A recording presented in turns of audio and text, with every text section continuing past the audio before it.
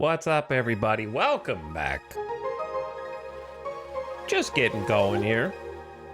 At the start of another week, halfway through June.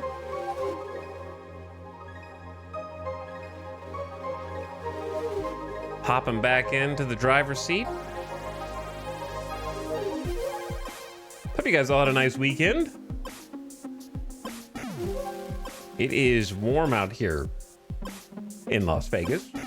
Getting a little toasty. Hitting that summer stride, hitting those triple digits daily.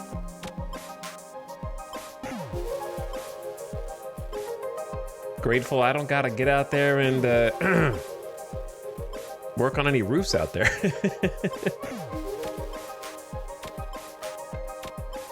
Construction worker in Vegas is probably not a great job for sunstroke.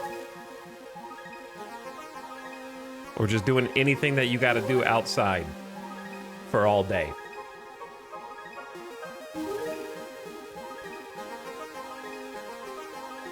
I get to sit in the air conditioning, and it's still hot.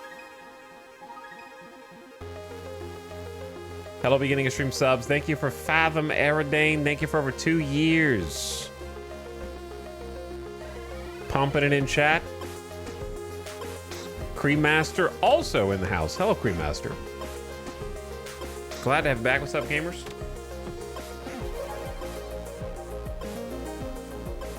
This is not Katana Zero. This is actually Embark Studio from the Finals soundtrack. The makers of Arc Raiders. Whoever is in their in-house music studio is kind of insane, actually. Would easily have a career as an artist outside of the confines of like a studio job. For sure. There's a few people, I believe, that worked on this particular one. But it's definitely one of my favorite chiptune soundtracks now. Anyway, we're gonna hop back into some Terra Invicta here in a minute. Been watching some sports this weekend. I did start watching a little bit of World Cup. I got in on the hype. I watched a little bit of bad baseball. Got to see my team lose some more, as they've been doing. I'm a sports ball kind of guy now. I just don't watch, well, the things I should be watching, because what's hockey doing right now? The thing I'm supposed to be watching, but the Hurricanes won, so I'm glad I didn't watch. That was yesterday. No wonder I haven't heard anything about it, because they're probably trying not to talk about it here in Las Vegas. They're probably trying to let that one go. Probably why I haven't heard anything.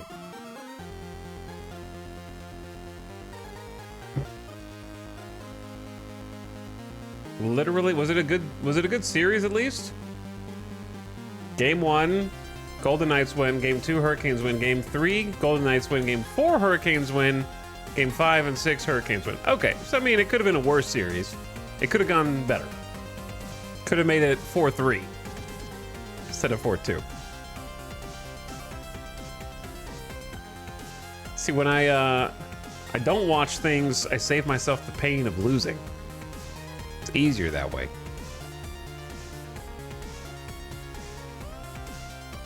But hopefully it was an exciting series. I got to tune in for some sports ball. I ended up watching, who did I watch?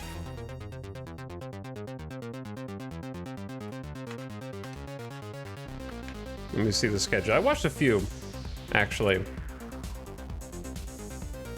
I got to watch Netherlands and Japan tie. I saw most of that game. I saw Australia beat Turkey. And I tuned into a bit of... who else? I think I saw like the tail end of Haiti and Scotland, if I'm not mistaken. Netherlands versus Japan was a banger game. It was really good, actually. I enjoyed watching that one. I'm not a big soccer guy, but they got me. They finally put a rule in to penalize people who flop, which is one of the main things I dislike about watching soccer. I hate that in basketball too, so I'm not trying to be biased. Punish the people who are throwing themselves on the ground, writhing and screaming and didn't even get touched, okay? I can watch soccer a lot better when I know that there's not a lot of people faking it. It turns into WWE pro wrestling at that point. Basketball's especially bad, yes. I refuse to watch basketball outright because of how stupid it is. And basketball's even more beholden to the refs, in my opinion. Like, I feel like the refs are way more finicky. So much of basketball depends on what the refs are calling, more so, I think, than any other sport. Well, that's not true. Football's pretty similar. American sports. I think soccer's easier. There's like multiple refs with good viewing angles, watching who's on the ball and what's going on.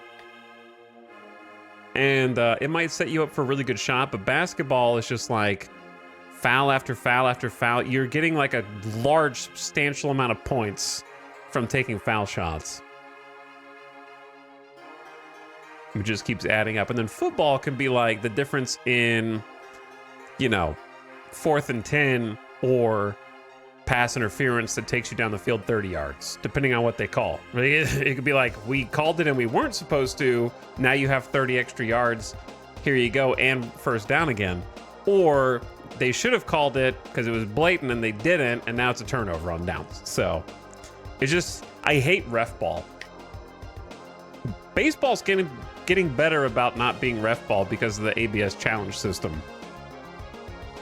Has really done away with a lot of that, and I think it's a really fun system. Where in baseball, I'm not going to explain all of baseball, but basically there's a way now, each team gets 2 challenges per game.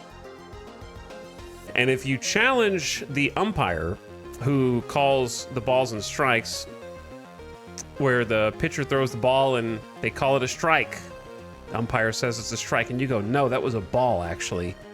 They can tap their head like this, and it goes to an ABS challenge system, and it shows where the box is for the strike zone and where the ball was, and it can overturn the call. And if you successfully overturn it, you get to keep your challenge, and you can continue to use it. If you miss, and you're like, well, the ref was right, actually, the umpire was correct, then you lose your challenge. And it's done in like 5 seconds.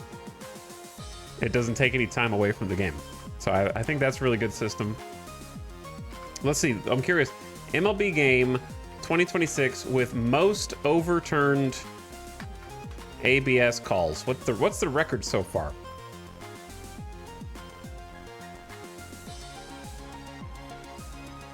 According to Bleacher Reports, it was recent, actually, like a week or 2 ago, which makes sense. It just came out this year. Brewers and A's set a new single-game record for most challenges by making 16 challenges, of which 11 were overturned.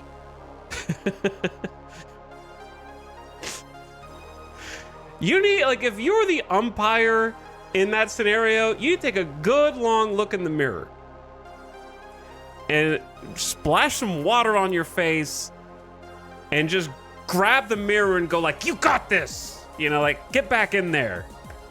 Just slap yourself a few times to wake up. You gotta make some adjustments, man. 11, like, full overturns?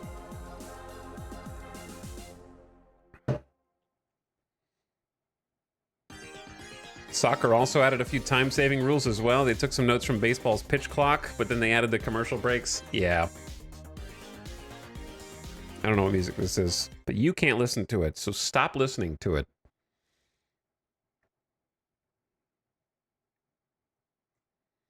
But I refuse to watch basketball. I would watch some American football, but only casually. I would never get emotionally invested for the reasons I just mentioned. Too much of the referee, depending on the outcome of the game. Baseball's the closest you can get to a distilled, scientifically repeatable environment. And that's also why I like it the most. I probably would enjoy cricket as well, but it's just... one stickball sport is enough for me, which is why I also don't watch hockey. No, I like watching hockey in person.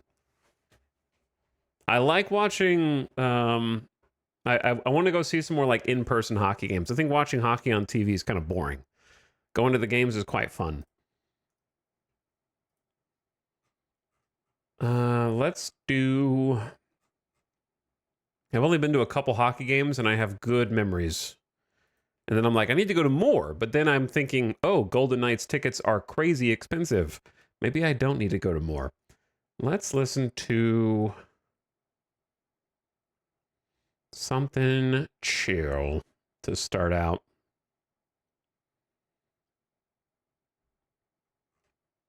How about... You know what? A new Stellaris DLC came out today that I have no intention of playing, so why don't I just listen to the soundtrack and scrape the good parts off the game and use it for my own purposes instead.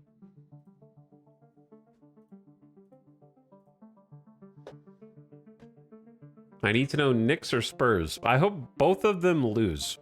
I know that's kind of too late for that, but...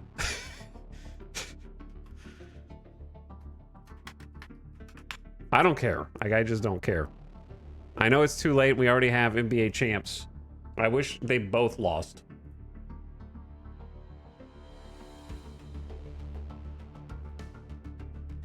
Honestly, there's not a basketball team that I like. They all have things that I dislike about them. Like, you'd think, well, don't you like the Astros? Wouldn't you therefore also like the Rockets? And it's like, no, I don't like the Rockets. The team, I haven't liked the Rockets since Yao Ming was on the Rockets. That was the last time it was okay to root for the Rockets. I can't root for a team that has James Harden on it for a long time. And then nowadays, they're kind of just, I feel like they're kind of a poser team trying to catch up to everybody else. It feels like they can't, I feel like they don't find their footing ever. I don't know what their game plan is, but I hated James Harden. I never enjoyed watching him.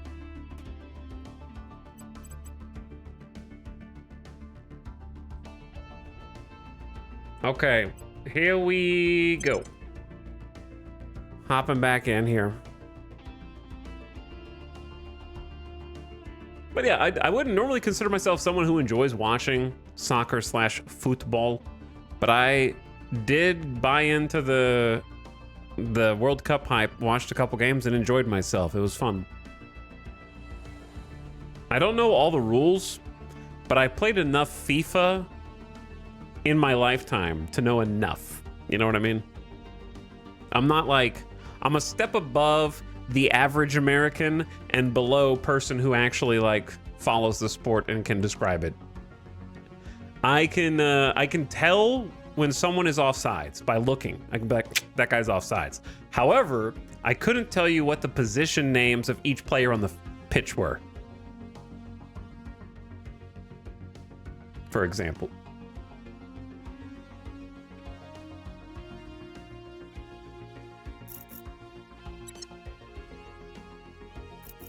What is going on this?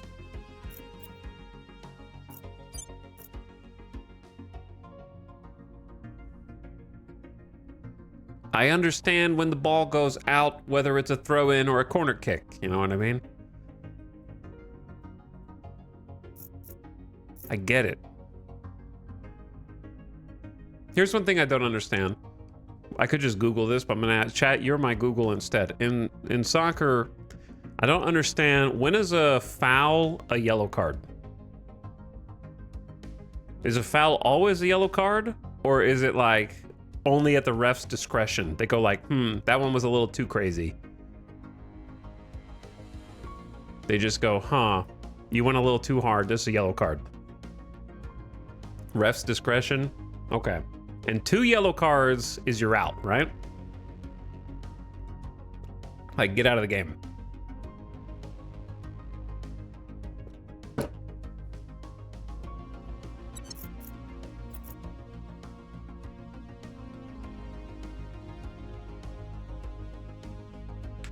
Discretion unless it hinders a good attacking opportunity. Okay, well, that's also discretion. You have to look at it and be like, this was a good opportunity.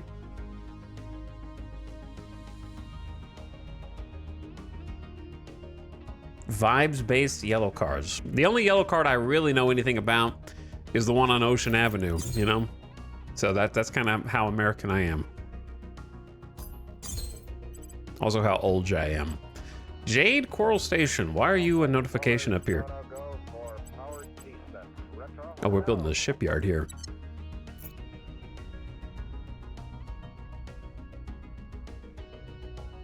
But I had fun. I enjoyed watching it. I'm also just enjoying the vibes right now. The World Cup social media vibes are immaculate, I gotta say. So credit where credit's due. The World Cup has single-handedly made social media pleasant for me. And that's what got me to watch.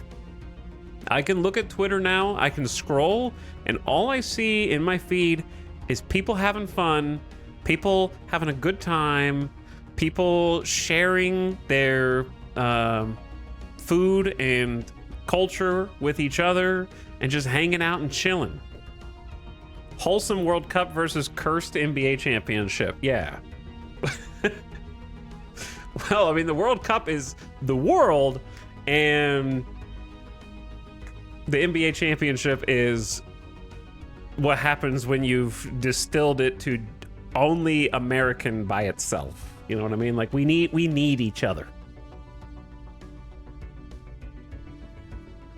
It's gone so much better than I thought. Yeah, the vibes have been great, and it got me in a good mood, and I was like, you know what? I'm gonna watch some World Cup. Because my social media feed has never, like, I haven't felt like it's been pleasant to refresh social media since 15 years ago. This is, if you guys are on socials right now, like Twitter or Instagram or something like that, and you're looking at the different things coming in from the World Cup and it makes you smile and makes you happy, that feeling is what the 90s were like start to finish. So if you're like younger than me, you're not a millennial, that's what it felt like to get up and go outside every day until 2000, basically. Like late, pretty much 2001. Pretty much 9/11, I guess.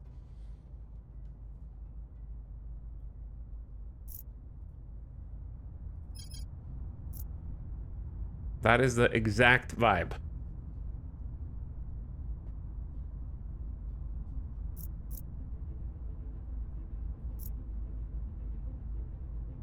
What's wrong with your background? Where are you?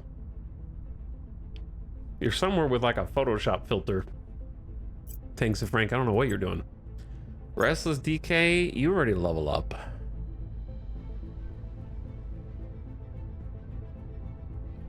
I think we're just gonna stick with Persuasion for now. Since that's your main jam, Sinless. 150 XP is a lot to become untouchable. You got 25 administration. I was building science, but I also wouldn't mind building some security, just because it's kind of an important dude who I don't really want to lose, but I also do need more science. 10 security is something, but it's not untouchable.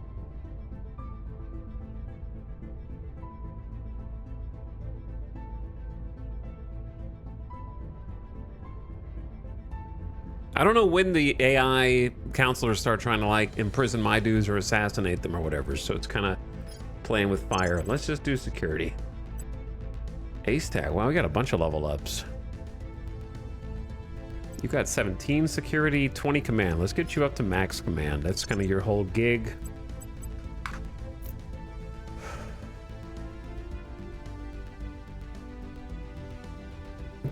Drawing closer to nice numbers. What's up, Core Vocation? Thank you for 65 months. I still think that's a pretty nice number. Pretty good. All right, we just traded, I think. We did a big trade. Forgot with whomst. But we got 5,000 metals. So we're good on metals for a while. It's all about the water. So we're just kind of waiting to stabilize on water, refueling, and I think we were in the midst of sort of fighting a bunch of different alien fleets. So let's see who's coming down the pipe. I think it's going to be a nice, steady parade.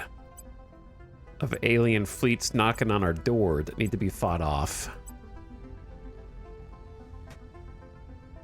I don't think we have anything on Metis. The initiative does. RIP initiative momentarily. They're rallying with an alien base. Psyche orbit is not me. Earth in 78 days. Oh, so we got a little time. But then I think it kind of... Let me see. Is this a big... This is a pretty big fleet. Giga Titan with a bunch of enhanced batteries.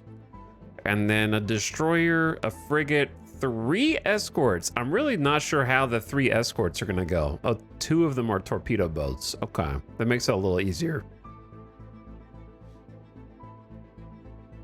And then a gunship. Okay.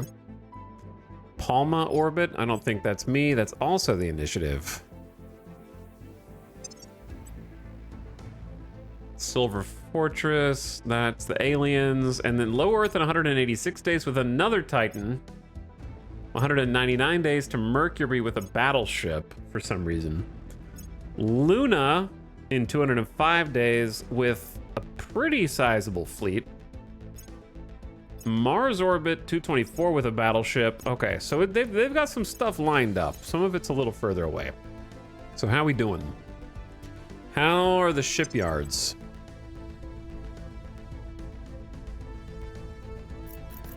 So around Mercury, we're building 3 monitors. We got a new class of monitor that we're working on. Then around Earth, we've got 1, 2, 3, 4, 5 monitors coming out. That's pretty impressive. I might actually need to... I think, wasn't there a fleet? What was the name of my save? Repair Fist, then get Earth aliens just chilling. Oh, okay. Get Earth aliens just chilling. I think they're on the way to intercept right now, in fact.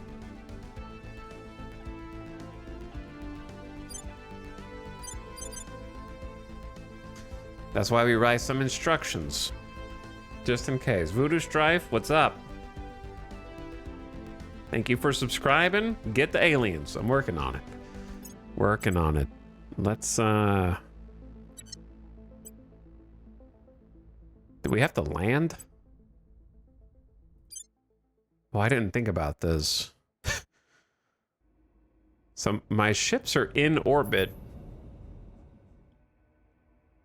of PB for you bays, but they don't, I think since they're wounded, they can't land. I'm pretty sure. Let me see. Do they have enough Delta V? Maybe if I share propellant? Perhaps? Okay, unrelated to that, this is... Oh. Oh, yeah, this was the big fleet. Are they gonna fight us? So they have a destroyer, 3 frigates, an escort, and a gunship. I feel like they're gonna run. No, they're willing to fight. Are they gonna beat me? Yeah, oh, this is the fleet with the enhanced alien mag cannon, enhanced mag battery. Oh, we're gonna lose some ships. At least a few. I think we're gonna win. We got the Big E, Trapper Keeper Mark 1 battleship coming in. I don't think we have any of our new monitors. This is all of our older stuff. So we're kind of using this almost as a culling of some of our old models. We'll see how it goes. So long as the Big E survives. I mean, that would be ideal, yeah. So we're gonna try and position the battleship at the back. Do we have proper escorts? I have 1 proper escort. 1 bootstrap Mark III and then the Mark IIs with less armor. So this might get a little spicy.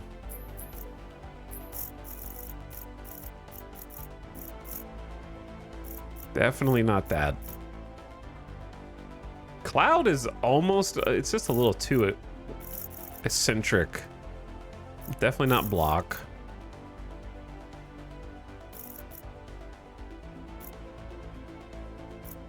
I really want a, first of all, I really want a custom lineup, devs. I want like escorts in the front, main artery of ships in the middle, and then a couple spots in the back for battleships. That's the preference here. I don't think there's something that hits all those simultaneously.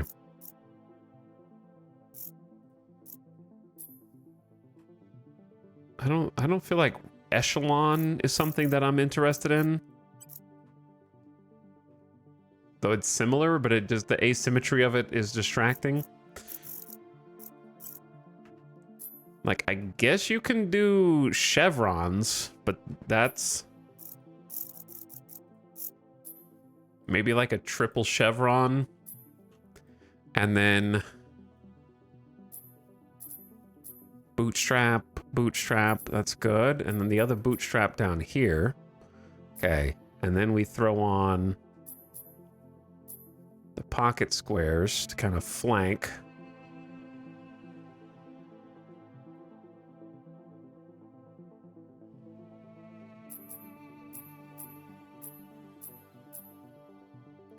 And then if we have any overalls Mark 1s, kind of put them to the back so that because they're a little weaker, put the Mark 3s up front. Like so. That's a suspender?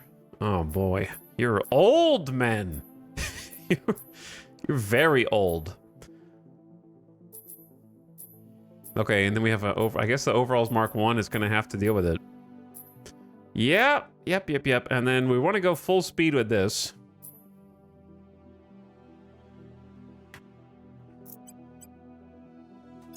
Send it.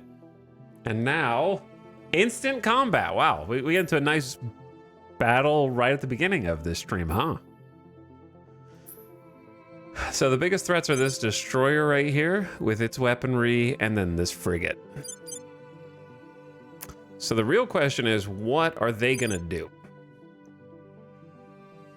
Since I don't think there's another fleet attacking Earth anytime soon, like for at least 80 days, we have some time to maybe build up some water. We could do a little fleet maneuver. Oh man, that's a tiny fleet maneuver. It's probably limited by the battleship. The battleship's not very fast. Okay, those are like barely gonna move the needle at all, but we'll just do that. Turn off everyone's weapons. And then before I can really assign targets to anyone, I need to see what their fleet is gonna do and what their frigates are gonna do.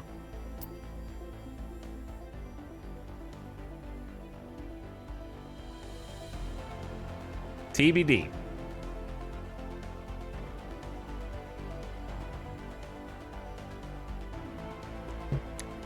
Now the question is, how many torpedoes do they have? I think they only have like one torpedo bay.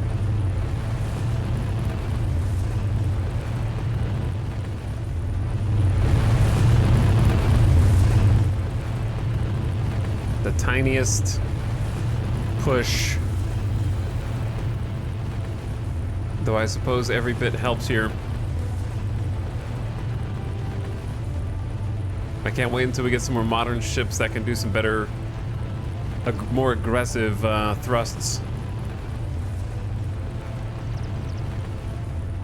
I hear point defense and they've started to make their moves.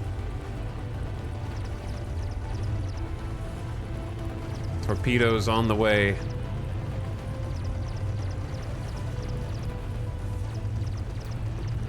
Okay, so let's just freeze for a sec.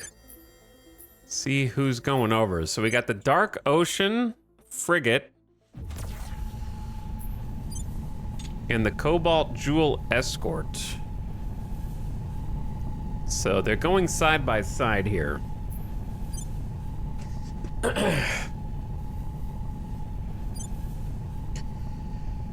Okay, so we just need enough Vipers to try to take them out.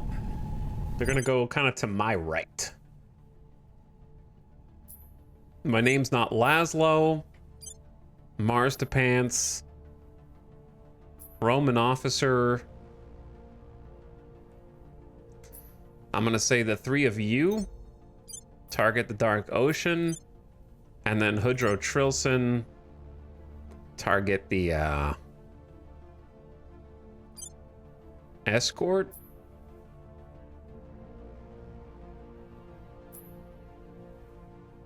Actually, we'll have Roman officer also target the escort. We want to make sure these die. Okay. Then the big E is going to go guns blazing on the Dark Ocean, and we're going to make sure that we send enough Vipers to mess with these dudes. They've already kind of made a path that they're committed to. So let's just open up Viper bays.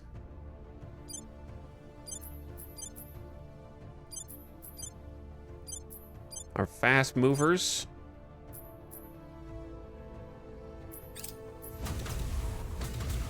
And let them get shooting first. Let me see, do we have any ECM? I don't see any ECM. I'm hoping that this is enough Vipers. Might be good just to overcommit and send one more group. Oh, okay, never mind. You got ECM'd immediately. So once these bays empty, I'm just gonna trust that that is enough Vipers.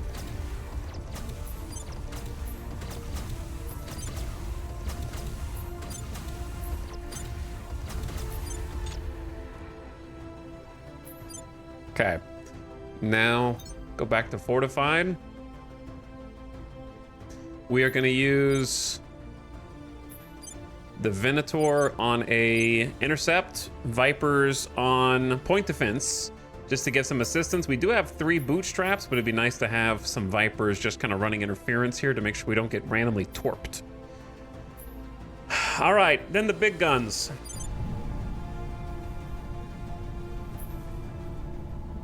The Evening Showers is right down Main Street. So here's how this is gonna look. We're gonna have the Venator, the Salesman of Doom, and the Trizubs target the Evening Showers frigate. That should be way more than enough. Not a Giant, Red Valyrian, and Secco Asmadi. You guys are gonna target the Autumn Forest.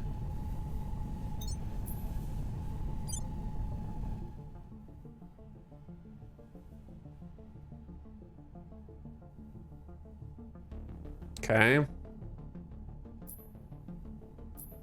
Then, who else we got? We got Meowsy, Rupee, and Hudro Trilson. You guys are targeting...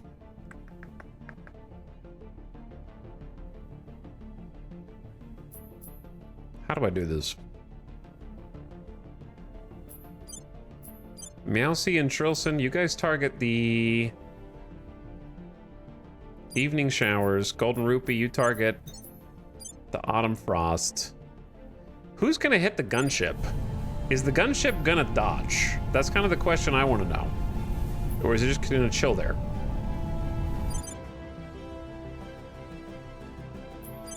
Laszlo, you target the gunship. Big E is going to target the destroyer.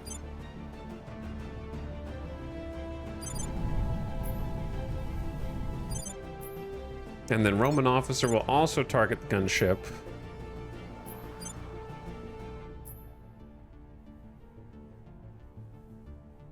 And then we ball, I think.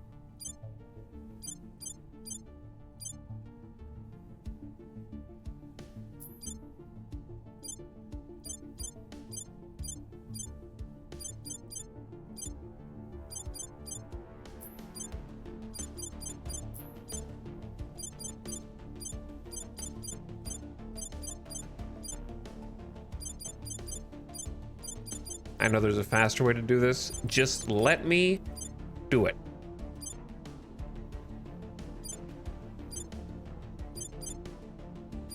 Okay, I believe all missile bays are open.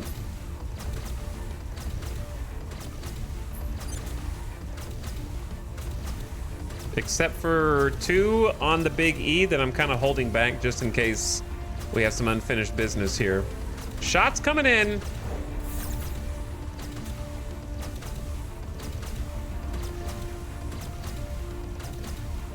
Incoming plasma.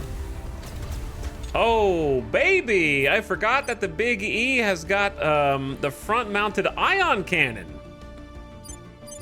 Yo, let's go. I forgot about that. We got it on missile defense mode. Big E's got the ion cannon down here. Running some point defense.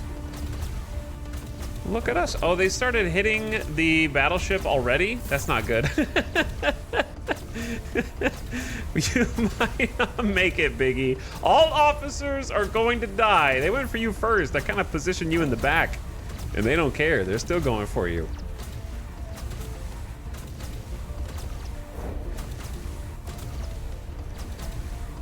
One year to build, one fight to kill. It could be. It honestly could be that way.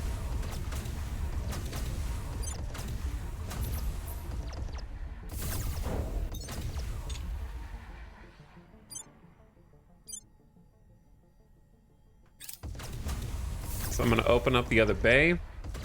The good news is that the projectiles that stand to kill the Big E the most are the mag cannon shots. So depending on how fast the ion cannon can shoot, you can intercept their enhanced mag cannon. You can't intercept these plasmas. The plasmas don't do that much damage. It's the other smaller, also the flank shots from these guys down here that I guess we need to be careful of. Though there's not a lot I can do about them. And the lasers have started up as well. They are within range.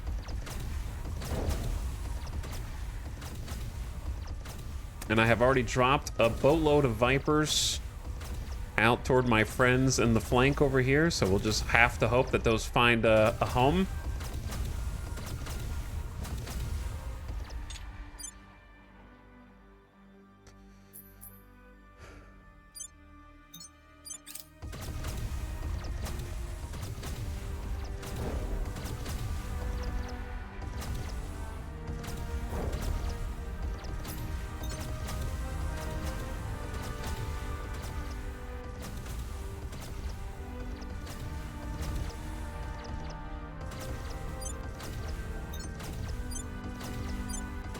I'm just gonna let the rest of the Vipers go. All right, we have fired a significant amount of missiles.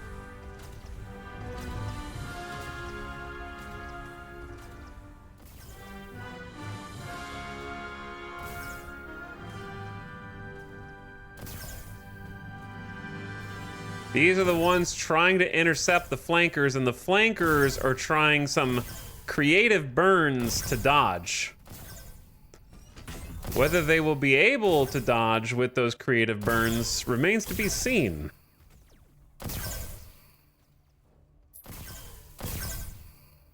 The Vipers are currently making the adjustment right now.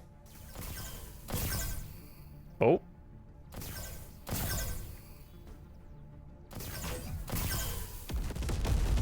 That's what I'm talking about. Get them, Vipers! Did I send too many Vipers? Yes. Would I do it again? Yes, because the flankers are the most dangerous enemies here. Going around the side. Vipers versus Tokyo Drift.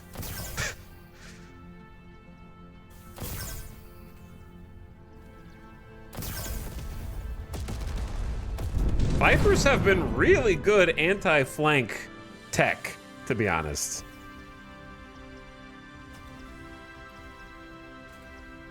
Now we don't have to worry about the flankers anymore, hopefully, unless the gunship breaks off. The Breezy Meow is currently taking the brunt of the damage on the escort side of things, but one of their 40 mil cannons is still functioning.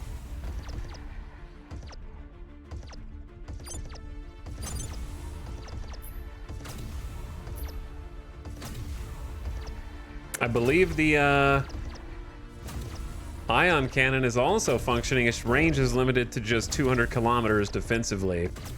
So you won't really see it pop off unless it's within that range. You can see alien point defenses started to kick online. That means our Vipers, which is a distraction technique, we send the Vipers in early in order to keep them busy and kind of put some pressure on them. So that, see, their blue lasers there are hitting the missiles instead of my ships. And it buys time for the main brunt of the missiles to get there. Now, there is a noticeable gap between these. We're in the process of upgrading from these slower copperheads to a faster, lighter missile, but we haven't gotten to make those upgrades yet. But we do have some new ship designs coming out. Their point defense game has definitely been stepped up from what it was before. They've got a lot more PD. Used to be the Vipers would overwhelm them before they were able to take them all out, but now you can kind of see that there are still some getting in, but the numbers are quite diminished compared to what they were.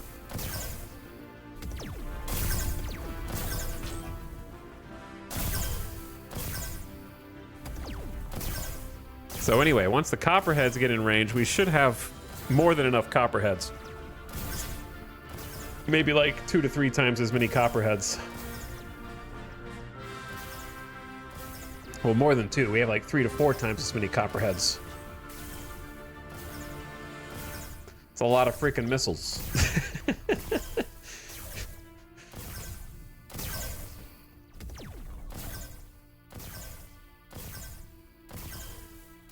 I think our ships are actually looking pretty good because their enhanced mag shots can't hit us.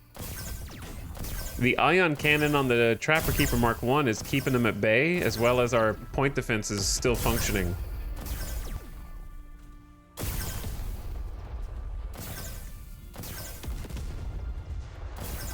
Oh yeah, now it's game time. A beautiful sight. Every time.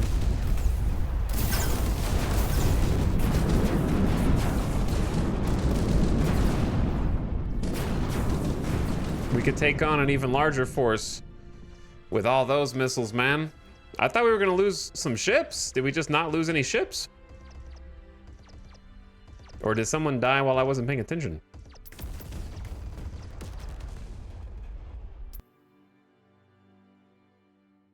Nah, we're good. Okay, well, I expected more of you to take some damage.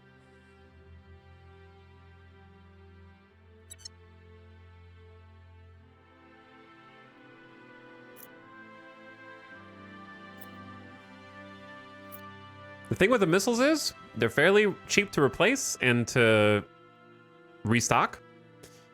And you don't want to be greedy with them.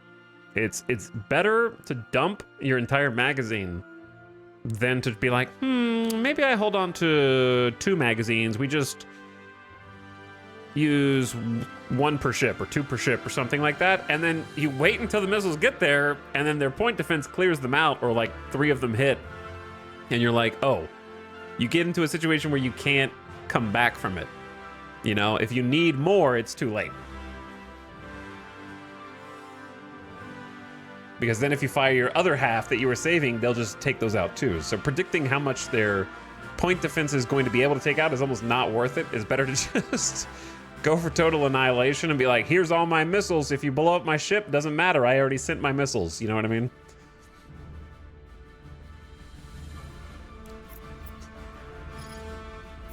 Either way, good fight. Oh, you guys can land.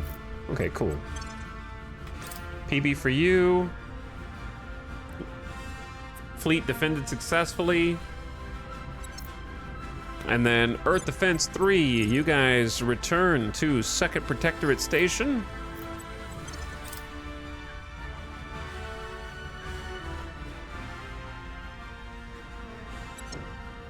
Space facility sabotaged by the Initiative. They're blowing up my mission control. Actually, it's kind of annoying. Okay, PB for you base, which we also defended last time we played from the aliens. They need a resupply, but they can do a repair first. The Crather Mark II escort took some damage. And from there, we're good for about 70 to 80 days.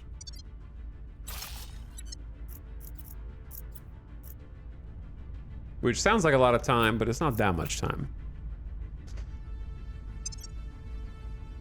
And they'll be back in low Earth orbit with a Titan.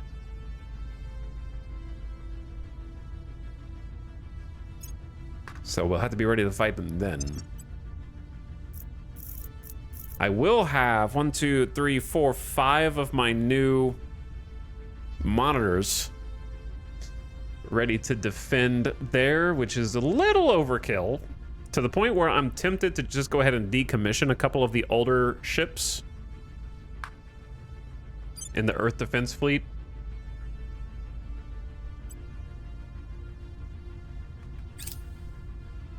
To rebuild.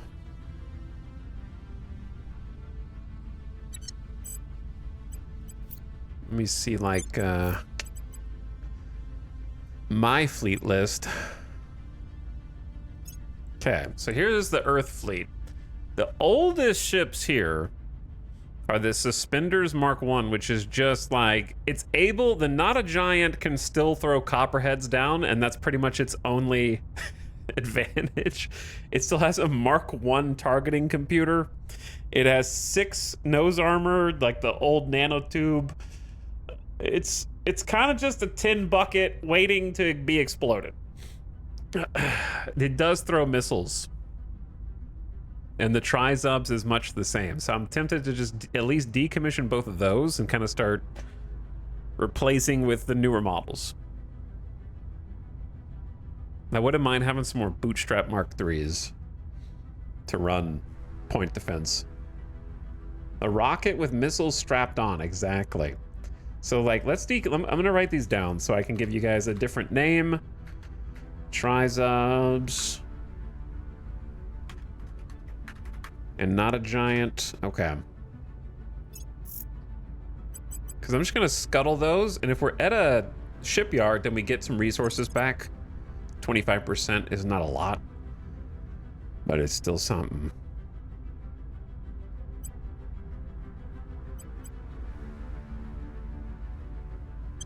Okay, scuttle 2 ships, get some resources, get some mission control, and we're about to refill those.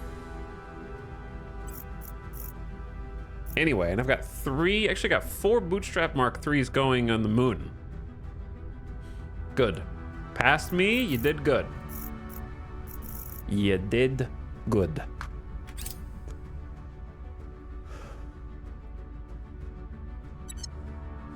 The rest of you, though, go in for repairs.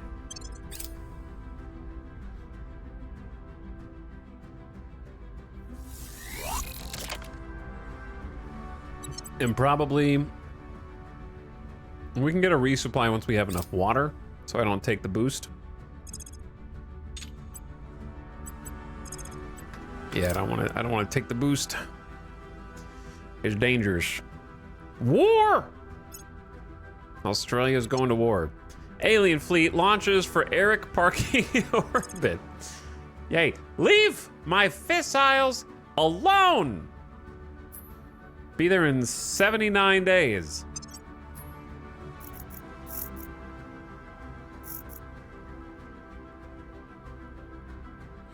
Okay, what ships are already in that fleet? We have no monitors there. Bootstrap. Okay, so we got 1, 2. No, we do have 1 monitor. 2 monitors. Bootstrap Mark III, Bootstrap Mark III, Bootstrap Mark II.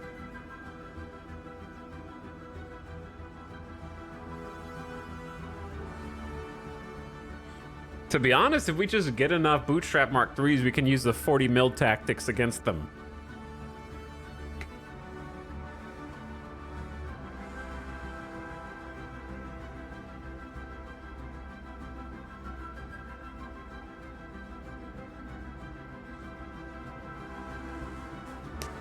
Hello, Commander Cornflakes. Cheers to 8 years. I'm a month or 2 late. I can't make it as streams as I could back then, but thanks for the past and future memories. Hey, thank you for many years of sub. Cheers to that. How's it going, gamer? Thanks for supporting the stream all this time. Do I think this fleet could defend against 2 alien frigates? I think so. I think if they maneuver, we're gonna have problems. Let's do this. Let's start a simple Bootstrap Mark III on PB for you, but then let's also queue up one of our new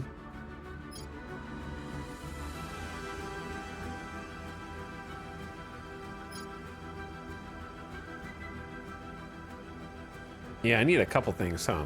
This is the Lancehead with Python nukes. I might just want the Quad Vipers for this base, actually. Queue that up also. Get a monitor going out.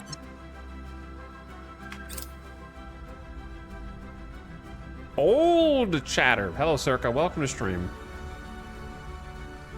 Are we gonna sprinkle in some nukes with the missiles? Yeah, that's the plan right now, actually. Seek federation with Turkey. They've decided to join the European Union. Welcome to my... They're not on the nation yet, but we do have claims on them now. So they will be able to join the nation after this cooldown. The cooldown is 11th of September 2037. So we have minimized the cooldown because I've taken some research that reduces it significantly.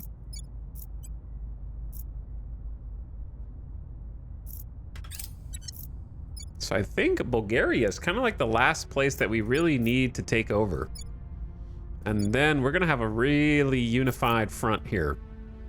And we're also working on research for Great Europa, which I think, I haven't really done the math, I think is gonna let me fully annex Russia into Great Europa, I think. Target destroyed.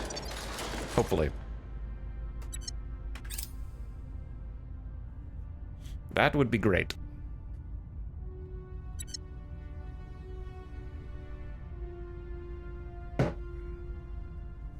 Hello, Smirksmark. Thank you for the Prime, and also for 27 months. Death to Alien Succum? Question mark? Death to Alien Succum. I guess. Get those A's out of here. The good A's can come to Las Vegas. The bad A's need to stay in the Kuiper Belt, I think.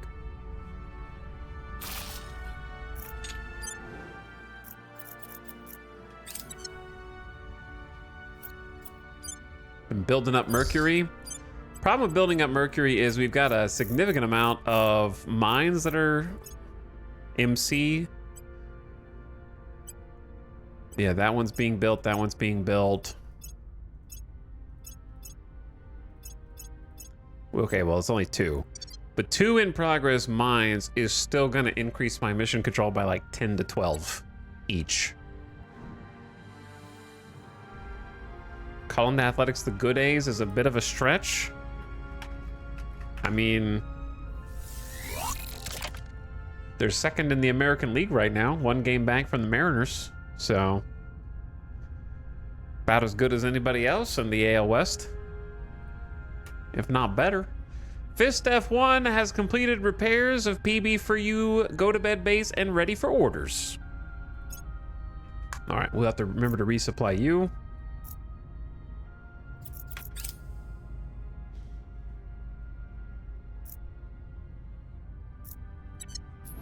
I need to check for fleets. Special project. Oh, wasn't this one of the good ones? With like a low chance of unlock? Wasn't this one of like the really good ones?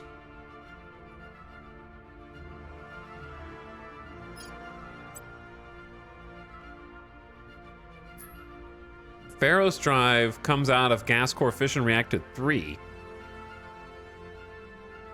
It might be one of the best ones we can get right now. Fission thermal. 14.2 million newtons of combat thrust, which is more than twice as good combat thrust as we have, with 25.5 kps delta V. So this kind of dwarfs our current combat drive.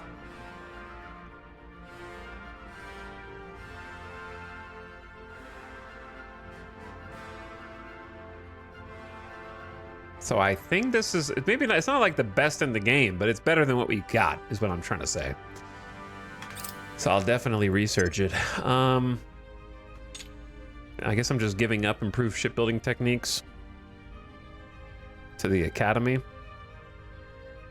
to focus on terawatt gas core fission reactors.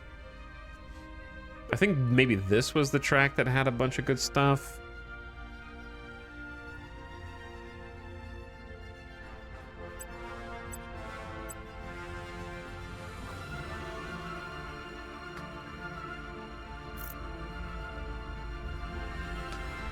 Anyway, I'm feeling triumphant right now. Holding the aliens off. Just gotta beat them in 69 days. And then 72 days. But we bought ourselves a little breathing room. Then you save up some water for some refuels. I traded all my water away. I've got tons of metals now, but no water. So it goes. Thanks, Frank. I don't remember what I'm doing with you.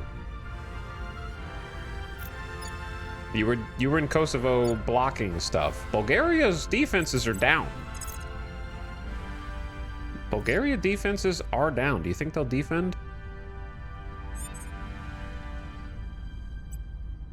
Removing our enemies. Standing by for orders. Ready. What were you doing, Terminus? Reporting in.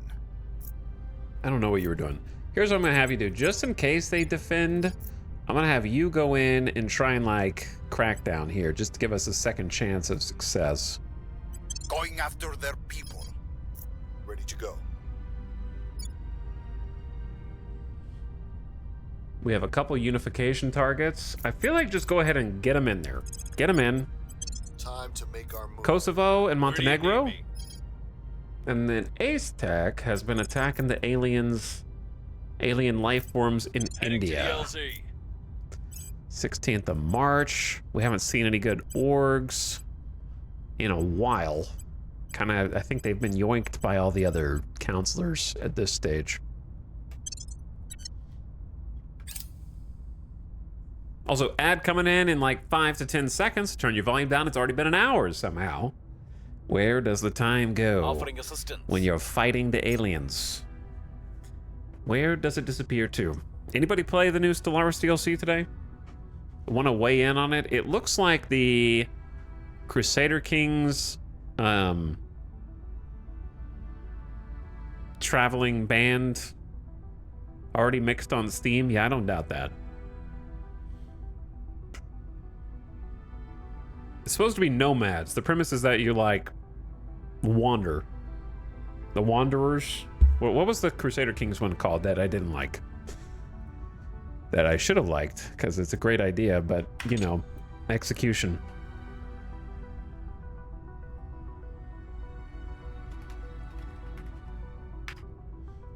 Let's see. Sadly, I have no interest in playing as Quarians. Well, don't diss the Quarians.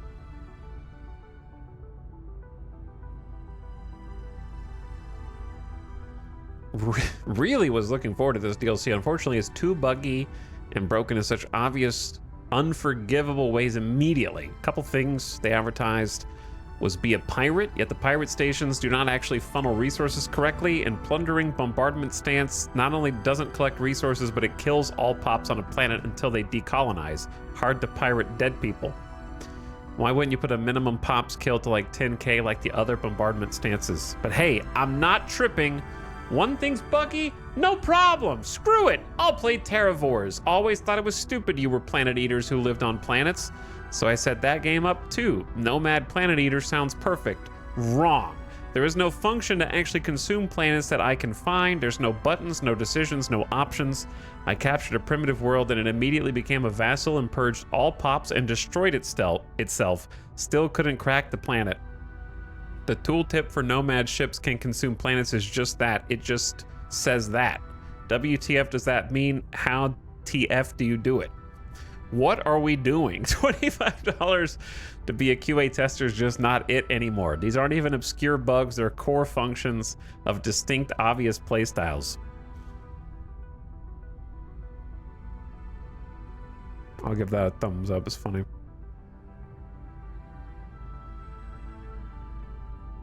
Nomad mechanics aren't that well explained. Even reading back devlogs has me scratching my head. Conceptually, having moving megastructures is cool, but incentives, contracts are underwhelming. I expected ARC ships to be individually more powerful than colonies by a significant margin, considering their sparsity, but as far as I can tell, that doesn't seem to be the case. High-tier rewards for ARC ship classes are extremely dull, as are the passive bonuses. I don't have time with other origins yet, but Forever Cruise is incredibly sorry state. Apparently, it was somehow worse in closed early access. Voidfarer is very purposely generic, though I'm not sure if it's even that good. Traits and civics are fine in concept, but a good portion underperform.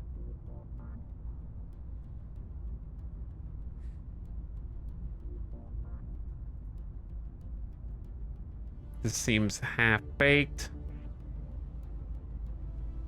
It says mixed, but it looks like 70% negative reviews from just like the ones that they show in the front.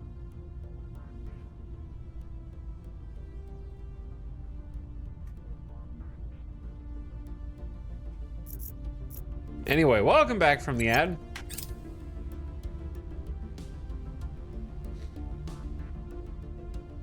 Might wait for 1.12. I'm waiting for 2.0. When 2.0 hits, I'm waiting for 3.0. When 3.0 hits, may as well wait for 4.0. When 4.0 hits, I'm just gonna wait for 5.0. When 5.0 hits, I'm just gonna wait for the sequel at this point and start fresh. When the sequel hits and starts fresh, it's a little too buggy, so I'm gonna wait for the 1.0 patch.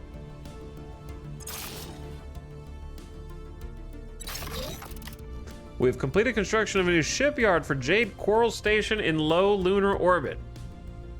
Okay, Jade, we're gonna start building a ship there. New solar arrays on Ballistic Burrow Station.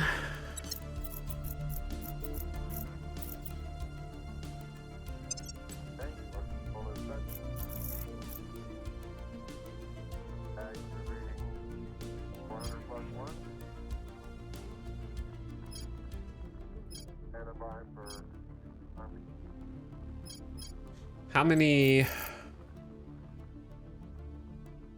I only have one trench coat. No, I have 1, 2, 3 trench coats. So I only have I have 2 bifocals as well. It's pretty good. All right, let's get another trench coat at Jade Coral Station then, so we can start kind of replacing all the other ships that are old. Speaking of, there's a couple ships that just came out. The Bootstrap Mark III. I don't know why I didn't tell them to just join the fleet. So I need to rename the ships. Trizubs 2, you're back after being decommissioned. You've been rechristened. And then the Nada Giant 2 as well has returned to service now over series.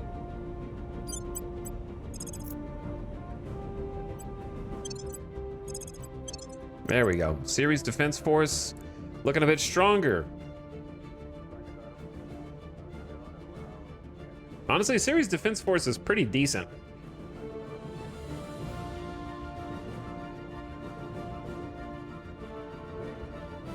It actually is pretty decent here.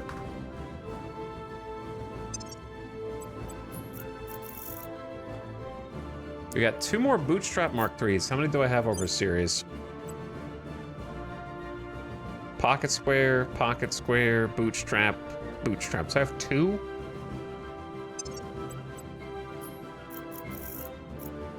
With 2 more coming. I think I'm just gonna start 2 more. I like the idea of having 6 of them so that they can actually go on the offense with those 40 mil cannons.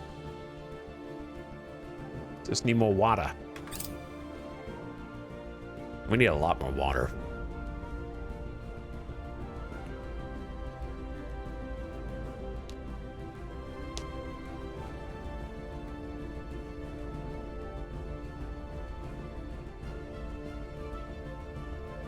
The reason, chat, is a really simple explanation for why all the Paradox game DLCs are worse now. It's because they have a yearly quota to fill for season passes. That's it. The end. I'm sure they're still just as talented as ever. The problem is they gotta churn them out. It's a literal quota.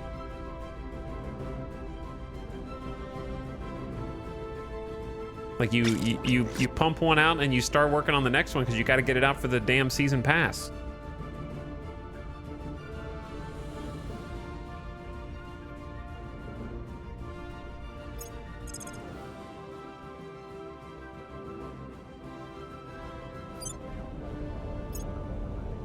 Okay, now we got some new ships to name.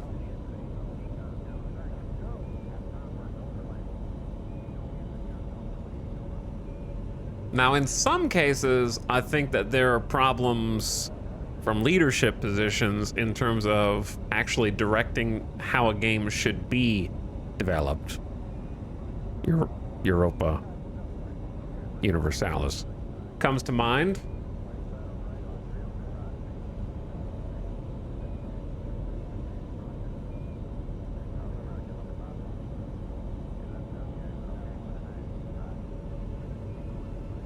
All right, I'm gonna unlock the name a thing, get some queued chatters in there.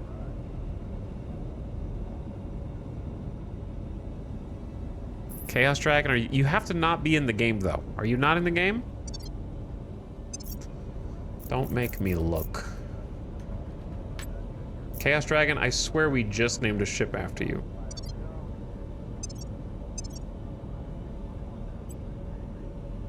Oh wait, I allowed way too many of you guys to queue up.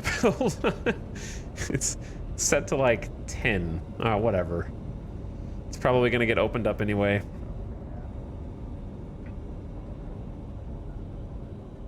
I died?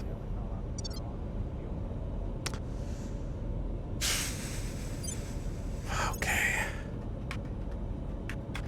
Chaos Dragon 2. Why don't you start being less chaotic?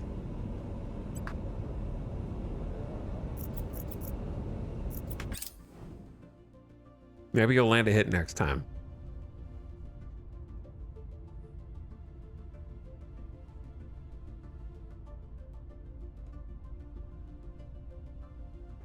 Did you read the new Star Sector devlog? Devlog? It's about a new extended mode, which is much harder, so you spend more time in the early game. Might be right up your alley. I did not. I will look at that on the next ad break.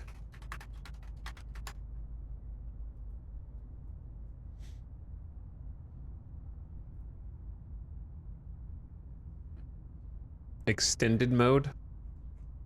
Interesting. Interesting. I did not see that. However, it did come up my social media feed today. There was a post on the Star Sector subreddit that just made it to my feed that was like, why do so many mod makers in the Star Sector community use AI art? And what I found was, from reading the comments, I didn't participate in the comments, that the majority of the Star Sector community seems to either enjoy it or not mind that aspect about it, which I thought was interesting. And you know what? I can kind of see that. There was some passionate opinions there, yes. More passionate than I expected. It was a pretty overwhelming majority, I would say, as well, which was interesting. I'm not going to let the fires burn in Russia. Limit the damage from the fires. Yeah, pay 20 ops. Public opinion is moving in our direction. Nice crit.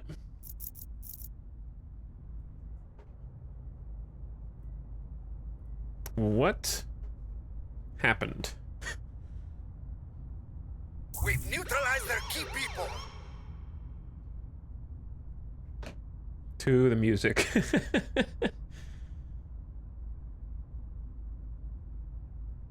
I was just listening. Hang on. What?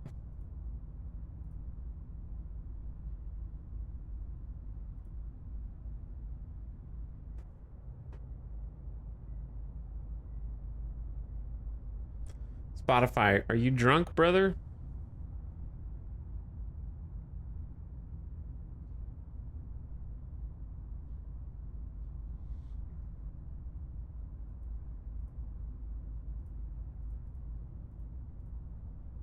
He like forgot that it was playing Stellaris?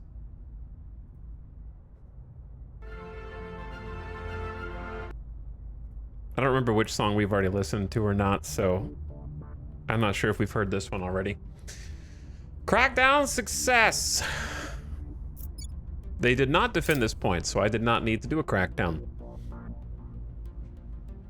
What was the new No Man's Sky like MMO? We were polling on how it would rate. I think it came out to mixed, but I didn't play it. Star. What was it called? Spacecraft. Now it's mostly positive, actually. So it came out mixed, now it's mostly positive.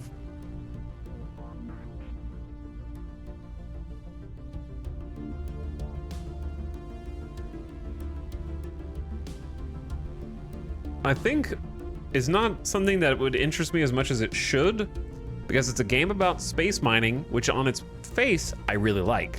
However, the space mining needs to be a bit more involved than No Man's Sky style mining, which is fly your floaty spaceship up to it and a laser comes out and you kind of just wait for a loading bar to break the rock, and then the rock bits magically fly into your ship. You know, what was magical about Starbase was you actually had to go and scout in an asteroid field and find the correct composition of rock. And then once you did, you had to manually physically break it apart bit by bit. That was interesting. And similarly, I think mining in Star Citizen is quite good. You have to do the same thing. You kind of have to go scouting, look for rocks with the correct material compositions, and then carefully break them apart and gather. So the mining has to be fun. And the mining in a game about mining should be fun. And it doesn't look fun. It looks like a laser just comes out and you stare at the loading bar until it says, you broke it, now do the next one.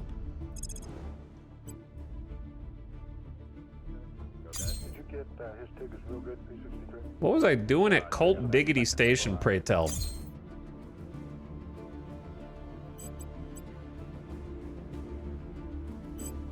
I don't know what I was doing here.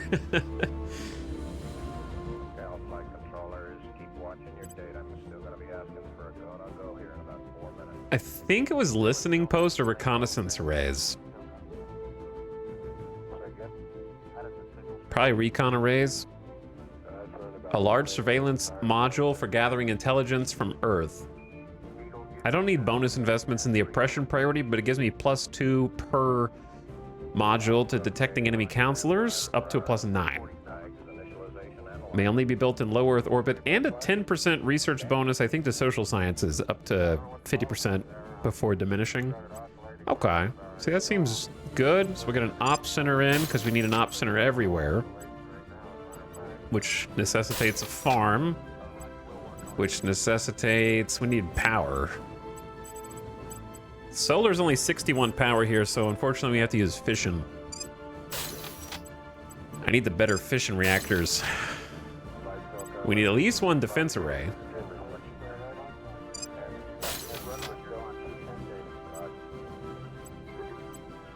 And a nanofactory to build quickly, and then I'm gonna need more power, and then we don't have room for the thing that I came here to build. No, we do. Okay, recon array. 1. Where'd it go? See if we can get this alignment initialization in there. Can y'all have 1 recon array per thing? I only have 1? Devs, come on, man. So I gotta spread these around the different ones. You're killing me. Okay, I guess I'll leave the other spots open for now then.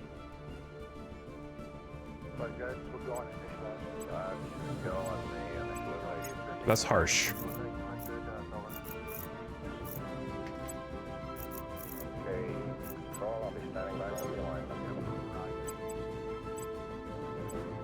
So Ballistic Burrow, you've got a bunch of social science, I know how you looking down there. which give bonuses to government priority, which is fine. How you doing and how kid will be up in a minute, Flash. Go to power system. I'll just add one to this. 22. Thank you. Okay.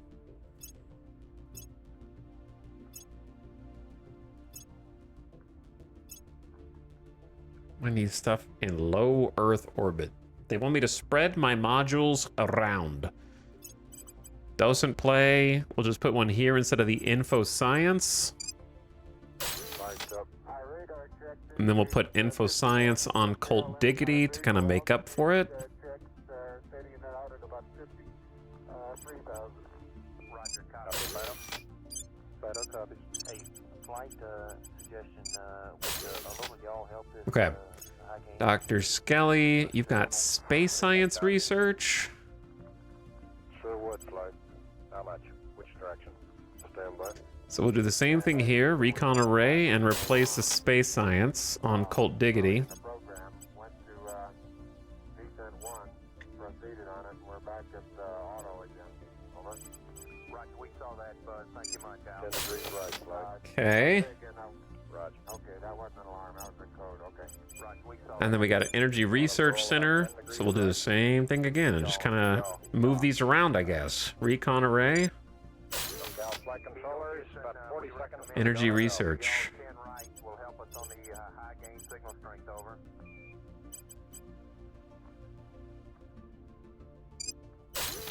Okay, and this is also going to need to be able to supply and refuel from here. I guess it's not that important.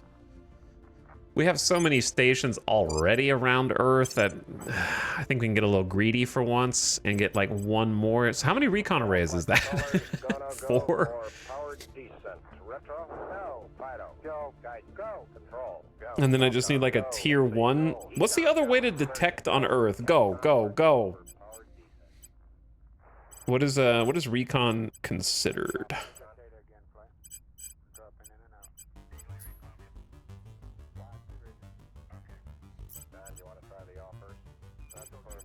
I don't remember if I just built 4 or 5.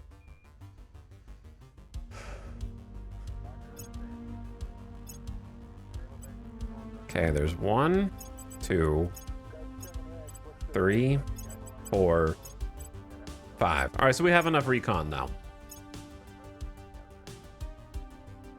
Left-hand Aegis, I think we got too many nanofactories here, brother. We can definitely replace some of these with some science. What's the most important? I think info science is pretty important. So we got 1, 2, 3. I think we're building 4s. So let's get a 5th info science.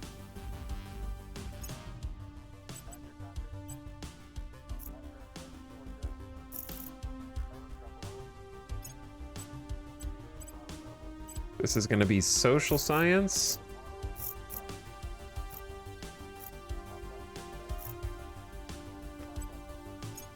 Socket Protectorate does not really have any science. We need to recalibrate this. This is more of like a fleet shipyards.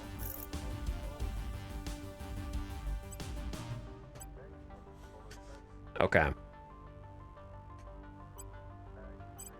Why is this op center turned off? Because we're building a new reactor.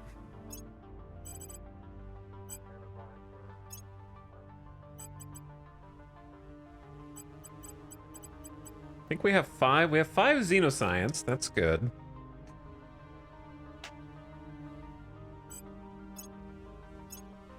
Remote head's got materials, so we could use a 5th materials. That'd be nice.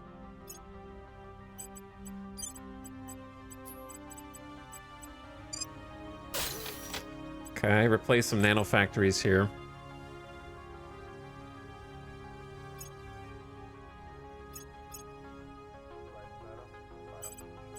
Godfiend is energy. I think we could use a 5th energy.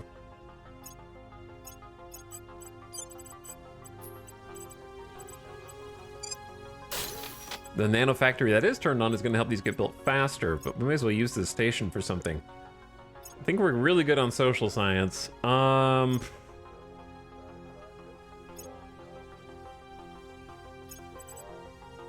Left-hand Aegis, we're going to designate you as just a generic science as well. So we're doing materials, energy. Let's do space and info.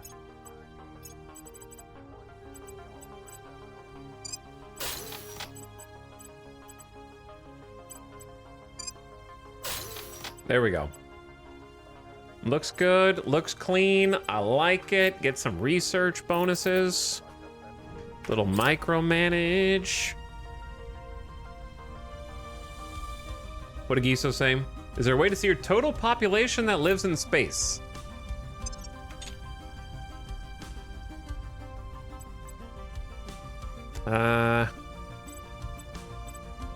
Chat says under Intel and Global tab. Yeah, that's like the world. Does it say ours specifically? Oh, space population's 40,611. It's mostly us. Earth population in this timeline is at 9.22 billion. Which is crazy. Per capita GDP up to 18,700. I wish you could see trend over time for this timeline. All right, we are unifying with Kosovo. Kosovo is now part of the European Union supernation. One less that we have to worry about our enemies trying to take from us. Thanks again, Commodore, for 39 months. Hello, Commodore. Thanks for subbing and supporting the stream. I'm building stuff. Secluded Dreams base has security. Xenophane's base has security. Johnny base security. Closet base security. Truffle Hustler base security. A couple skunk works here and there.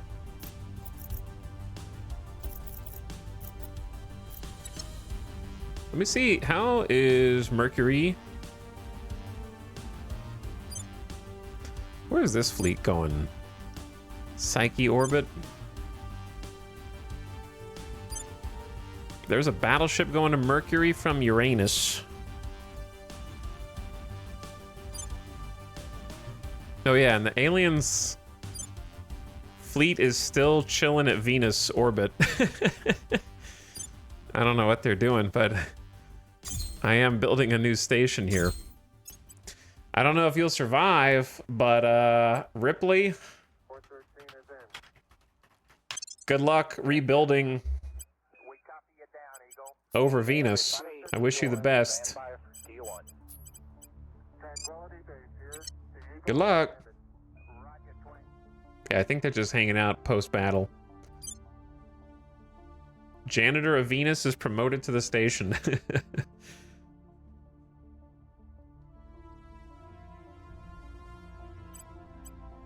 Okay, Mercury Defense Force, and we have a couple of stations here.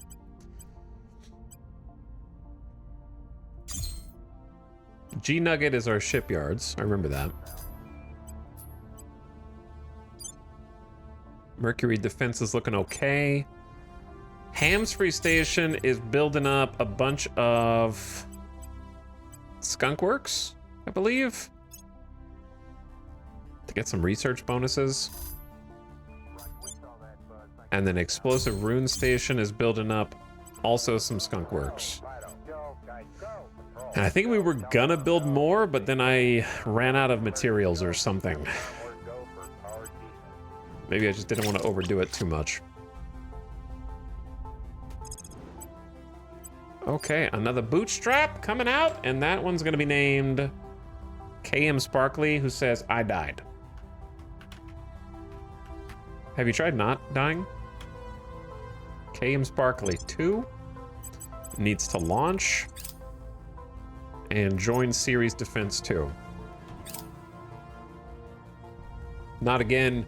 Alien fleet launches for low Martian orbit. It's gonna get here in May? They got a battleship, battle cruiser, cruiser, corvette, escort. Can you guys chill? 53 days, man. That's not very long. They're getting here faster and faster. That's what worries me.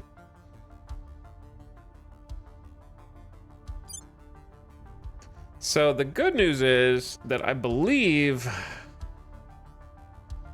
the Martian fleet is doing okay. They're doing okay. And we also did smartly queue up some extra ship reinforcements to get there and help them out. So we're gonna have 3 more ships ready to back them up before that alien fleet gets there. The weapon station could do 1 more. So I'm gonna have Mars Defense just go ahead and who needs to defend first? They will. All right, they're gonna go ahead and resupply so I don't forget.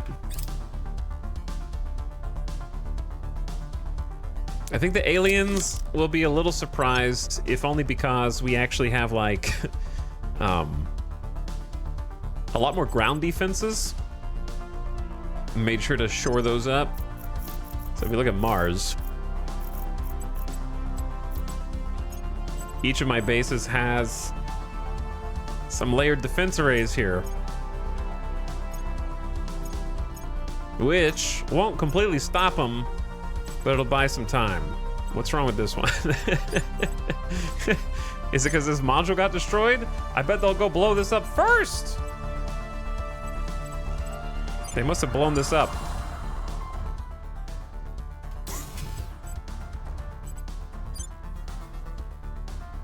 What was this? Solar collector?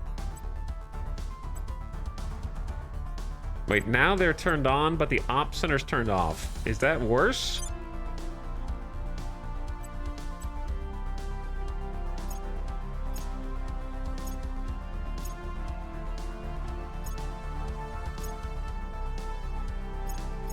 Okay, well, now I need to turn off a mine. And we have so many freaking mines now that it's impossible to know what's correct to turn off. Something that gives metals but no water, so likely just something on Mercury for now.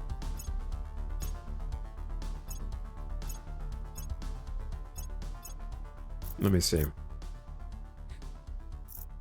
All locations, sort by least amount of water.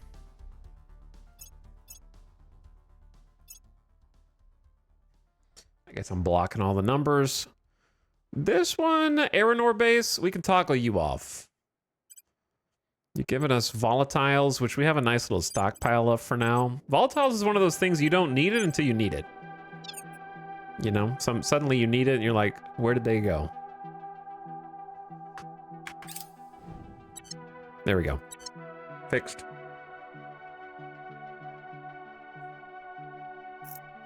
Target secured. Thank you, Ace Tech. Attacking those Earth aliens. I don't know if we wiped out all the ground forces. We're supposed to be looking. There's an alien operative somewhere here that we need to try and capture alive and find out where he is. We do have better alien detection than ever before. We're about to have much better, like, regular agent detection than ever before, which is nice. That'll help us to narrow down who the alien could be.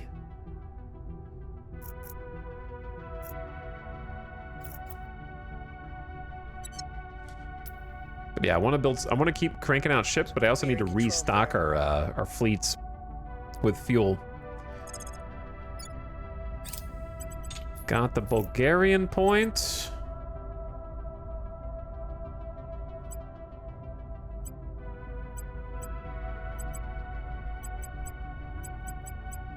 Gonna focus on Unity for a bit and then try and take this last control point.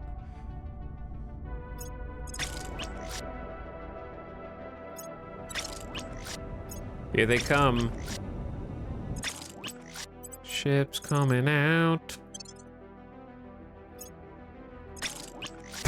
Okay. Oh my goodness. Giga ships. Can't keep track of them all, man.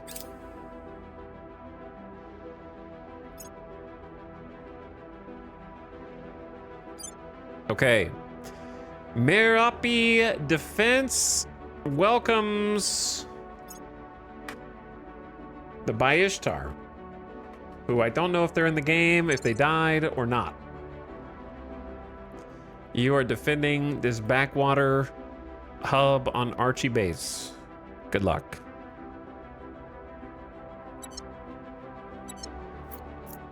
Okay, then in the moon defense, which might rotate over to Earth,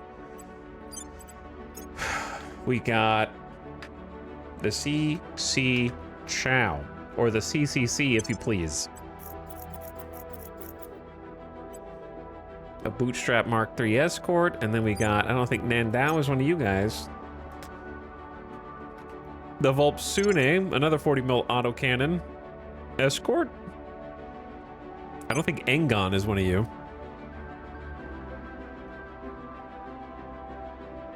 So we got the Anubis.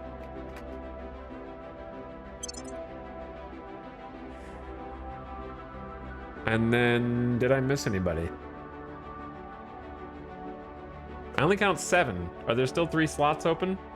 I think I did them all.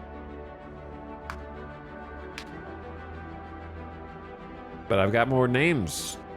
There's a ship right here that needs a name. Llewellyn, thank you for 5 months. Test. Giso, are you not already in the game? I'm gonna ban you if you're in the game already. Are you dead? Do you know how my ship is doing? No. Giso's dead. The Giso 2 on the Moon Defense Fleet. Docked in high lunar orbit. It's honestly a decent little fleet here. Quad bootstraps and a missile boat.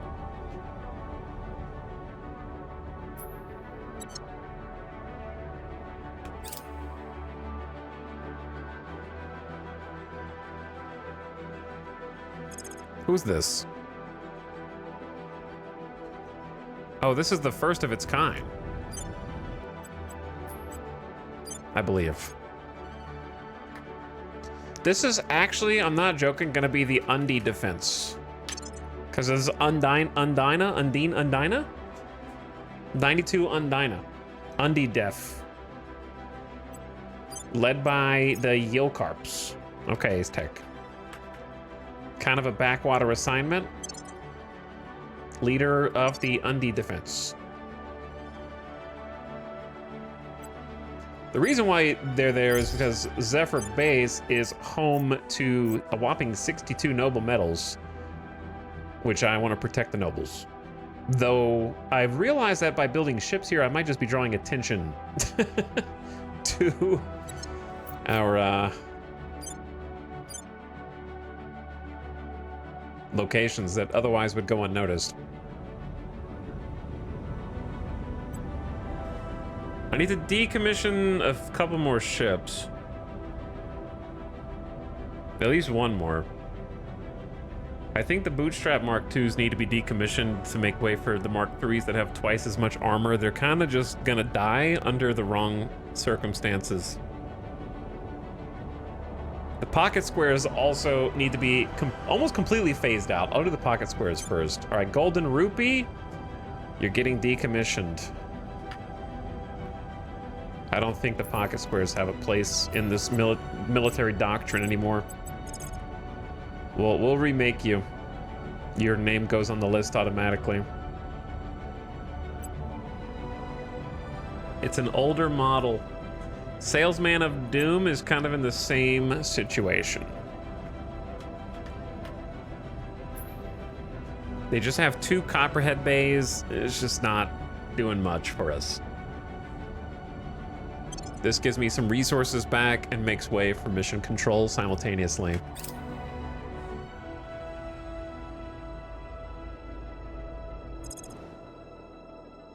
Do we have a Hesperian fleet?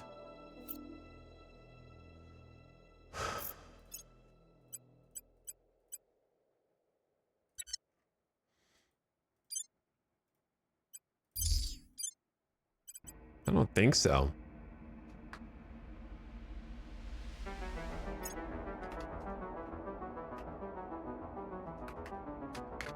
Hesp Def 1 doesn't really roll off the tongue. Welcome to your new assignment, Golden Rupee. You're being redeployed to defend KJ Base, which is home to another large chunk of noble metals.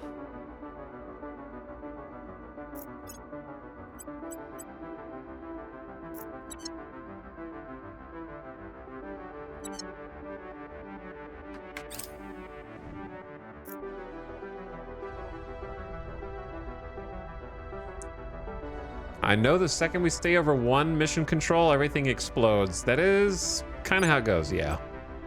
Unfortunately.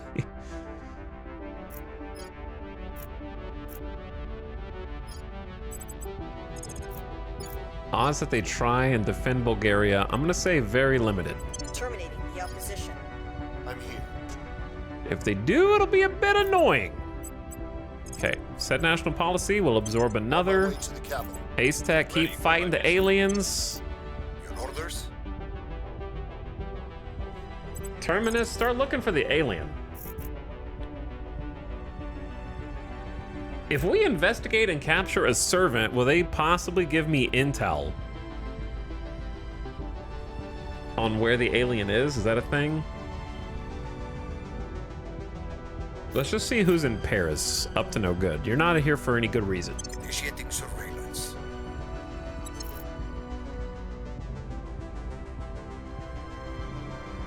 Ready to go. And let's switch who we're sweet talking with good PR. We need to defend Bosnia. All right, Sinless, you can just do that. Protecting our interests. Ready for my mission. Where do you need me? Who should we, maybe we start sweet talking China. Or just grab these Mongolian points. Start getting the flanks of China. I will try to sway the public. And then work our way in. That's probably the long-term goal. Whoever we're following went to Russia right after, so they're trying to mess with us.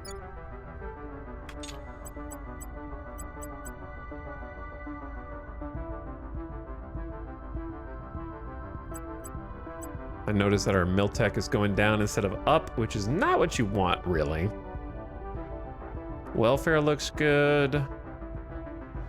Environment looks good. Government democracy looks good.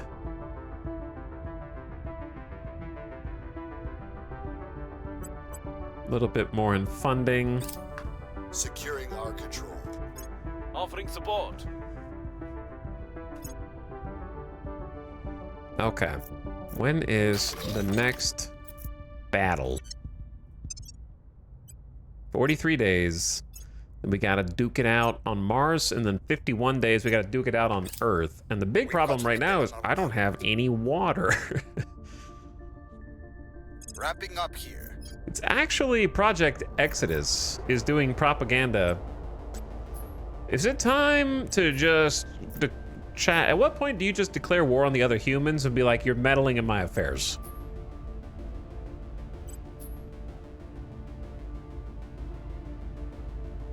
They do have that 18 ship fleet over here just amassing rail cannons.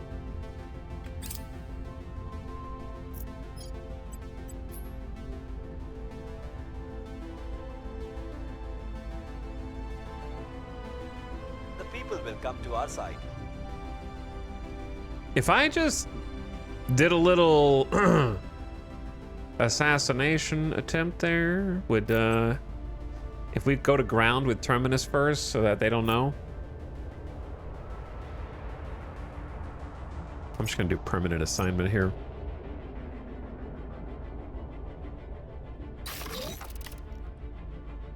A shipyard at Sucket Protectorate Station. All right, that's good.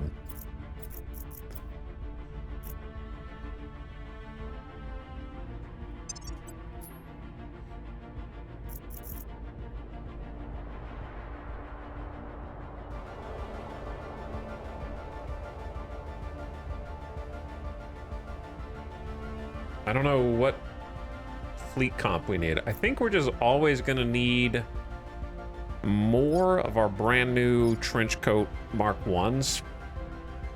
Wait, is it unpowered? Oh, because we haven't finished the reactor array. Never mind. That's got to be built first. We've completed construction of a layered defense array at Star Mage Base. All right, Mercury is getting defenses. Plus farms. Plus some a skunk works here, a skunk works there. So research going up. We're up to 115% bonus. Nice, I like it. These are some chunky researches. Forward for the good guy. A 10, a 20, and a 50K. Gonna take a while. Cavity drive. Was that any good? I don't think it was. Maybe.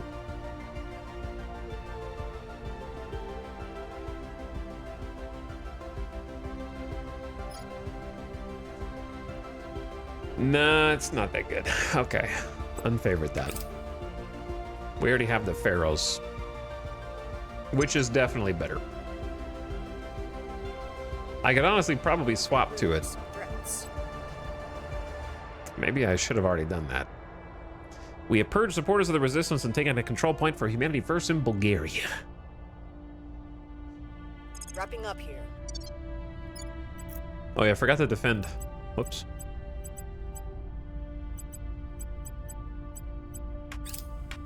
I did not defend.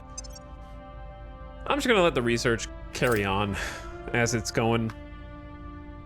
The problem with getting the Pharaohs is then I have to go redesign all of our ships again. And it's so much work to just like phase them all out.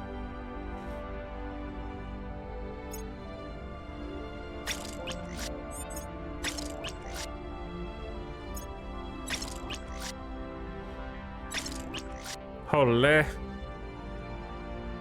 Merc Defense 2. Merc Defense 2. Earth Defense 3. Merc Defense 2. Holy! All the ships coming out at the same time. It's the brand new models. Our very first Trenchcoat Mark 1. What's special about the Trenchcoat Mark 1? It's got 16 armor, which is decent. And we're using those brand spanking new Lance Head missile bays with a little sprinkle of Python nuclear missile bays in there as a treat. A little secret snack, if you will, hidden in the midst of the Lance Heads. So this is going to be the new Salesman of Doom 2.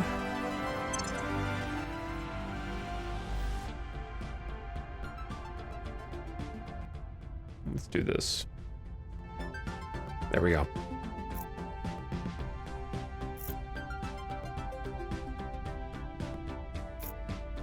Okay, what was I doing? Naming all these godforsaken ships.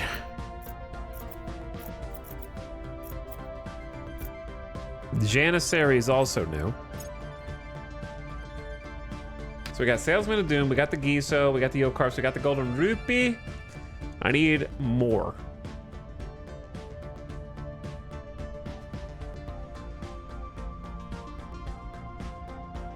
But I'll get more. There we go. Let's get a new lineup of chatters. Now's your chance to hop on in. Right on time? Indeed.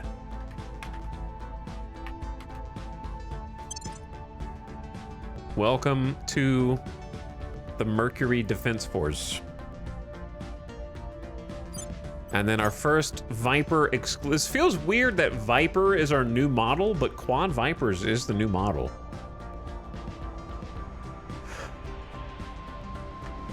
Fly Spec. Welcome to G Nugget Station in low Mercury orbit. You're on Viper missile intercept duty.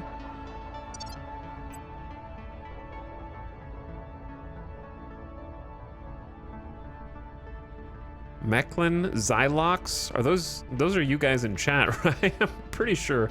Sounds like you. Okay, then there's these new ones. If your ship is dead, you can get back in. Canuck, is your ship dead?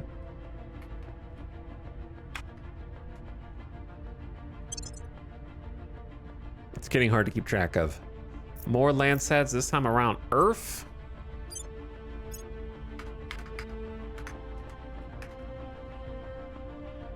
Maverick, but with a CLK. There you go.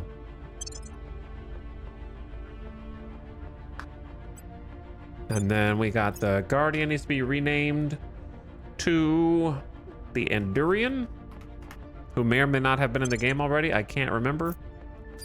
And then Ryan K.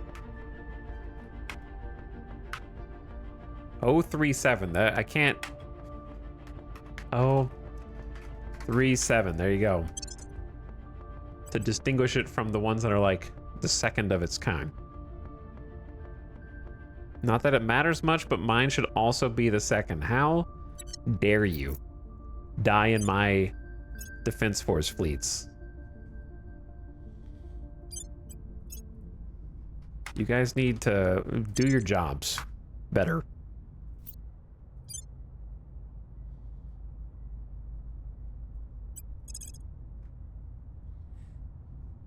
Okay, transfer to Sucket Protectorate Station. Rip my fuel.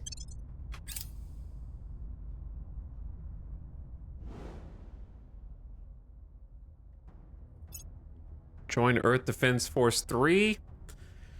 We are reinforced. That is a lot of monitors, and I have too much mission control. Venator can't be a chatter, right? Is Venator a chatter?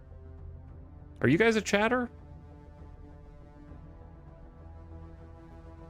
That sounds like a name the game would come up with to me.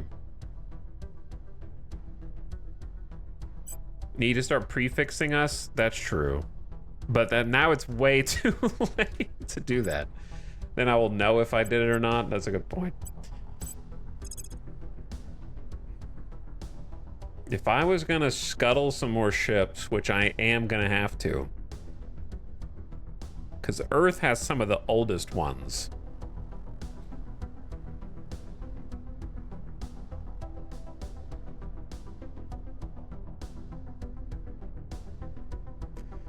The Mark 1 monitors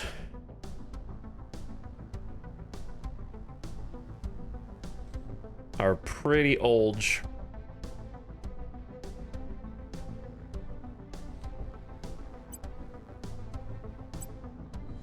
And if I recycle them, I get some metal, 25% metals back, which is okay. Well, this is kind of a lot to do at one time.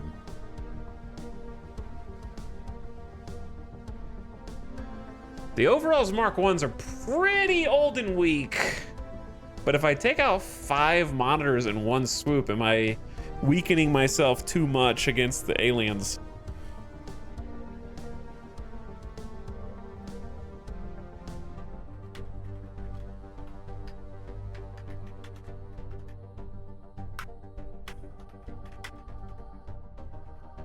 All right, I'm writing some names down.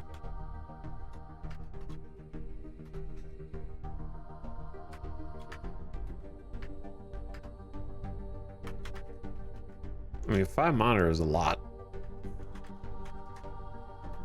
Before I do this, let me double check what their fleet is that they're sending. Because they'll be here in 38. It's a Titan. That's kind of the only thing I'm scared of, is the fact that it is a Titan. My Earth shipyards are now quiet because we don't have anything else queued. I need to restock my current fleet.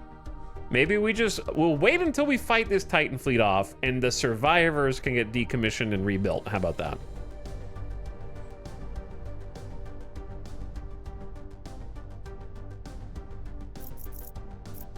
We started to catch up on all of our ship builds.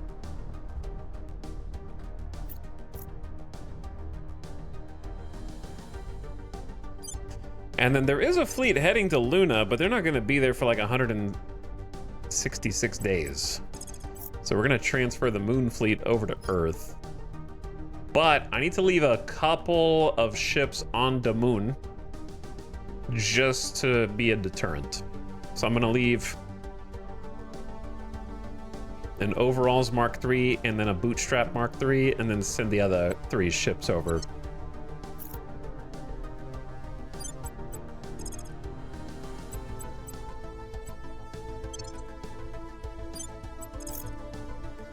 Okay, you guys head to Earth.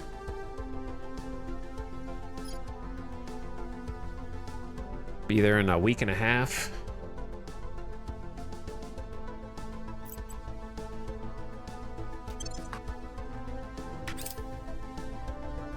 Have you done ship battles against other human factions? Yeah, we've been attacked. We fought the Protectorate off and basically kicked them out of Earth, Mars, Venus, and Mercury orbit. So, mostly the Protectorate, but also the Initiative. Oh yeah, I need to ally Bulgaria.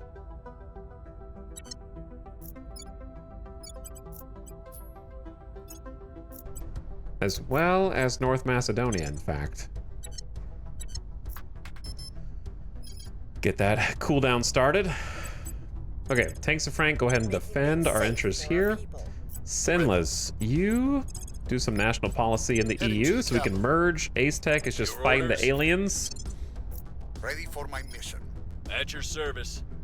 Ready. If you could do some tracking, that'd be great too. I'm gonna have Terminus actually go to ground for one, just to go back into hiding. Evading pursuit. Couple too many factions know where my best spy is at the moment, and then check orgs.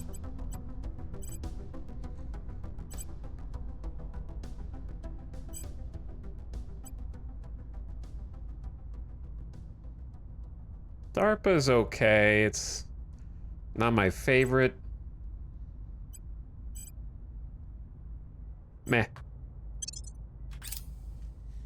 Good enough. Alethea orbit? Who's on Alethea? I don't know.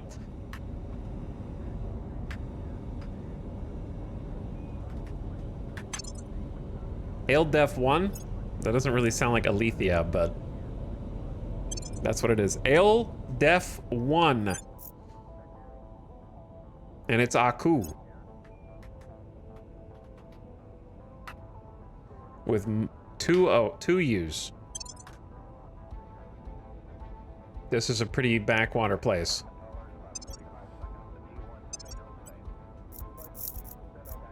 Marapi's got another one. Undina's got 2 more building. Well, no, 1 more. Yeah, I think these all have at least 1 more ship already queued up to join you. That's good.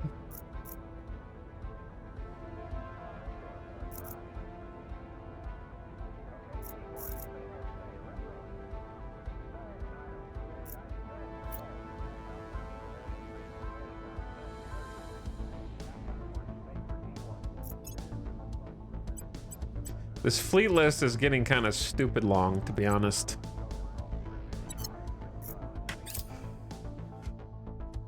Protecting our interest.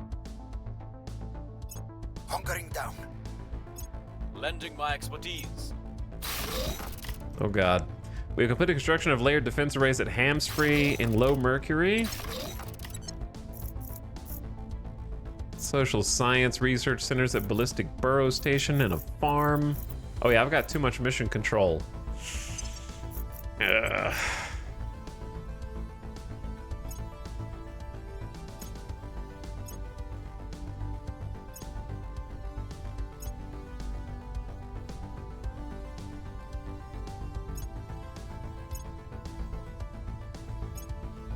Kind of feels bad.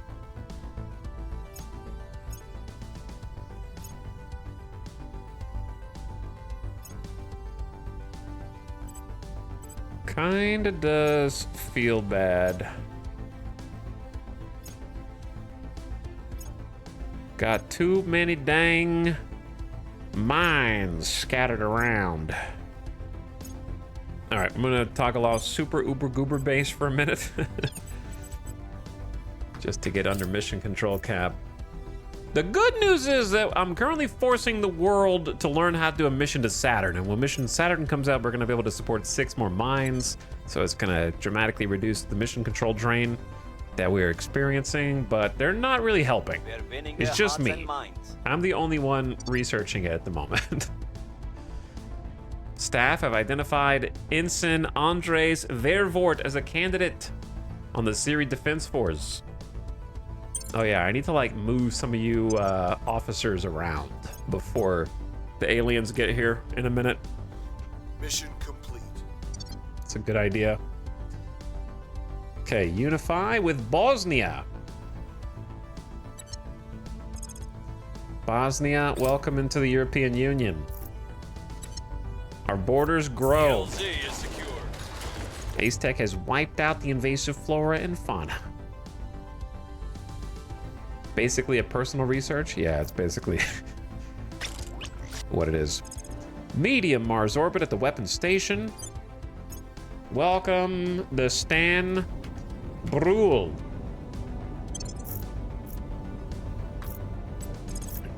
Transfer to Jesus.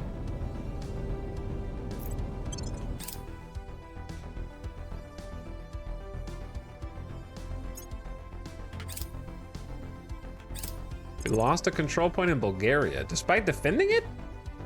Why are you guys like this, man?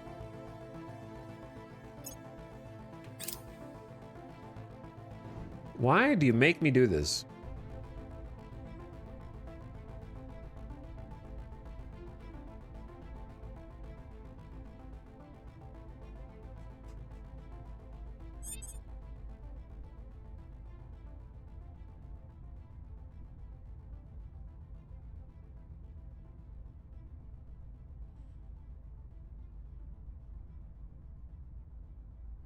Okay.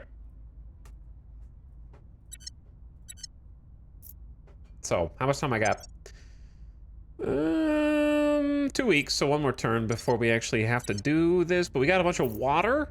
So I'm gonna tell Earth Defense Force to go ahead. Actually, we still don't have enough. Wait a little longer and then Earth Defense Force will restock. Mars can restock much more cheaply. Have we got a live one yet? We have not. Snorble, you're here just in time for the quick ad break. I need to take a BRB. Go get a snack, get a drink, and be right back. But thank you for subscribing Targeting the opposition. again. Acknowledge. I appreciate it. I gotta What's retake the op? this stupid Turning up the control heat. point. Oh, ad already began. All right, I'll be back in just a minute. Thanks for watching, everyone, and thank you for 56 months of sub. Snorble. We're trying to capture a live one now, actually. All right, BRB.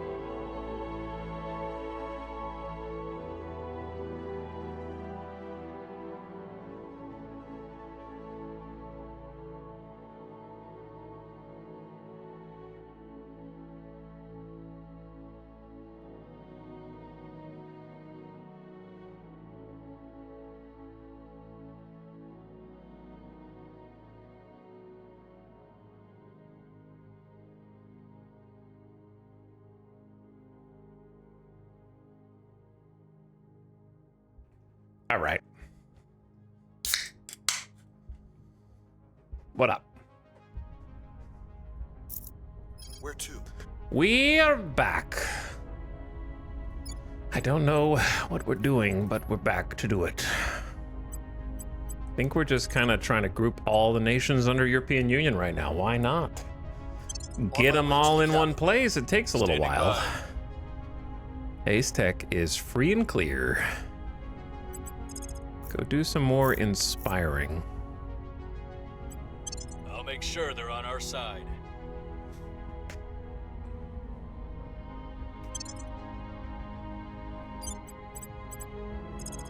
Okay. So, officers on the older ships transferred to the newer ones.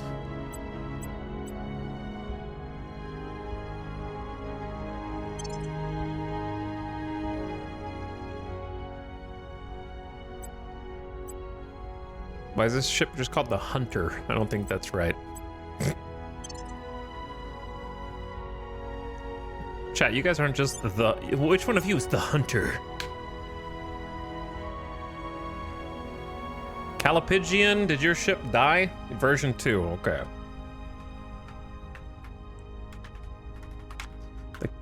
Oh, you're not a Mark 2, you're just 2. Calipigian Savant 2.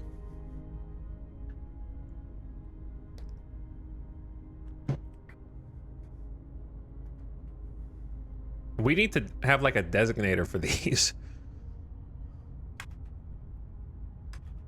Ear for Earth? I don't know. EDF. We could just yoink the EDF and Shaq can chant EDF while we fight.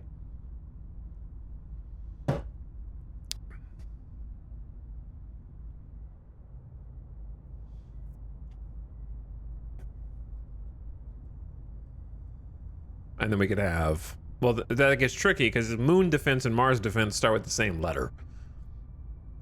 I mean, our HF doesn't seem cool. That is just Humanity First.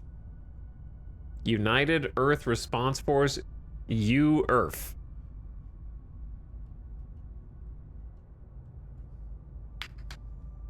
I don't feel like giving everyone a designation. There's too much work. I've changed me mind. Okay, Maverick, you get a CIC officer. Marstapants, you transfer to the Endurian, the crew chief. Okay, wait, who was that last one?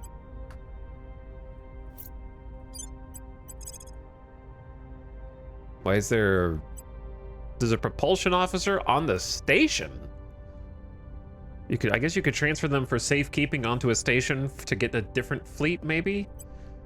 So the Ryan K is going to get this propulsion officer. Increase ship's ECM value, reducing enemy chances to target it. Seems okay. Okay, Mars, you guys are going to do a similar deal.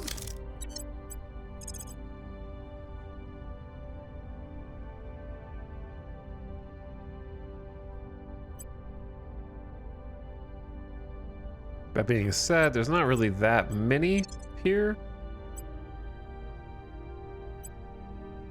I don't even like the Eraser Mark 1, but I have it, so. Wow, there's like a bunch on Cheese's station. Why are they all just chilling on the station? Did I decommission some ships?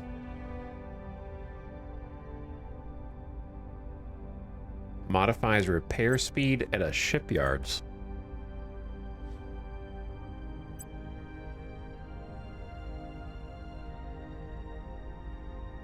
Increases the rate damage control fixes, reduce internal damage. Damage control officer is pretty sweet, 2-star.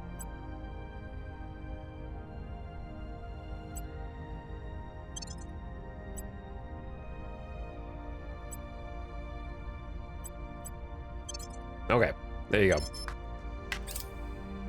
Transferred. Now we get ready to fight after this next turn. Sack space, you got a shipyard? On Hertha? Okay, we'll be using that soon. I believe they'll stay loyal to the cause.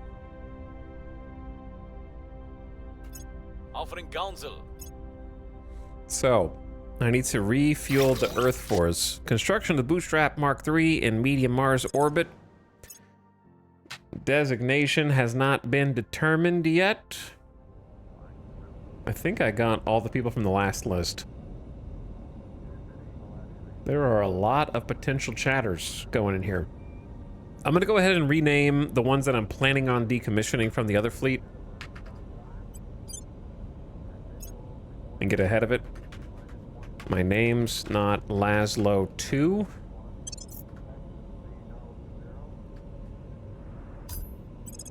Transfer to Jesus.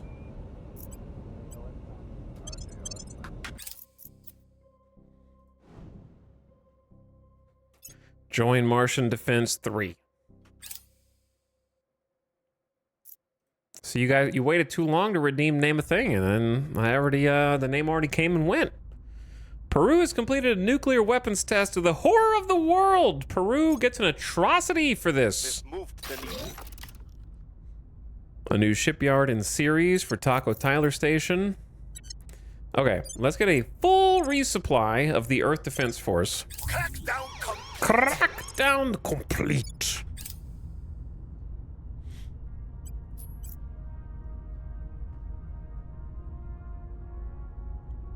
Who?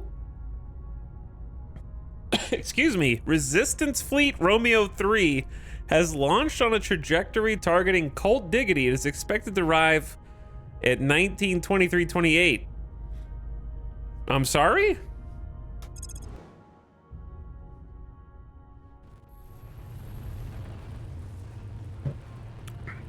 Did the Resistance just declare war on me?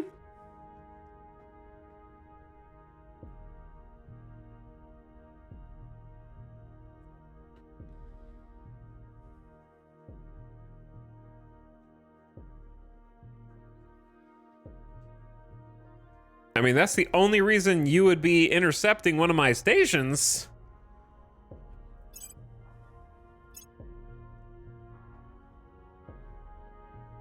Man, you really gonna make me strike back against the Resistance? What's funny is it's only one ship, so it's like kind of sad.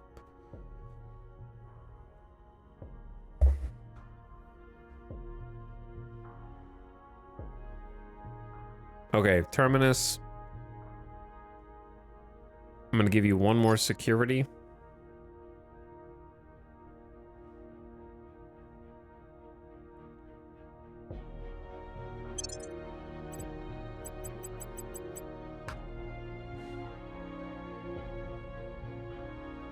Let's see what's Humanity First doing around here. They got a 7-ship fleet with destroyers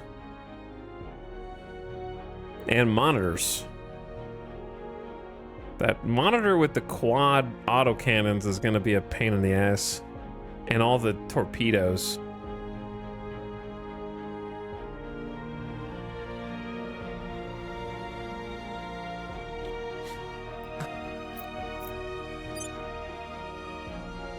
You know what's stupid? They waited until my entire fleet went into resupply, and the second it went to resupply, they knew to strike. So I'm like, I have to cancel the restock.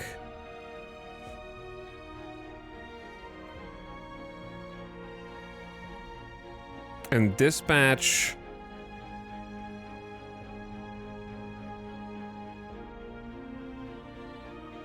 someone that has missiles and fuel.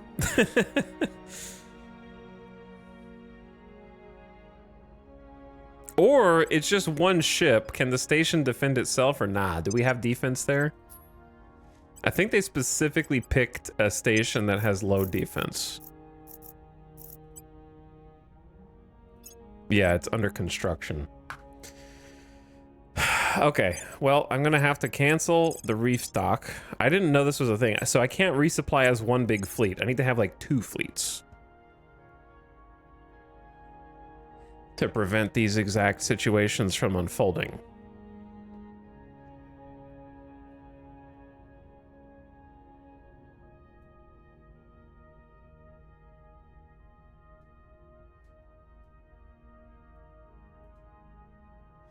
All right, so we send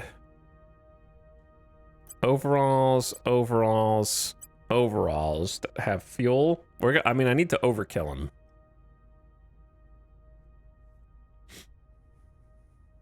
And then a couple of bootstrap escorts.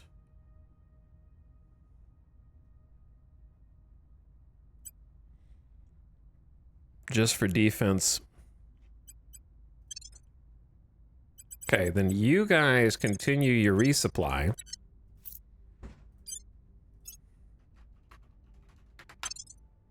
Then new Earth Defense 4 needs to go intercept... Who? Romeo 3, we have insufficient. Okay, so we just need to go over to the station instead of intercepting them. They're going to Colt Diggity. I can get to Colt Diggity before them. Or can I not? I thought it said it was going to take 0.08 hours. They're docked there.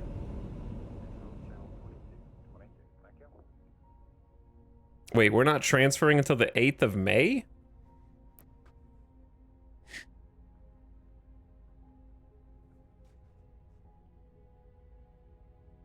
I don't know what the hell's going on. Are they gonna like take it over with Marines?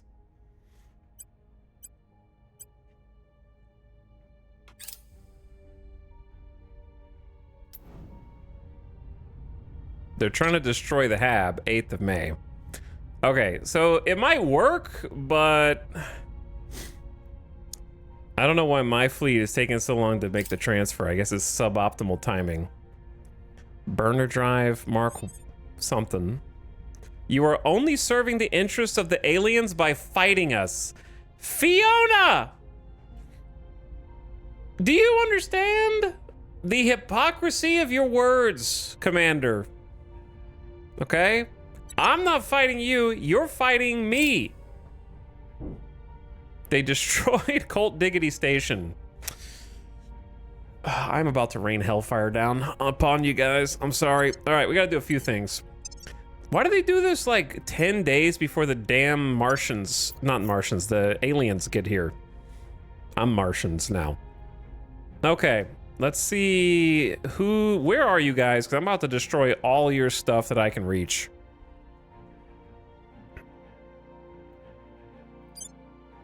Why do the servants, oh, they still have the servants got another site on the moon? That's so sad. I need some ships that can do orbital bombardment. They put a Marine platoon barracks here.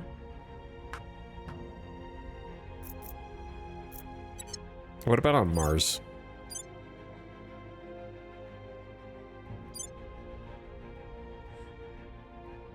They don't really have that much. It's mostly Earth. Let's focus on Earth first.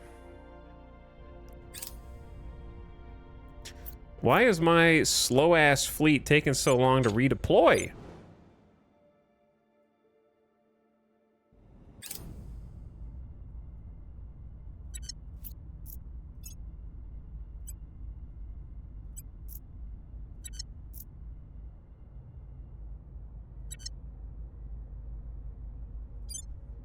Okay, I'm here. The resistance is gone. They just blew up my station and then disappeared. Who was it? It was like Romeo 3. They're likely able to escape pursuit. Not if I take a little longer.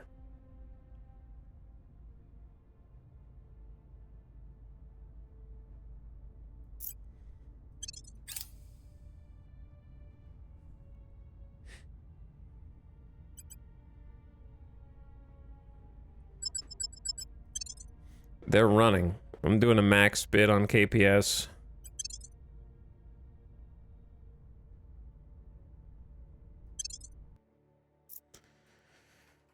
All right, you absolute dingus.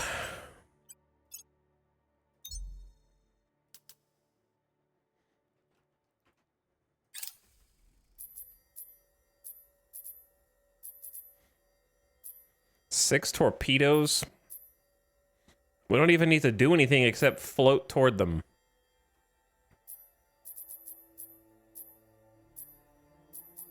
These torpedoes should not hit anything.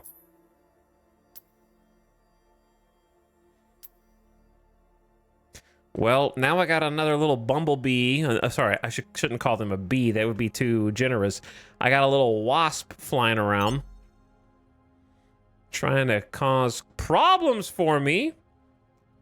I don't remember what all was even on that station.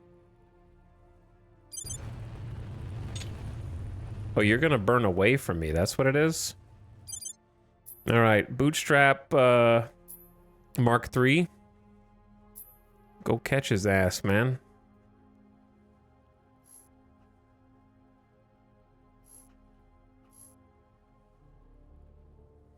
Give him a nice big burn right here, brother.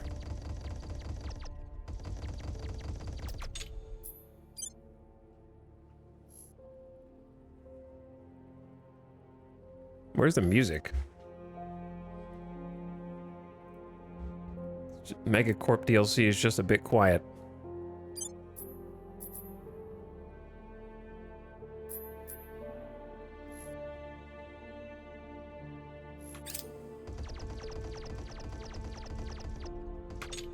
All right, and then Roman officer, we're gonna have you do defensive Vipers just to be safe.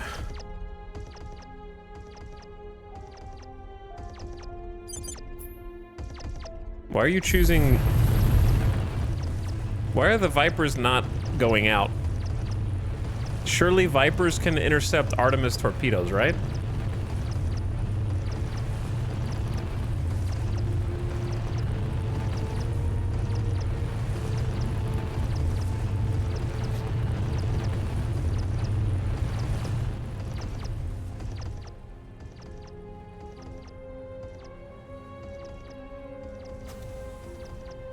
Oh, now they're going out.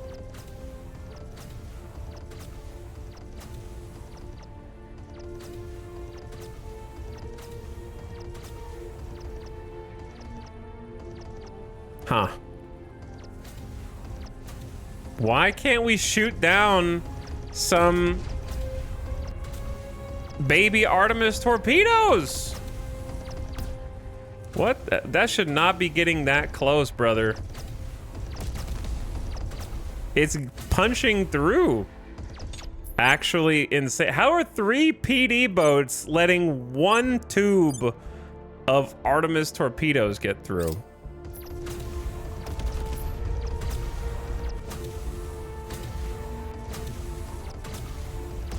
Explain. This should not be possible.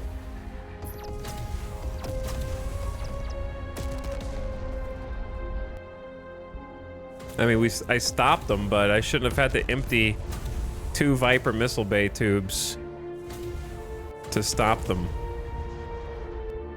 That's so strange.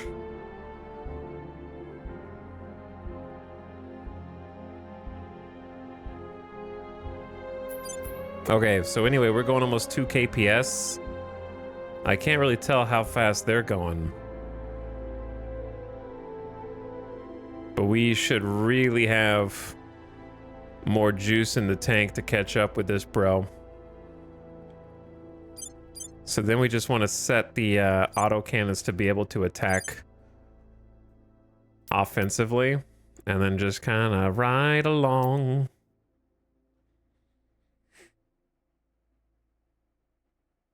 What? Oh.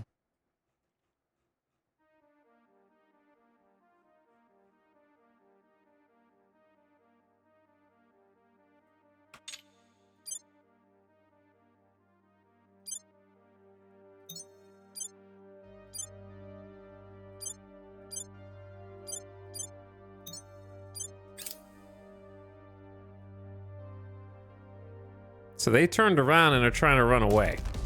Oh, one of the defensively fired Vipers are somehow reacquiring a target. What? I've never even seen that happen? And are now just like shooting him in the tailpipe?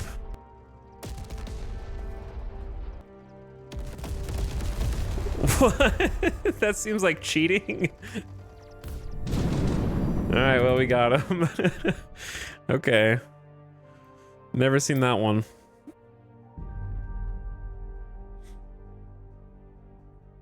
That's what you get.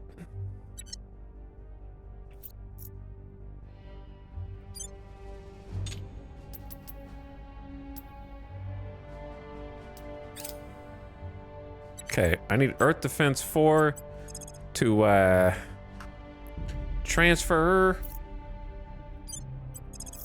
We got some work to do now, boys. Unfortunately, it could have been better timed.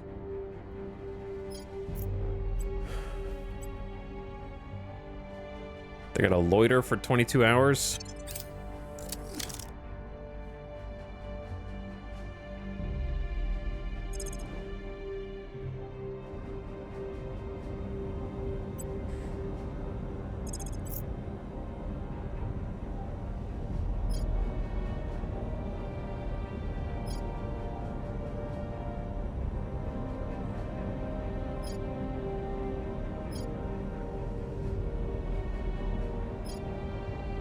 So they got two main stations. Their main fleet is docked at Taville Station. I say we just take Earth Defense 3, take the fight to them right now.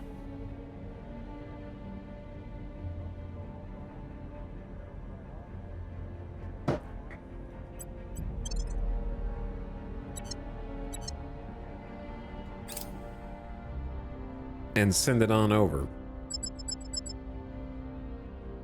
Because I'm pretty sure that we wiped the floor with these dudes. Maybe. No, I think we do. We'll see. Maybe I'm wrong.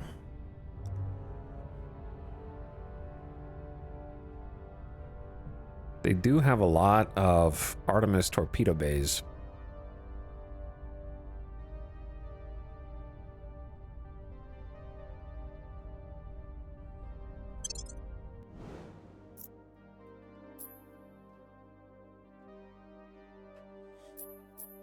It'd be funny if they wipe me out and then the aliens just win and do the rest.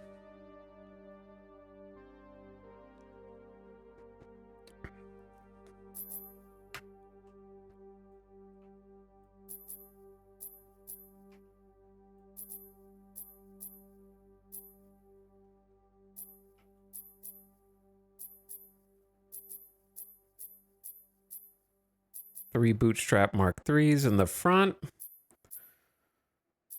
Overalls, you need to go to the edge.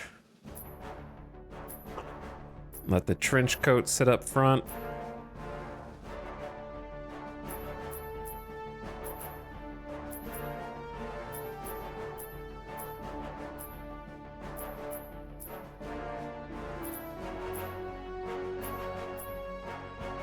Okay. That's just what we got.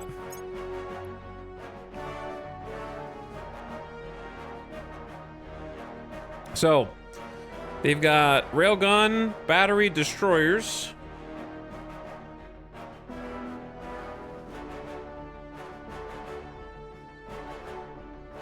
A couple of... It's like an eclectic mix. Each of these destroyers is different from the last. Then they have a torpedo monitor, 40 mil monitor, another torpedo monitor, quite a few torpedo bays. And then quite a few combo autocannons and light rail cannons. The good news is for their small ships, the thrusters are not particularly good. So,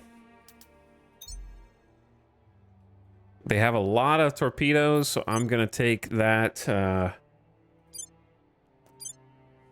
seriously. And we're gonna have the bifocals. This is kind of what the bifocals is good for. Each of the bifocals is gonna have one pod on Viper interception to start, plus the 3 PDs that are center cut down the middle. We'll start with that, see how it goes. Though that may be a little overwhelming. I don't want them to torpedo my battleship, so I'm gonna use one of the Viper bays defensively on the battleship as well, because it has 40 missiles. And just... I'd like them to fire off at different cadences, though. That's kind of the thing.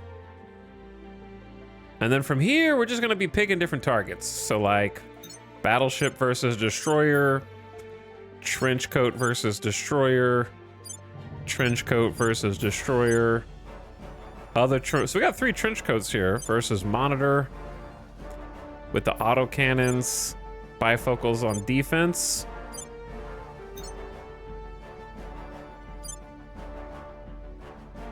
Overalls on their torpedo monitor, other torpedo monitor, frigate, rail corvette. They got a lot of ships.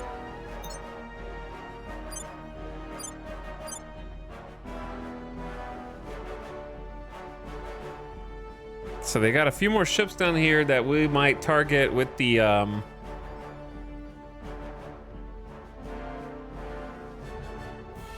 battleship, maybe, or the Vipers if they empty all their torpedoes. I don't want to use any fuel for this, so we're just gonna float on in and then hope for the best, I guess. I don't know how this is gonna go. Someone asked earlier if we have been fighting any humans. This is the biggest human fight to date, I'd say. Loud. This is all their ships.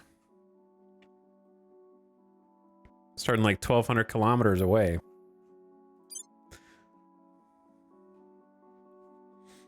So I want the Big E to lose 2 Copperhead bays. I want the Calipigian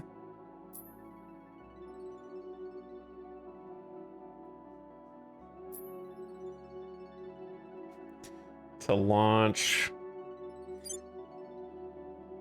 1 Lancehead bay. Canuck to launch a Lancehead bay. Wait, I'm kind of worried the Lanceheads are going to get there faster, actually. Hold up. Hold the Lanceheads. Give the Copperheads a small head start.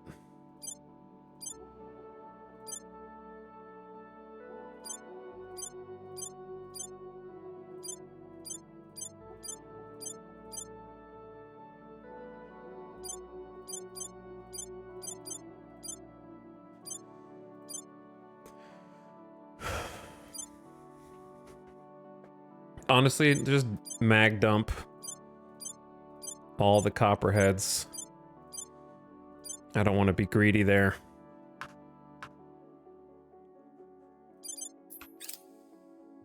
And then whenever they think they're in range, they're going to go ahead and start letting it loose. I want you guys to lock on nose first to your target, of course. How much armor do they have? They have a decent amount of armor. Nothing compared to the aliens. The destroyers have like 18. A little bit more than me, depending on what kind of armor they're using.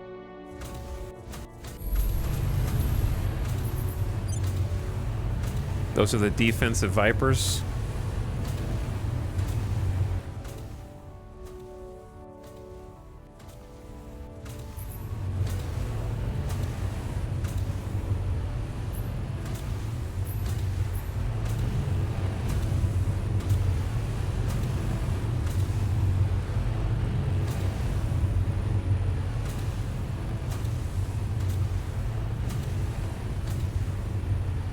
Okay. 2 defensive Viper bays emptied.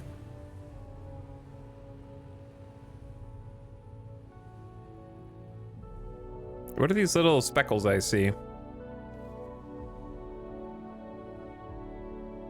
Are those going to intercept my missiles? Because there's no way they're in range of my ships yet. They seem to be firing off into a random section of space. I don't even know how that's happening.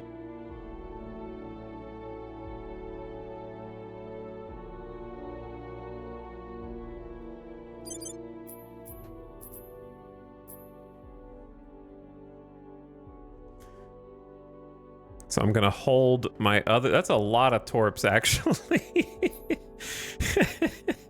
There's a lot of torpedoes. My PD boats haven't even started yet.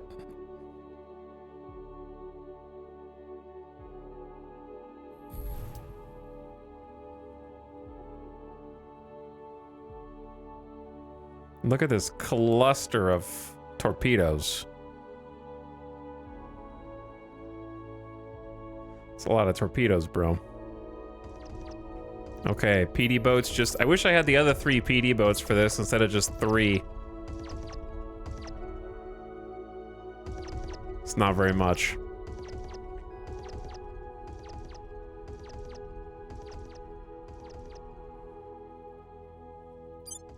Gonna kind of watch this to see when the Copperhead base start opening up.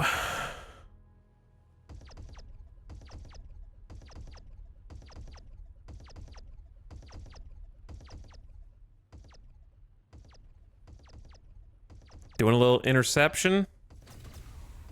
Oh, I hear Copperhead base.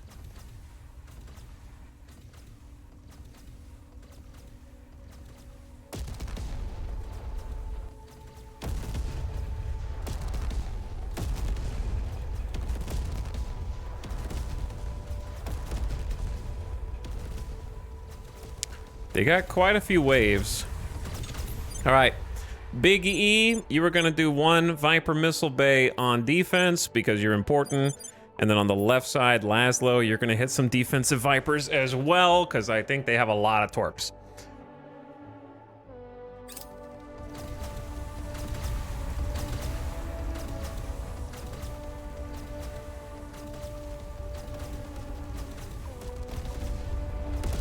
I'm not sure how much faster the lance heads are than the copperheads. I know they're faster, so I don't really know how long to hold.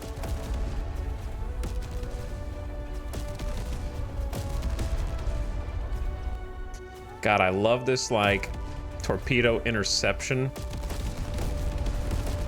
Oh, man, it's so nice. It just looks clean. All right. What are we doing?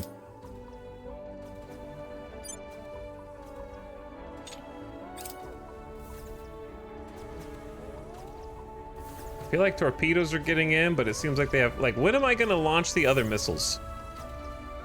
I have no idea how much faster copperhead or lance heads are than copperheads. We got inbound torpedoes.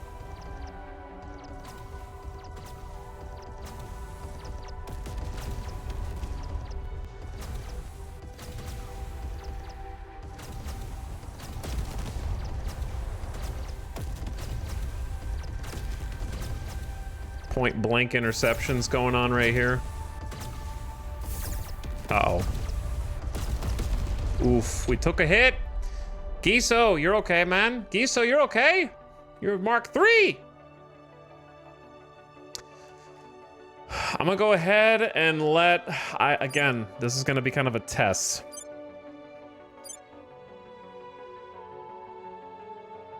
We're gonna let some nukes and some lance heads through.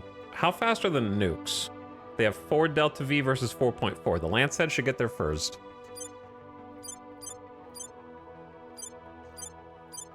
The trench coats are getting a little warm-up test here, to be honest with you, that I wasn't expecting.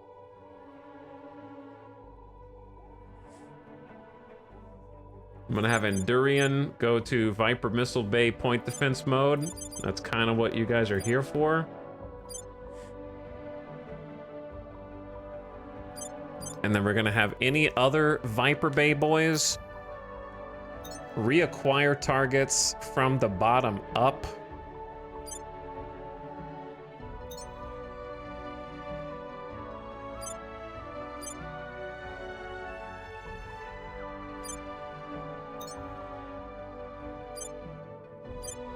And launch some Vipers at some of these older Corvettes.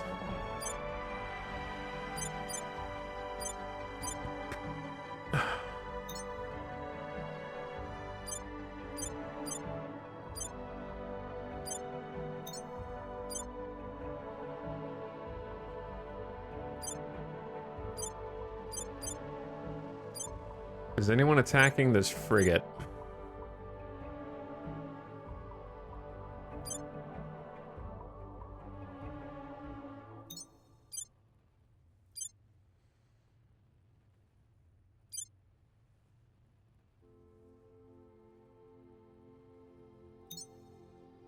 Okay, hit the quad autocannon monitor with a Viper Bay.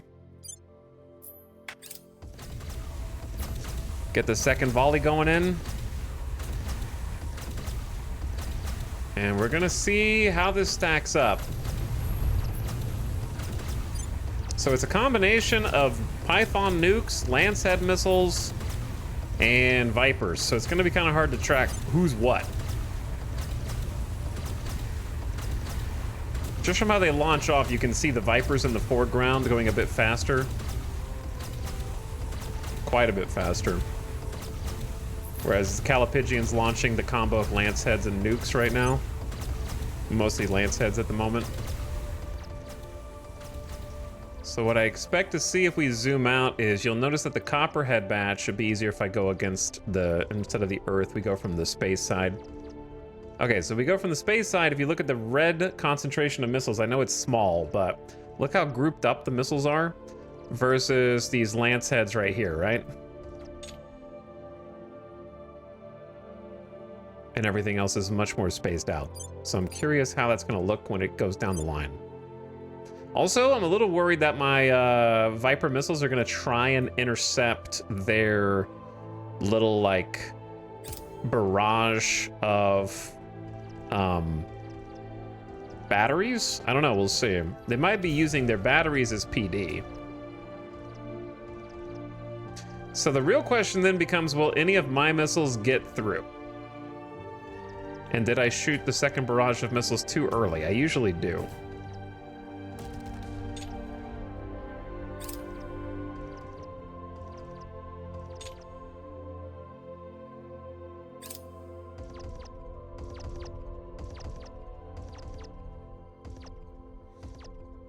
What's up, Ebony Wolf? How's it going, gamer? Is that the sound of them intercepting my missiles? Oh yeah, look how, this is kind of where the dots, you can see the second wave starting to overtake. They're way too fast. I just never expect them to be as fast as they are.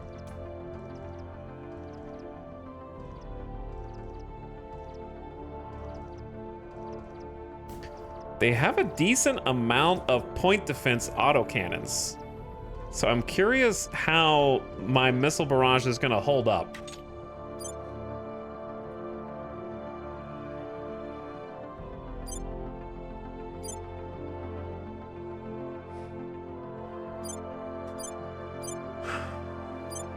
I do still have missiles left in the tank.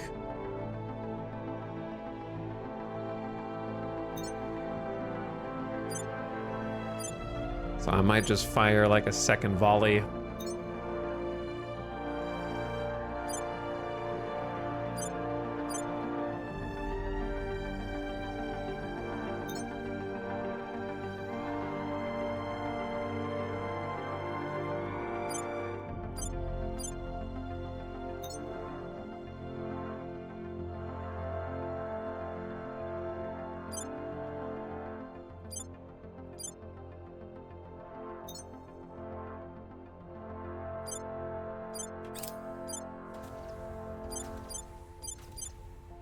Just to keep the missiles flowing. And then the big E I'd say do an offensive Viper barrage at a few different targets and just make sure we kill them all. I don't want there to be any ambiguity.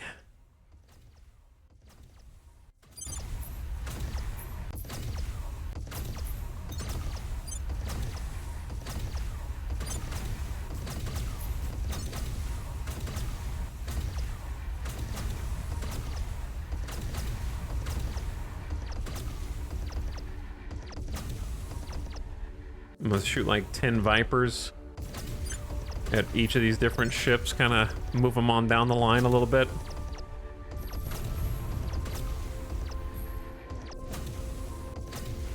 I joined just in time for the fireworks. Yeah. Oh, they want to end the battle. I wonder why. That's funny.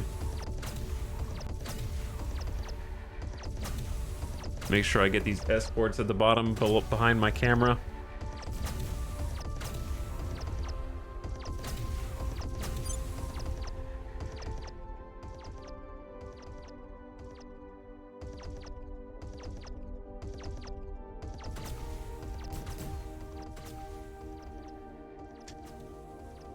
So let's take a look at the barrage.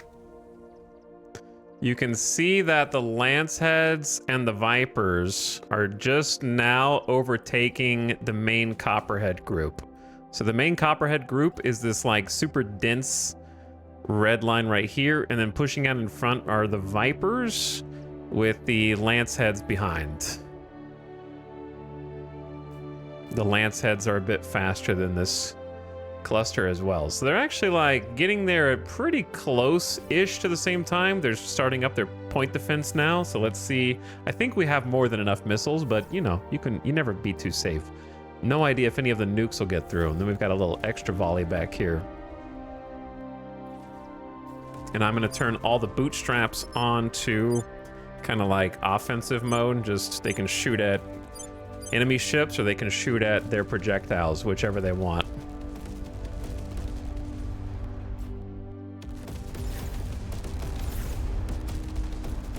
I do hear a lot of missiles getting exploded.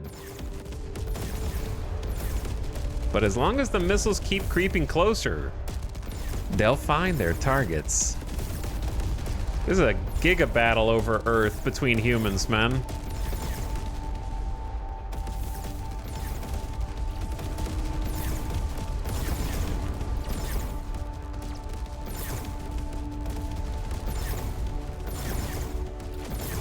Oh yeah. The first batch of missiles is lighting up.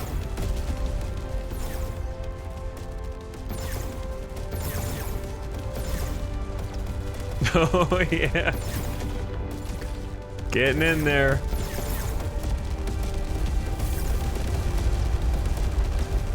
Probably Vipers, if I had to guess. Followed by some Lanceheads.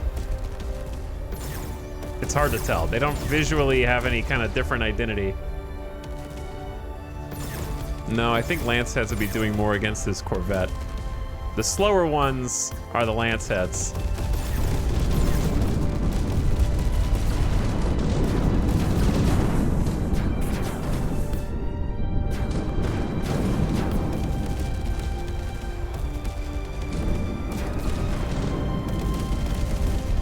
Yeah, these are the thick ones. This escort's running away, dude. The last survivor.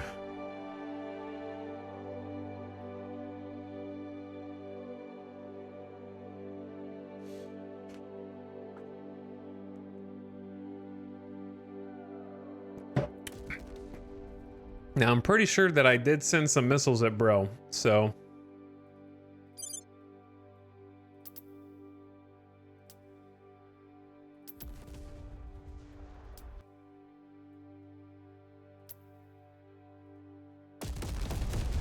Oh, I didn't even, they kind of snuck up on me, to be honest. I didn't see them. Well, there you go. Now we just have to resupply before the aliens get here. That was their biggest fleet. Giso took a little hit, I think, with that torpedo, but you're fine. Give our regards to Fiona.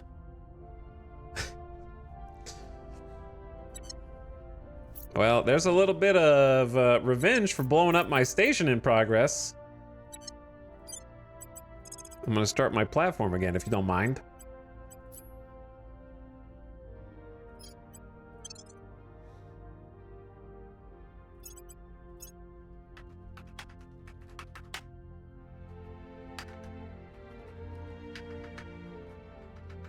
I guess it's Colt Diggity the second station.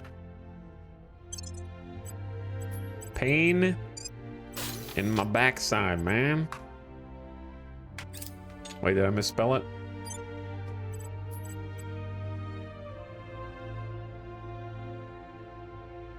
No, I got it right.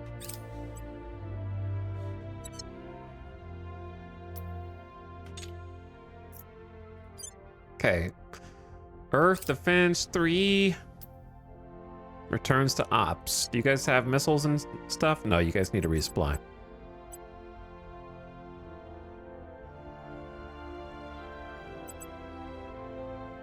Oh, I need to blow up the station. Yeah, destroy the hab, of course.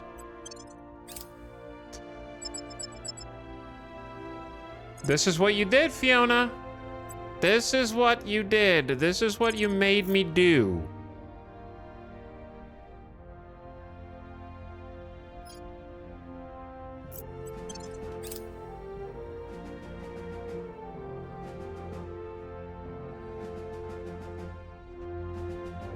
The Resistance blew up my station unprovoked. We had an agreement in space. We didn't really, but in my mind, we had an agreement where we didn't mess with other people's space assets. Earth is a different battlefield. That's a different place. We're not fighting. I may have taken some of their locations, but they should be doing a better job. I'm the only one defending Earth from the aliens right now. They should recognize that.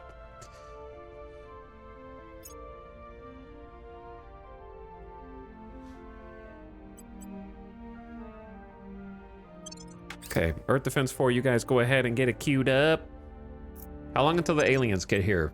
15 days? They're gonna be on Mars before then.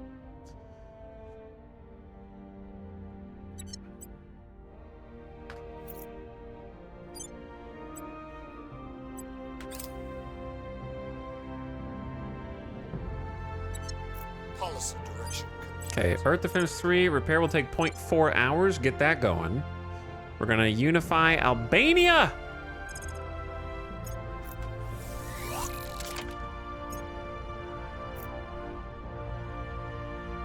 We need a little more water. Welcome Albania to the European Union.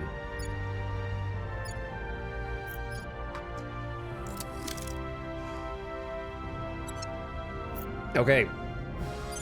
Earth Defense 4, ready for redeploy.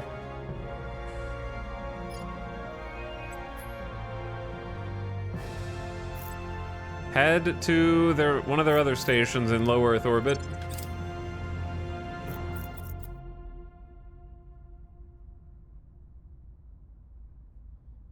Yeah, I think this is all their fault. If the Resistance were doing a better job, we wouldn't be in this situation.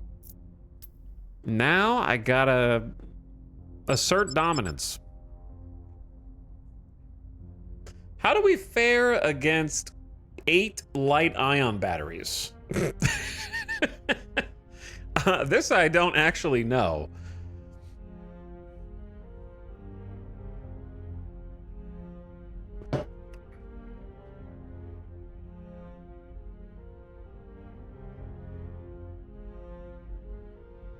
Because those can all be toggled to point defense. And then they have 2 light railgun. And then 2 torpedo bays and another light ion.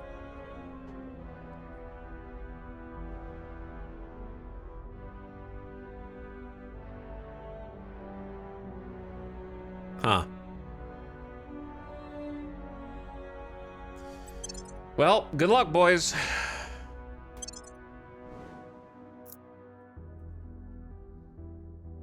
Oh wait, I have to fight their station too. Yeah, I don't really know if we win this.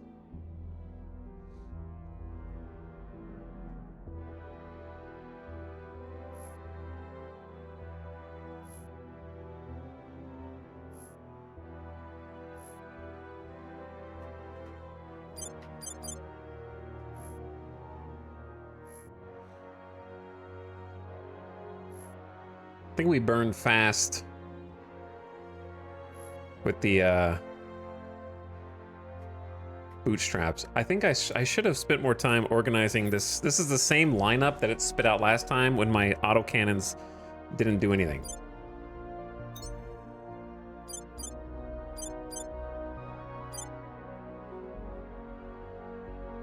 All right, well, this is going to be curious.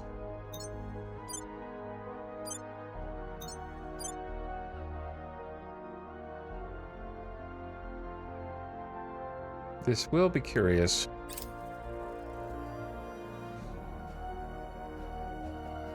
Maybe I'm being a little too greedy. This is limit testing. Whoop, 89, 89. Thank you for 61 months. How's it going? Thank you for subbing, and also Heckland Sea Otter for 52 months, who said, I would love to be a spaceship. Well, you just got to get in on the action. There's a channel point redemption that goes up frequently that's not too hard to grab, right, Chad? I mean, it's pretty generous. So you just gotta hit that up when it's available. But thank you for the 52 months of sub. And that random girl also said, I love stream. Thank you. I love subs. Thanks for subbing.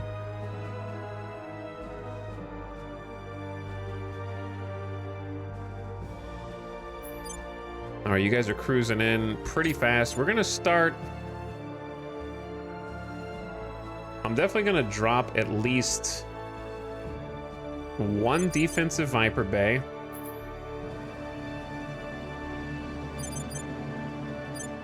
Venator. Drop that for sure. And then everyone else, I think, open up Copperheads as soon as possible.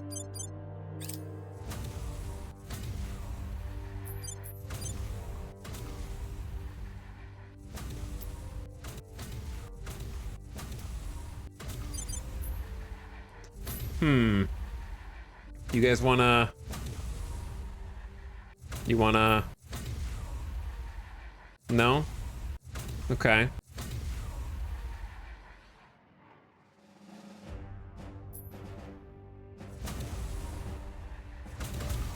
You're going a little slower than the ship you're meant to defend there, brother.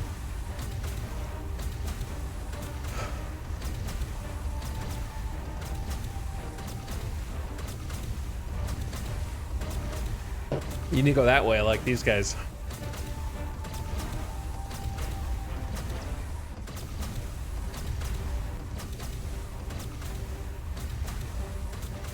They're not going to be really effective at point defense interception like this, I don't think. Hopefully my front ships don't get hit by the torps. They might. We'll see. I don't know how much Artemis torps do to us right now. They're eepy.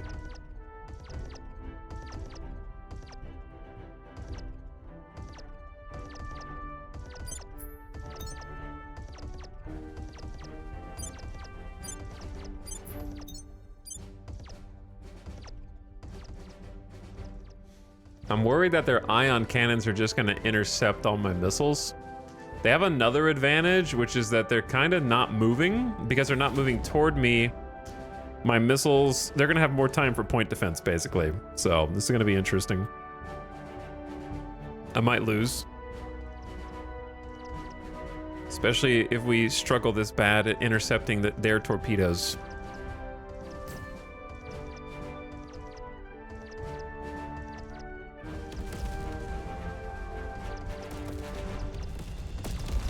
Thank you.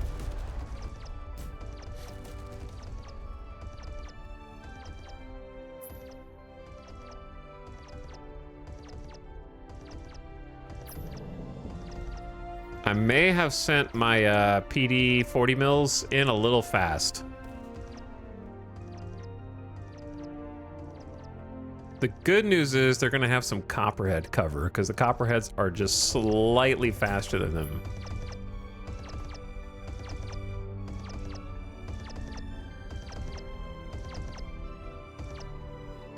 Torpedoes.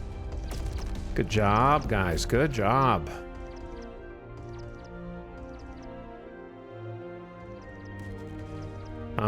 Are these are the defensive?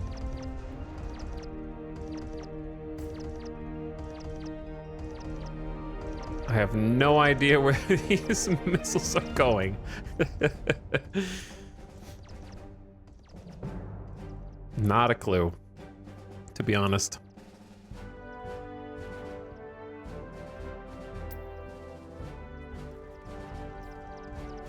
Okay, now we just fast forward a bit. And when the copperheads get a little further out,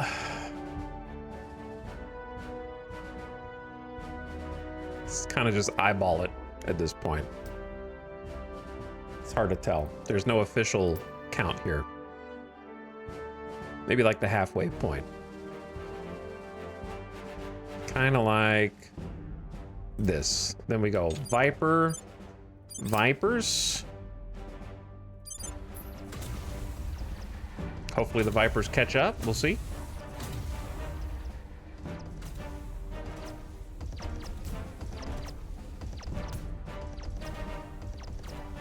Okay. Then I want the bootstraps to all enter offensive mode. Where if you've got a target to intercept, oh god. Chat, this is why I was afraid we might be dead. Breezy Meow is on fire! This is a little bit of what I was worried about, I suppose.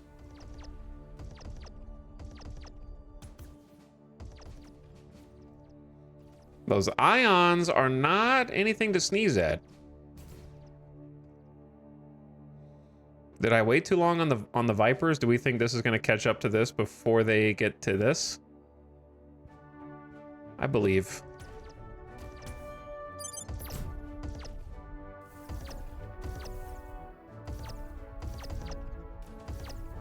Weapons for Breezy Meow are down. All cannons down.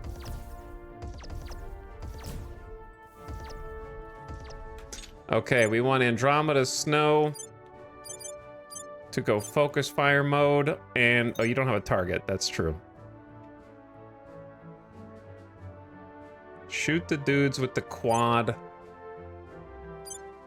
ion batteries.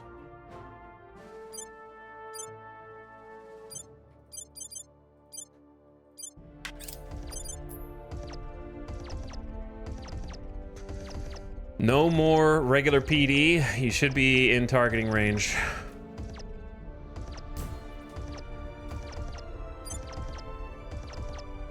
And if you get hit by their railgun cannons, then it is what it is.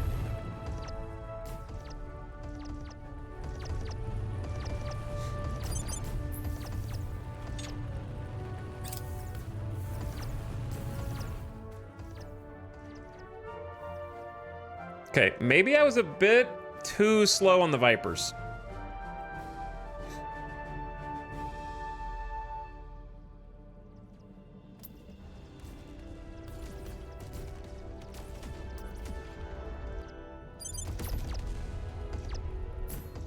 The good news is that we got some 40 mil shots on the way right now. And they've started missile point defense. Which means my 40 mil cannons get in even closer.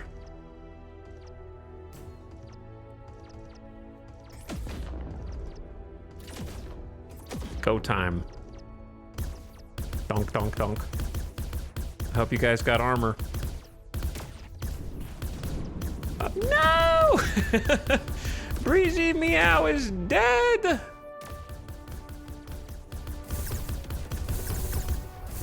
They killed Breezy Meow, dude!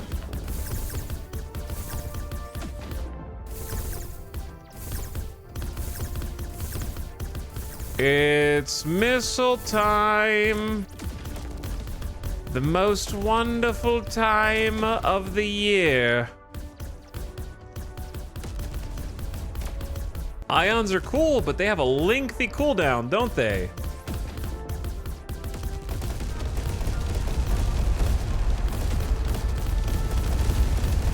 And they do have some thick armor to survive that many copperheads, to be honest.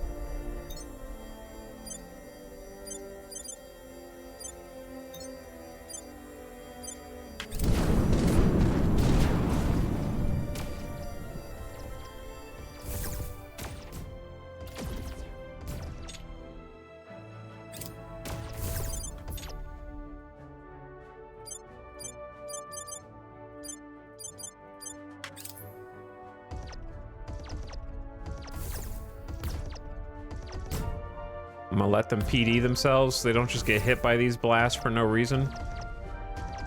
And die for no... Roman officers taking heavy fire right now, brother. I'm gonna need these Vipers to finish the job.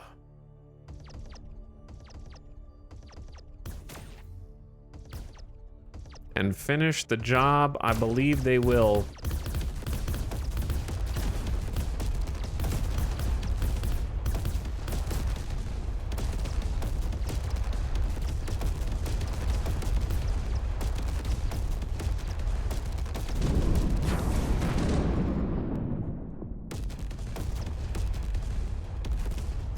Okay, well, we had just enough.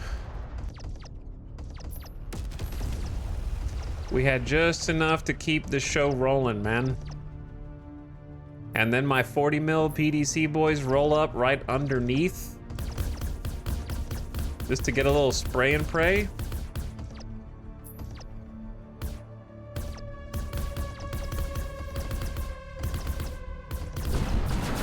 Oh, clean. Some close quarters. That's right. What's up, Psycho Peanut? How's it going? All right, we lost a ship and damaged 2 others, but I think considering the circumstances that it went pretty well. Rest in peace, Breezy Meow. You and your crew died. Soups and Roman officer took a beating, but they made it. And then we need to destroy that station. I love the trajectory of the bullets. I know. Me too. It looks cool when they just like use the momentum, shoot straight up. Okay, then there's one more in high Earth orbit that is 2 shipyards. I'm coming for you next. But first, I gotta go repair.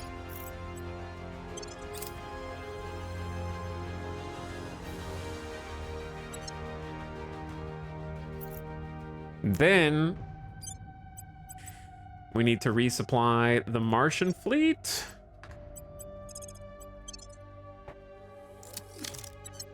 And then we could try assaulting their hab. We have a 58%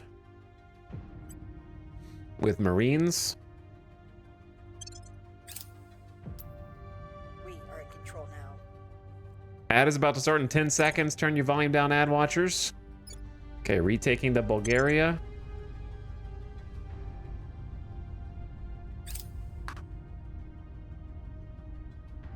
Ad starting right now. Right now. I'm gonna take a quick bathroom BRB. There's a lot of combat going on, dude.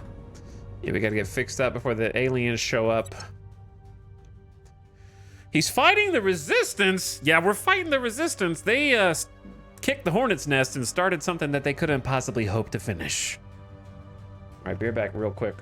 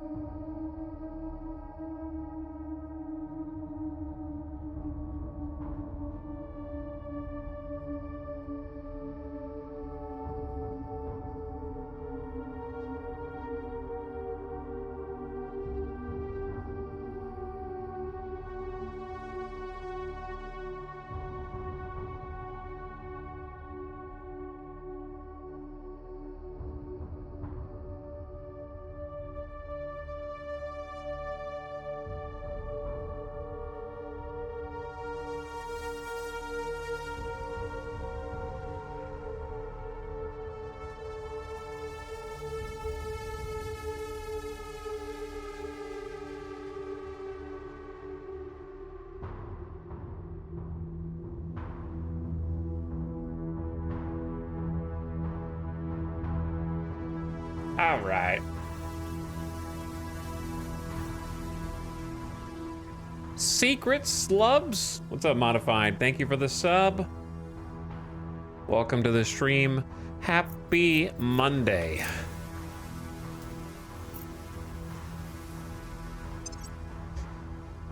Happy Monday. Thanks for priming. Hotline 813 also. Thank you for the 5-monther. What's up, Hotline? Lunar Echo says, I'm having a rough day, but the stream is making me feel better. Thank you for subbing for 4 months. It's a Monday, so there's always a 50-50 that it's going to be a bad day. But thank you for the prime and tagging along while we dismantle the resistance now. I don't really need this Martian base, so I just took it over with my Marines, and I'm probably just going to dismantle it, to be honest. It's too excessive.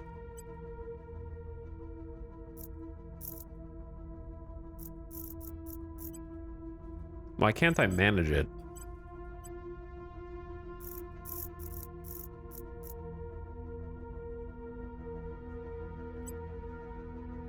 Do I not have like did we succeed or fail? Oh, it said we failed. Is that what it said? I didn't read. To be honest. All right, 2.6 days.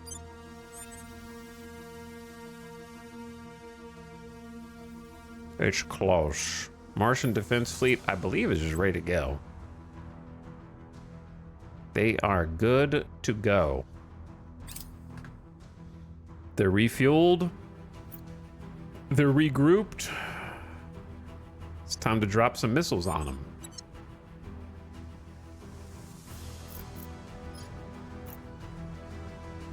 Okay, let's go defend Kazakhstan. Reporting in. Then we need to redefend Bulgaria.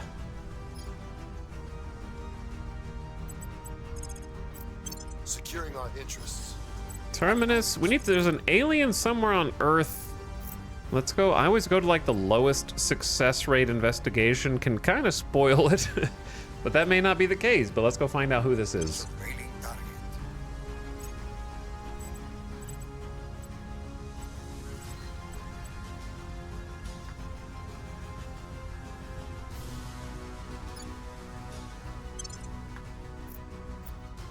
And then it's time to party.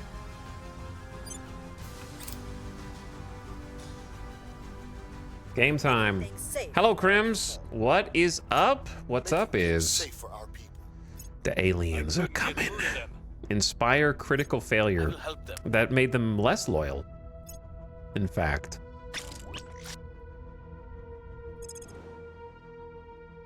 A last second bifocals.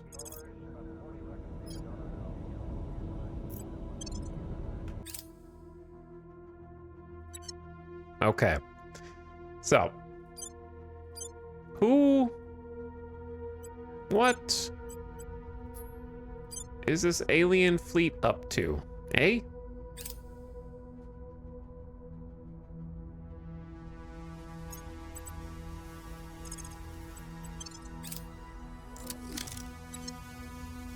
They're kind of just chilling.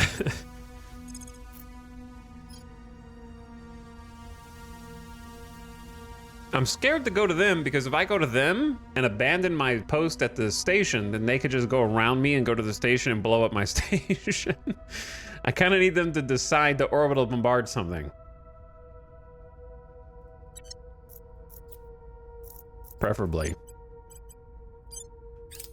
They seem to be they're doing a low-level bombardment of Blueford Base.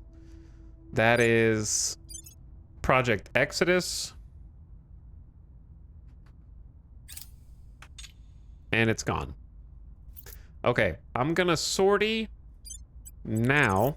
I just let them do it because Project Exodus is thankless. They don't deserve this base. Oh, both fleets are willing to fight. Okay, so we're dealing with enhanced alien mag battery, a bunch of big lasers, 1 torpedo bay, 3 torpedo bays. Okay.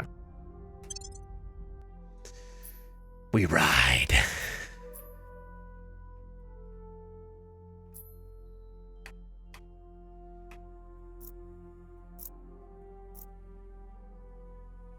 Can't really see very well here. There we go. All right. If you are a Bootstrap Mark III, you go in the front.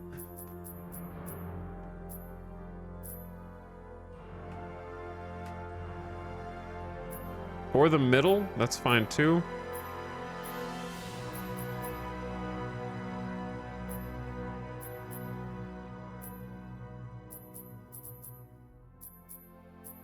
Okay, so we got the eraser. We'll put you over there. Bifocals. Do we only have 1 bifocals?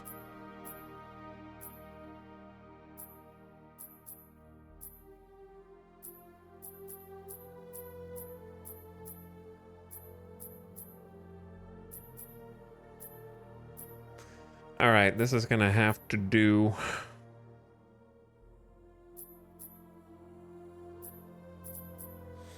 This is gonna have to do. So we got a couple of our newer line ships in here. Our escorts are pretty robust on Mars.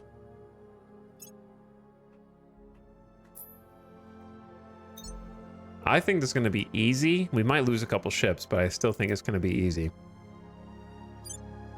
I didn't name this ship either. The Ninja. Not quite what was planned.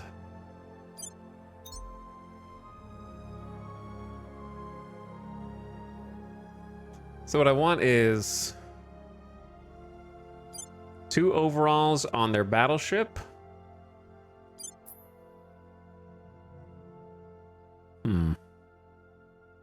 Actually,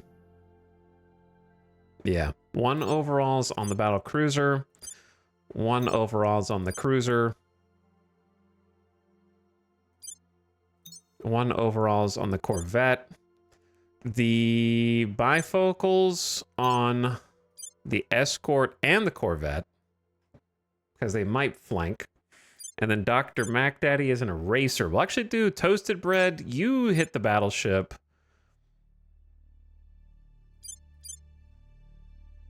As well.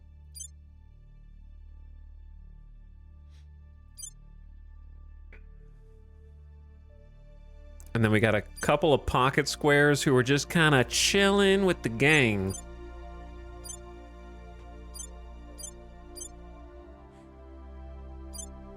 I'll put 1 more on the battleship, because battleship's got to have thick armor, right? It's got like 34 armor.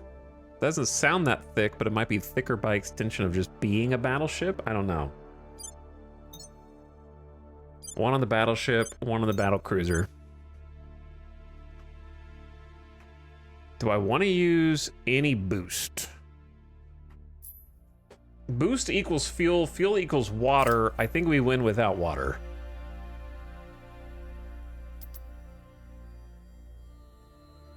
I think we win by just coasting. And drop the missile payload. Have we caught a live one? We have not. Working on it. We've assassinated like 3 aliens. So that's been kind of working.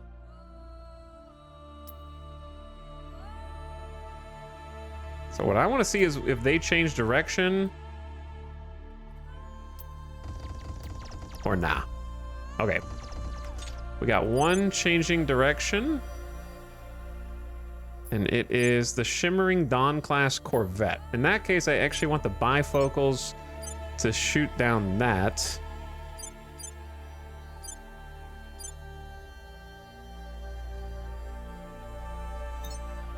Is this an MMO? This is not. This is a single player grand strategy / kind of like a 4X. So it's like, if you've ever played XCOM and you've heard of the XCOM Long War mod, it's kind of infamous in the XCOM community. It's by the same developers as that. They made their own space strategy game. There's a battle, so you get to go in and control the ships in your fleet in combat and pause, like I'm doing now. When you're done with the battle, you go to like a bird's eye view of the solar system, and you deal with kind of conquering the solar system for resources to fight against these aliens. So it's a very complex single-player game that I still don't fully have a complete grasp on. I've got this nuclear boat, Dr. Mac Daddy. I don't really know what I'm gonna do with you, but we will try some different things and see. Maybe we'll see a nuke go off for once. Did we see one last time? I don't think so. Massive menu overload. That may be what it stands for.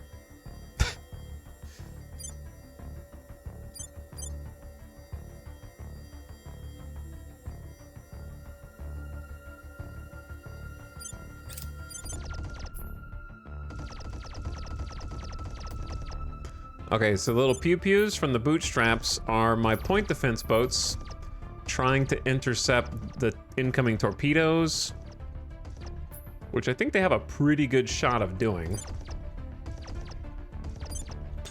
I'd also like to launch copperheads from all ships, all tubes, whenever possible, so we're gonna open those up first.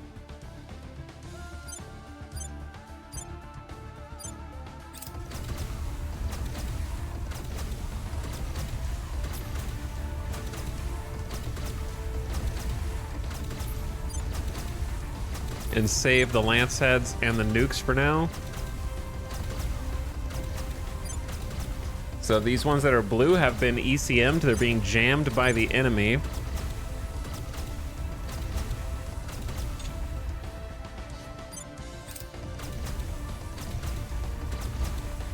Which is actually a little bit obnoxious for one main reason. I'm looking for a ship that's possibly targeting the Corvette. Okay, or could target the Corvette. And fire some Vipers at it because it's flanking me right now. So a few of our bays are jammed, but nothing that's that crazy, I don't think.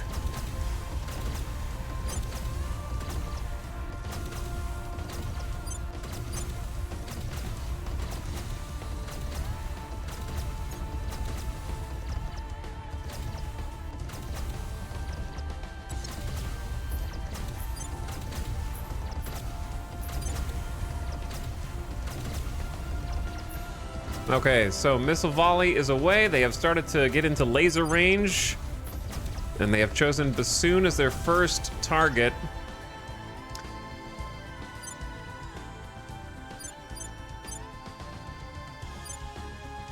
We're gonna have Terminator Pig go ahead and launch a volley of Vipers. Well, actually, hold up. Someone that's a little bit more in the middle. Electroraptor is gonna do a little defensive Viper volley. Try to intercept any torpedoes that get through the front lines.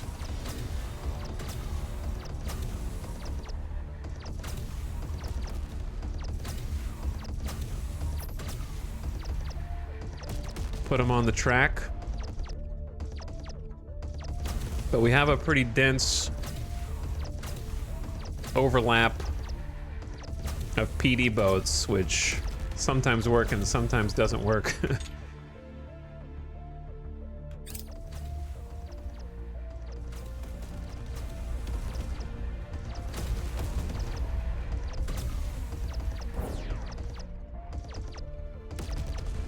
You can kind of see the interceptions happening up here.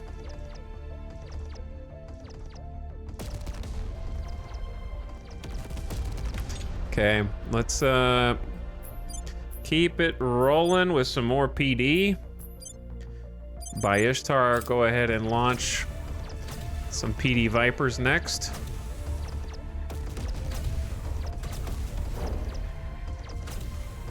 Because there are more torpedoes inbound. And then Terminator Pig, you do the same, because I think the torpedoes are the biggest threat right now.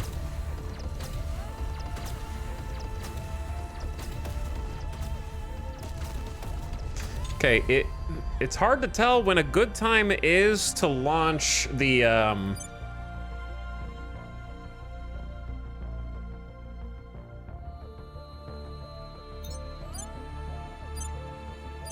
other missiles.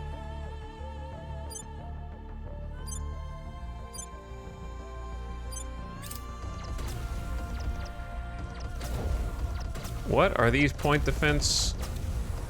Oh, I think we just may have face tanked a, yeah, Coob 2 just face tanked a torpedo.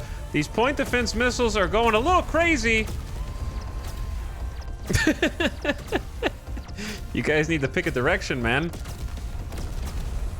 It looks so goofy. It's funny. They're barely intercepting these last few torps. I'm still saying that Viper PD beats 40 mil PD.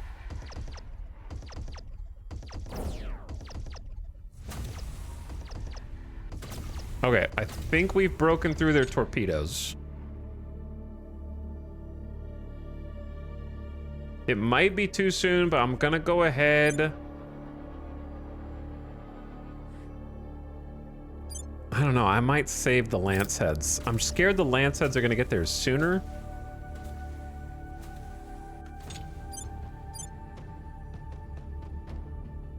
I'm just gonna fire off 2 bays. Save 1. And then the nuclear boat, I'm gonna fire off 1 bay at the battleship of nukes.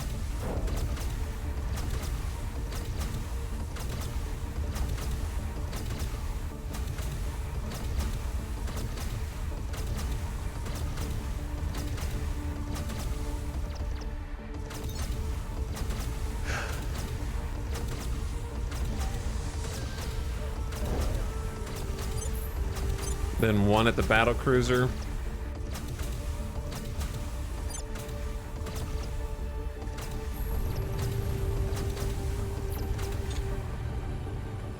Okay, then anybody? That's the morning sun. So I want anyone who's targeting the morning sun to stop targeting the morning sun. Which I think they already have. And then I want to tell them to lock onto their target so that they point their nose armor toward the target.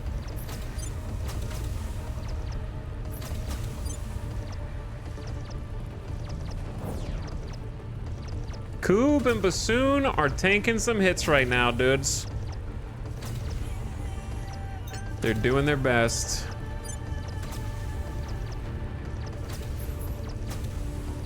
Meanwhile, the flanker over here.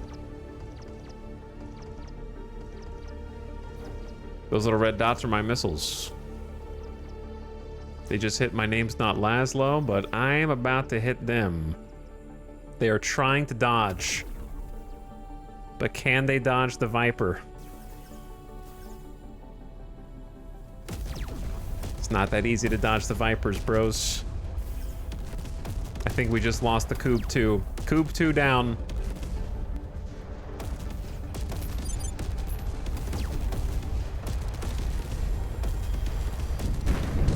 Flanker down.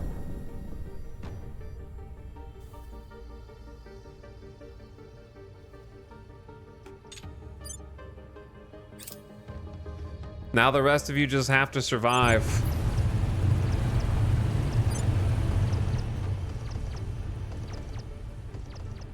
So one of our PD boats has been hit, and we await the missile volleys. I have no idea which group of missiles is which right now.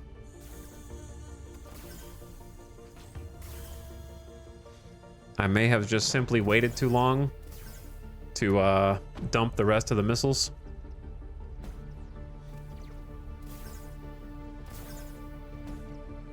But they do have a lot of copperheads coming down range.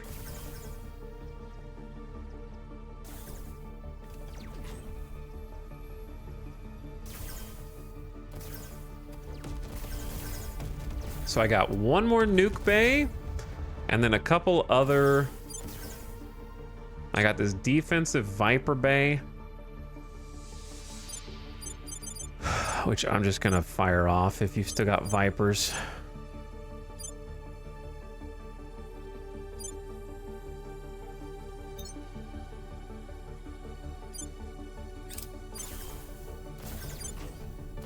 And I got one more Lancehead Bay, which hopefully we won't need because all of our missiles are gonna get through easily, right guys?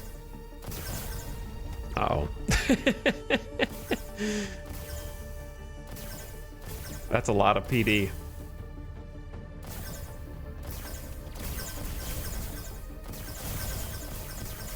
Oh, Jesus. All right, final approach of the Copperhead Volley. I need you guys to pick up those afterburners, heat up, speed it up, accelerate.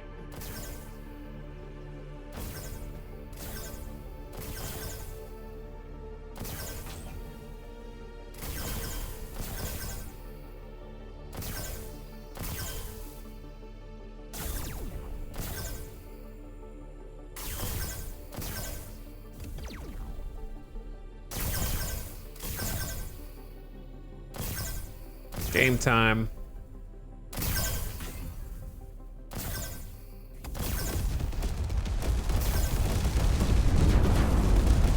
Beautiful sight. I don't think the nukes will even get there. They never do. The nukes are just there as a assurance. Now there's just some, like, you know, 36 nuclear tipped warheads just flying around Mars. I'm sure it's fine. Every time the emotional roller coaster of, oh no, that's a lot of PD, will any make it to 3 trillion missile slide up? It's a good trick, sir, but it still checks out. Still works. Rip Coop too! Otherwise, good defense.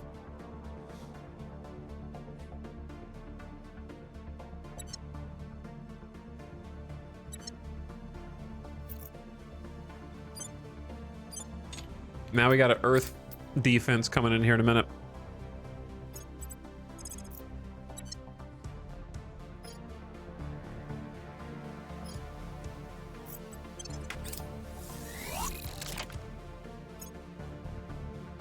When did they get there? 5 days and change?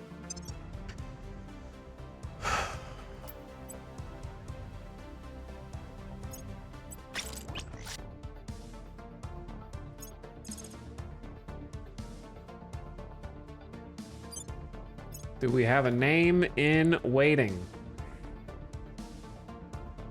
I think so. We have the Sly Fox 2.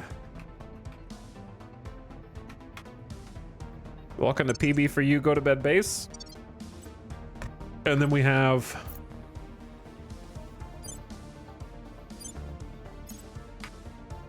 the Balbon 2 at Cheesa Station on Mars.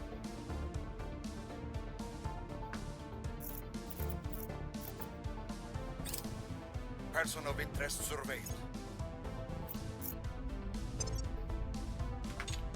Okay, I need Earth Force to resupply.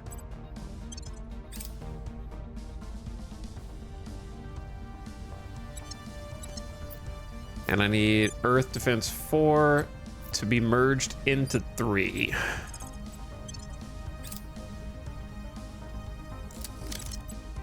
And then we kind of need to resupply again.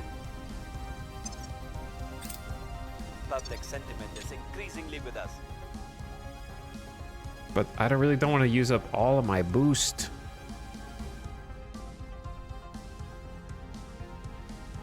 Is there an easy way to tell at a glance? Yeah, if they're out of missiles, they have this little circle next to them.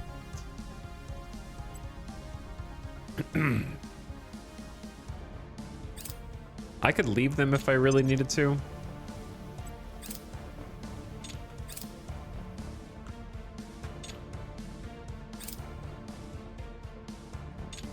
It's a big fleet. Yeah, I guess we just have to use the boost. Feels bad.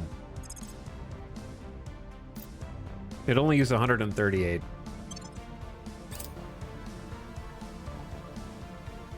The aliens are here! Where are they going? Tiangong Station. Well, talk about taking care of my problems for me. Project Exodus doesn't need a station, I think. What's happening?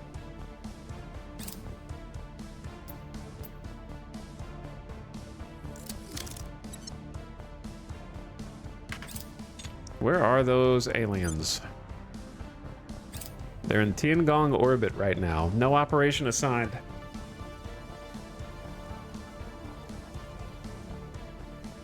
What's so funny about that is by letting them attack Project Exodus first, they spin all their torpedoes. So they just got a lot easier to kill, I guess. And also, maybe Project Exodus will start to appreciate me more, you know? Oops, I let an alien fleet slip through my defenses. That's my bad, man. You know? Huh. How about that? It's almost like when I'm not here, you guys are useless.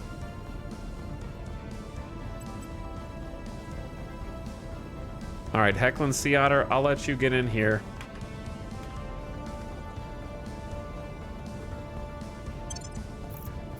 Over Mars with the new Lancehead Python nuke combo that we're kind of working on. I need a little time to catch up on my water reserves.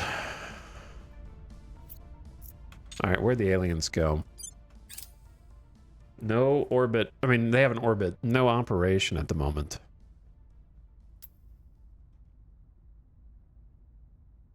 Project complete. Terawatt gas core fission reactor 1. So what this might do is unlock some new engines for my ships that are going to be so much better. They're going to let us go further for less fuel and have more combat thrust, all that kind of stuff. But we kind of have to wait until those unlock. So now we're going to go up to ring cores, which allows us to get to tier 3 space orbitals, which presumably have more space to build. They have a total of 5 sectors to build on. Cost 4 mission controls, so they're more expensive. And the best part is they unlock some new larger tier 3 solar farms, the new tier 3 shipyards, the new tier 3 fishing farm, all of that good stuff. It's all nice. They're launching from MoonDef 3. I might have screwed up. That was an unexpected turn. Actually, wasn't anticipating that.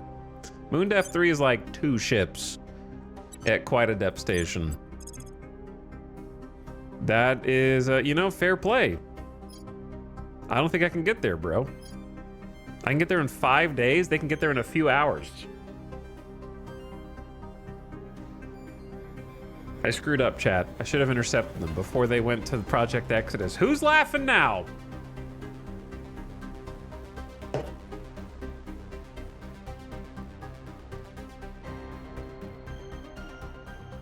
Now what?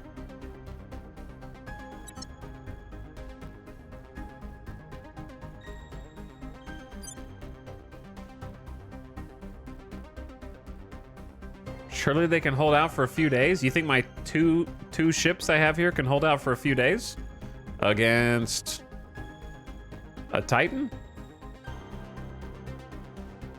I don't think so. No, it's not a Titan. It's a well, no, it's a Titan. I have a problem. The problem is, if I send my Earth fleet to go get them, by the time my Earth fleet gets there, they might come back to Earth and screw me over that way, and then I'm out of fuel also.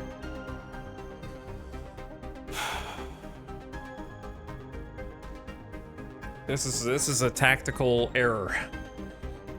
I didn't think that the AI would go from Earth to Moon like this, so I'm kind of like having to readjust how I plan this round, because I should have left more ships there to defend the Moon had I known they might just lickety-split out of Earth orbit and go to the Moon instead.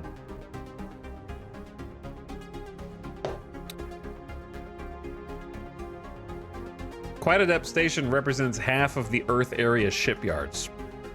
So it'll sabotage my ability to build ships by about 50% in terms of quantity and volume that I can output. It's almost half of our whole shipyards here. Ironically, I put it over the moon because I thought it would be safer there. Which it is, sort of.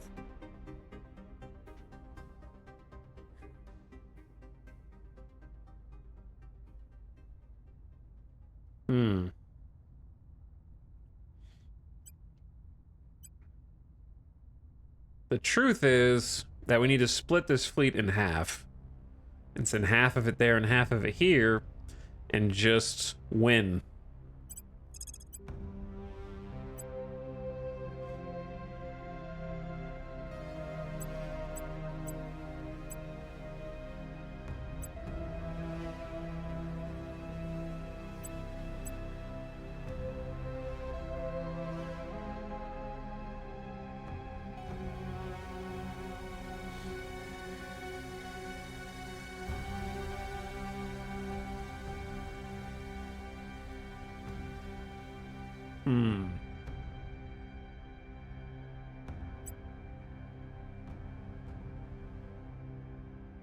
So if I leave the battleship, the older overalls Mark 1 monitors, send out the newer trench coats, and a couple escorts, is this enough to beat this Titan fleet? Maybe? And then have a decent fleet here back on Earth. Pain in the ass.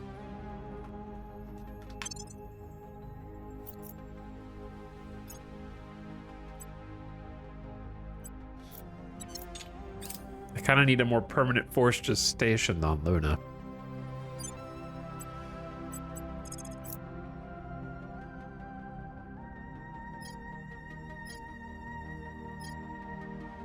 And that's if I use all my fuel, I can get there in 4.43 days.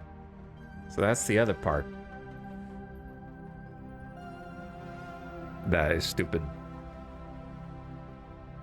I might go there, spend all my fuel doing so, and by the time I get there, the station's destroyed, and there's no way to refuel, and now half my fleet is stranded.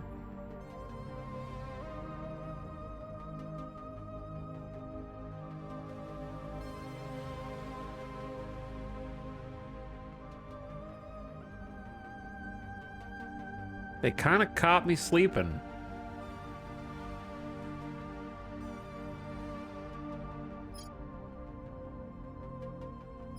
Even to get the Kiera B is going to take 5.1 kps delta V and take a day. Damn. Pain in my ass, dude. I have a idea that may or may not be cheesy.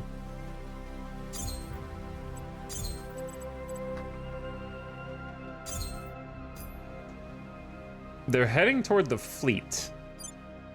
What if I just scuttle the Lonely Swineherd and the CC Chow?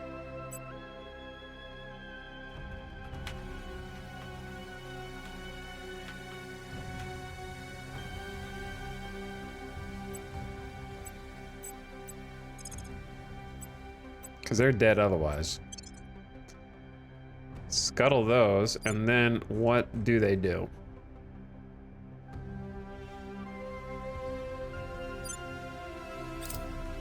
They're still going to high lunar orbit now.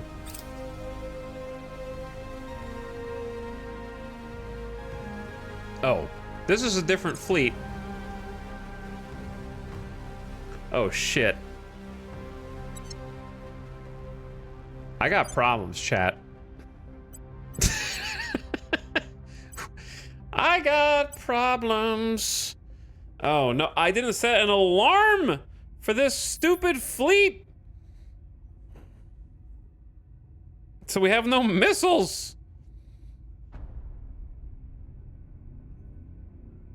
The 40 mil autocannons alone might be enough. So just launch.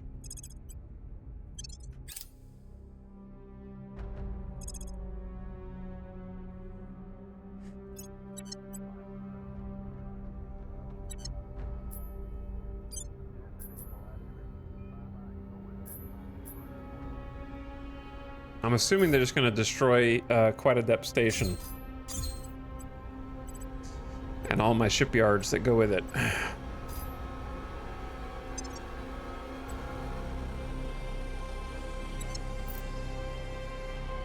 There's so much going on. Yeah, it's hard to keep track of.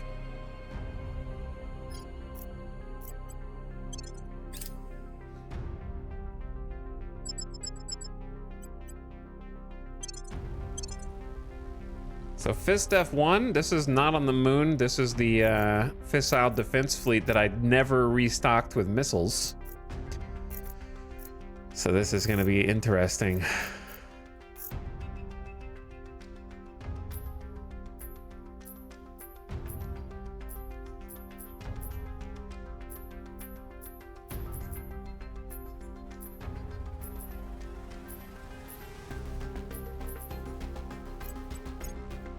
And I think they're low on fuel also.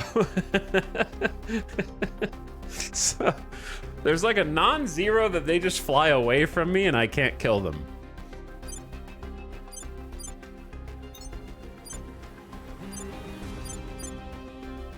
Which would be kind of funny.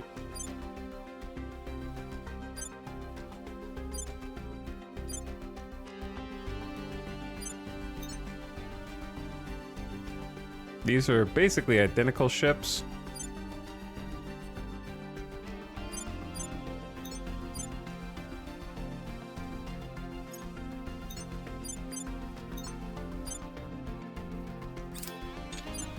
But yeah, we're like out of missiles, bro. And we're out of juice.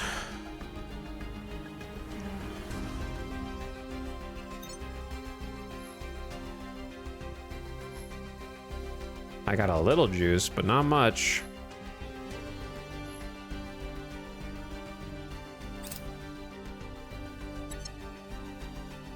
All right, let's see what happens here. This will be most curious.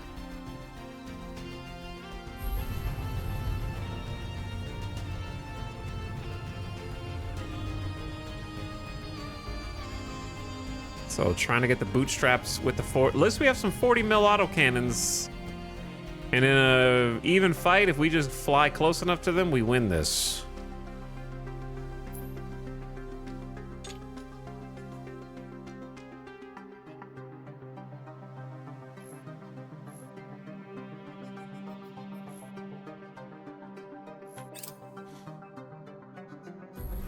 Give it another little boost to get some speed.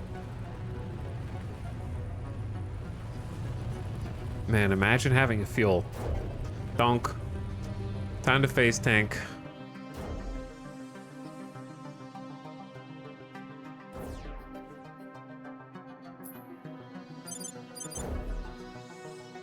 Flying right at the asteroid. That's so funny that it's just like in the background. All right, they're about 700 kilometers away. Are you dead? Okay, I thought you were dead for a second because the camera started floating away from you, Sly Fox 2. You just got printed. You just came out of the oven. And you're already dying again. Your no structural integrity is down. We need to get a bit closer. 40 mil PDCs are opening up. A few of them are unfortunately jammed. But we got 2, 4, 5, 6. 6 autocannons are online. On attack mode.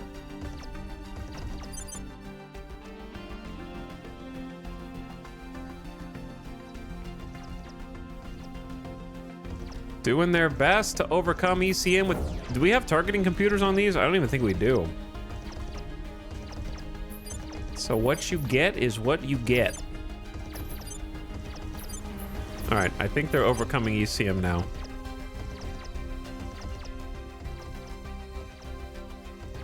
So you just gotta hang in there, Sly Fox. The good news is they started attacking a Mark III first.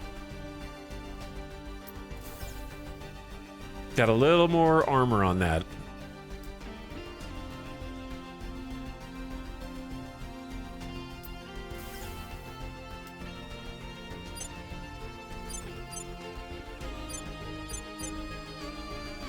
I believe...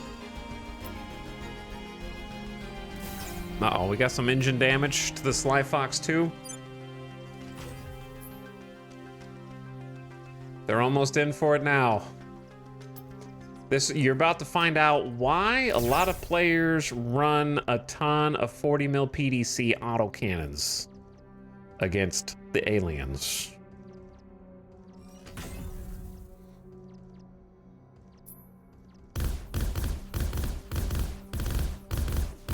Probably would have been better if I concentrated my fire on the single target.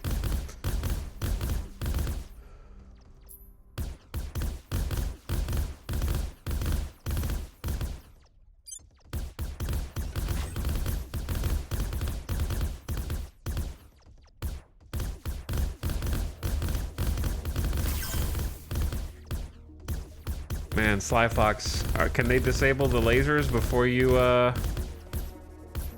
explode? Your engine's gone, reactor's down, armor is at 80%, but your structural integrity is at nothing. You looking bad, you just got crit.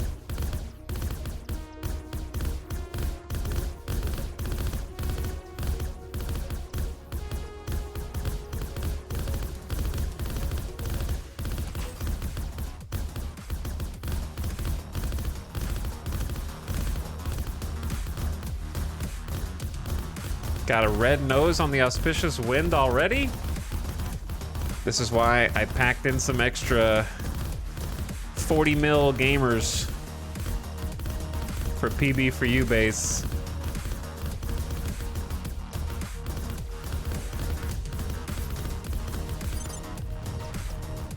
Looking like a toasted marshmallow over here, Sly Fox.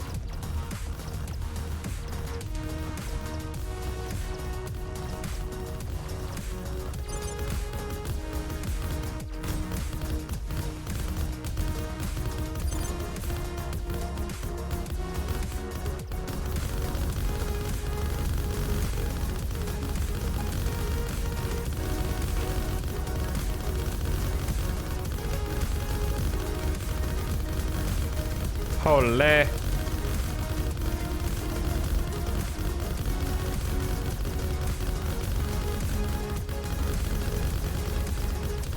Oh no, if we don't kill them by the time we pass them, we got problems.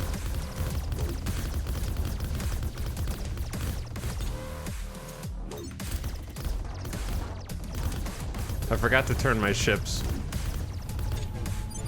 There we go. The good news is they can't really fight back right now.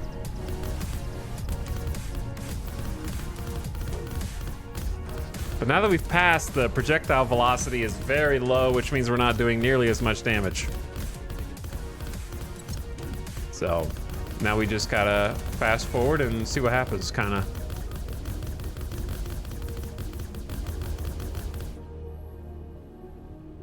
Bye. Thanks for playing, aliens.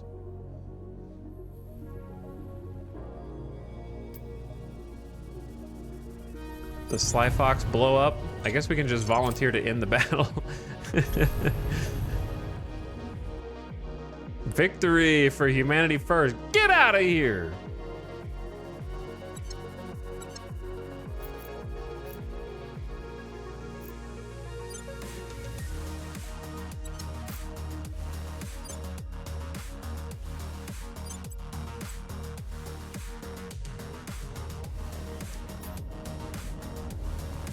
I don't know what to do with my Earth Defense Force, to be honest.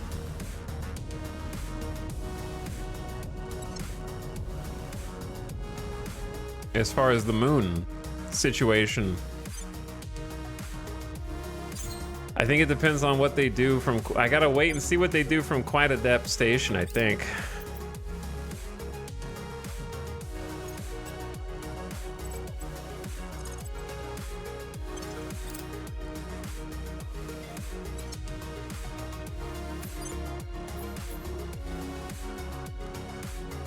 They're probably gonna blow up my shipyards.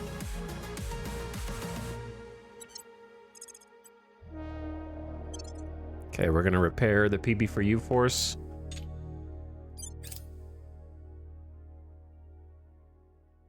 Okay, the alien fleet is launching for low lunar orbit. So they're just gonna be chilling there for a bit, unfortunately. But that means they left my shipyards alone, which means that it's safe for the Earth Defense Force to fly toward it.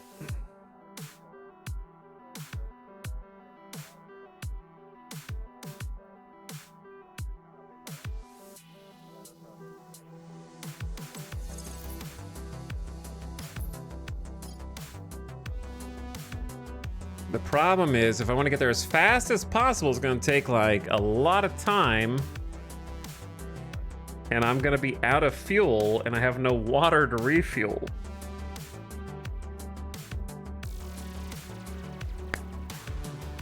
Which is a gigantic pain.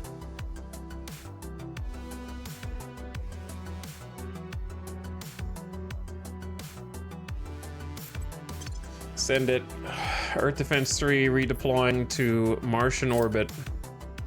We have identified a piece of orbital debris which will pass close to Colt Diggity 2 station. Why is the station cursed? It's probably its own debris from the first station that just got destroyed by the Resistance, and I'm trying to rebuild it, and now there's like orbital debris here. There's no risk of collision. Okay, well then why are you bothering me?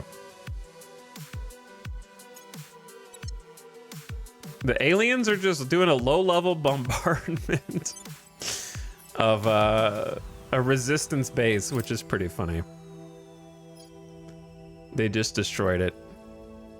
Now there's another fleet heading to Eric parking lot, the frigate and cruiser. I don't know what happened to the other aliens.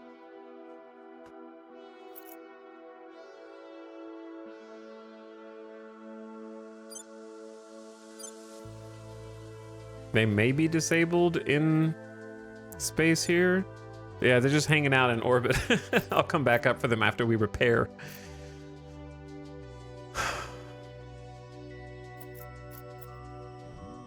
This is getting a little chaotic.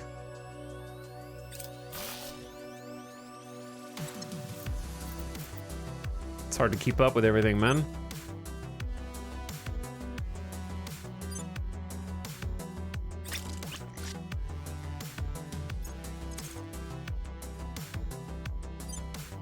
Okay, new ship. We need more gamers.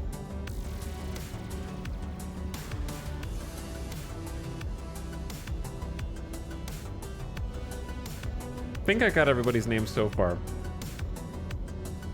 Oh wait, no, wait. Did I rename Lonely Swineherd or CC Chow? Not yet. They go first. They avoided the moon aliens. Lonely Swineherd 2 at series.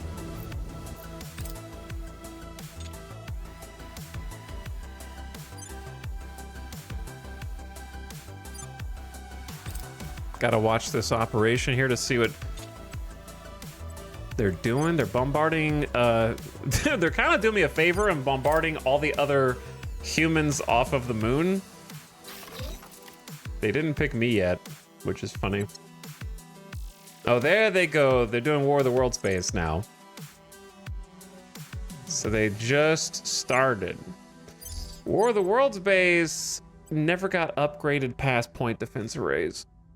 Bros, chat, I thought I did every base. I didn't think the moon...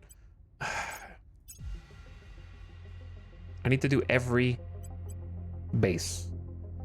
Every base, okay? Every one, all of them. I don't care if it takes more power. We will get you more power.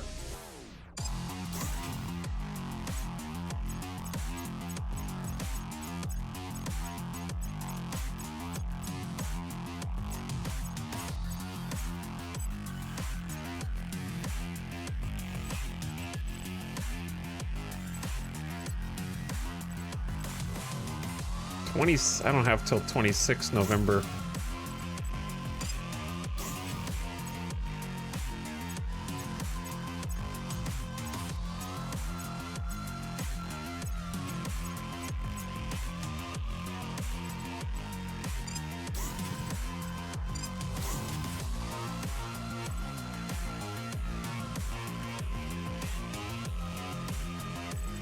This can have an ops center.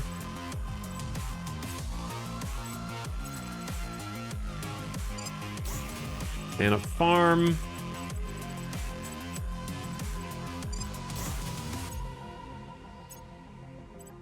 Same deal. Layered defense arrays.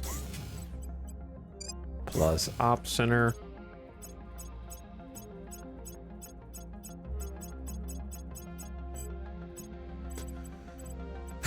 Why did I just never did the moon because I thought that we would never get attacked. And what do you know? Here they are.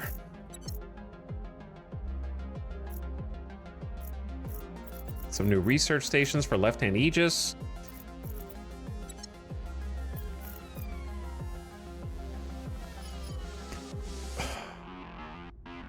Okay. Tanks Frank, what are you doing? I don't know what to do with you. Take over a control point in Mongolia from the Protectorate, sure.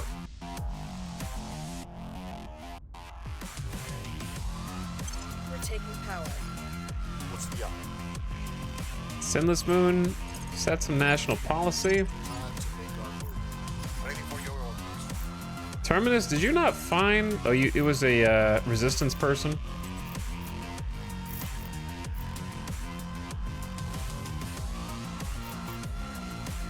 See who's in Paris, I guess.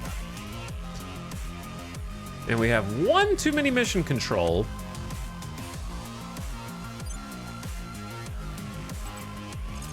Mars fleet needs to repair.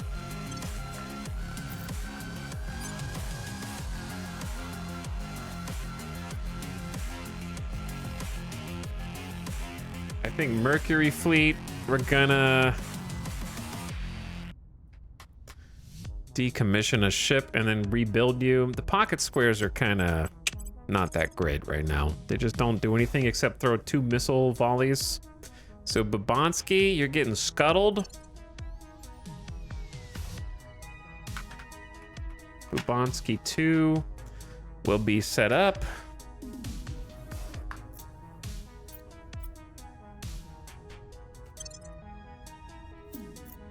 Okay, so I assume we're gonna probably gonna lose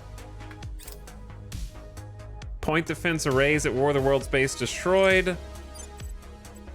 Aliens, you guys are a huge pain in my ass, bro.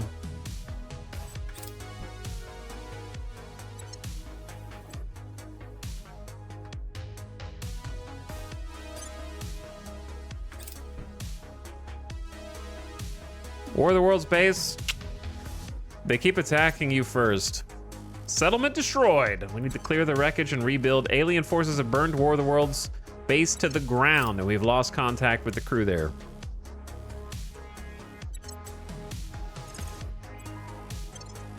All right, Earth Defense 3 needs to resupply with whatever water we got. Ad started. Why does everything come in bunches, man? I'm just getting flustered. And then, of course, the ad hits at that exact moment. This fleet is getting so big that I can't tell who. I think it's Harvada. Okay, so the CC Chow 2 first.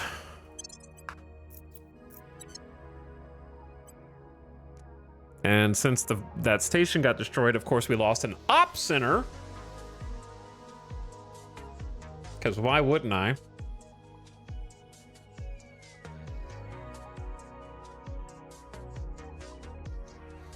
I'm gonna decommission the Shah's Gauti.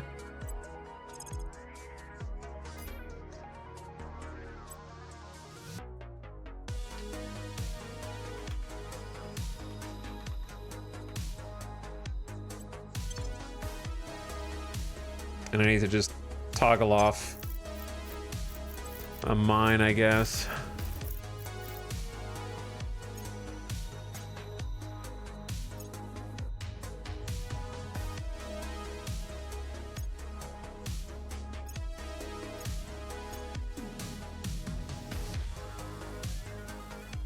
Archie base, I'm just gonna toggle you off for now. I don't feel like dealing with it.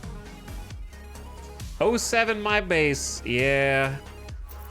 It's kind of rough out there right now.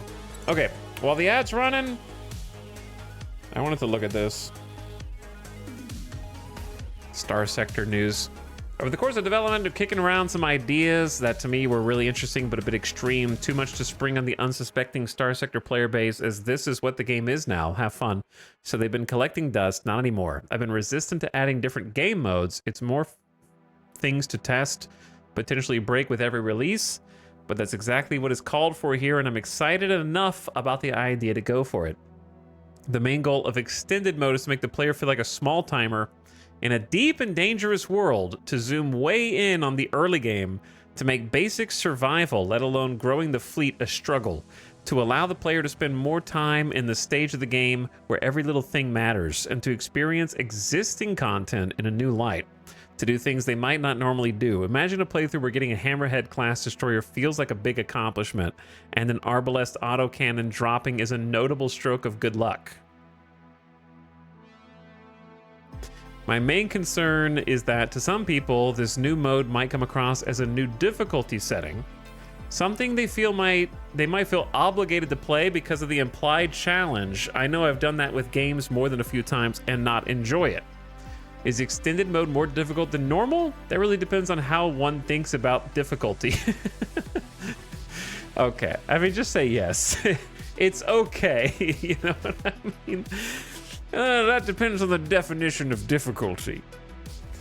Is it harder to, example, obtain a battleship in extended mode? That's certainly the case, but the experience is meant to be so different that this doesn't make sense as a point of comparison.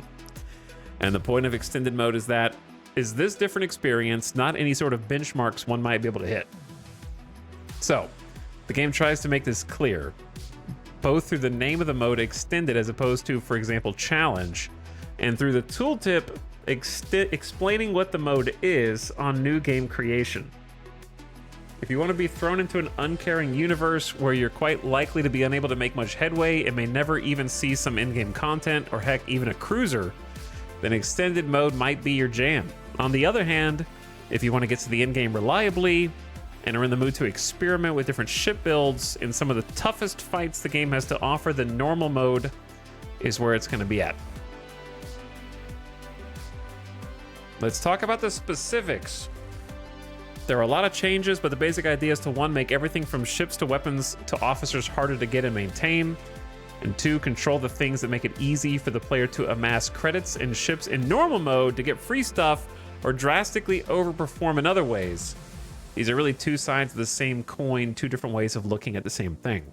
I delayed this blog post by a couple weeks to give myself time to do a playthrough in the new mode, so I can comment on some of the experiences I've had with the changes, how it's actually played out.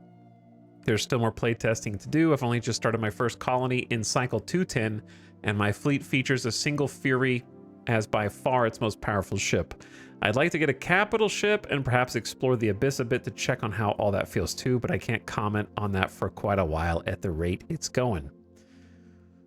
How long is this, by the way? Oh shit. Okay, so I dramatically underestimated the length of this dev blog when I started reading it during the commercial. I see you guys are back from the ads.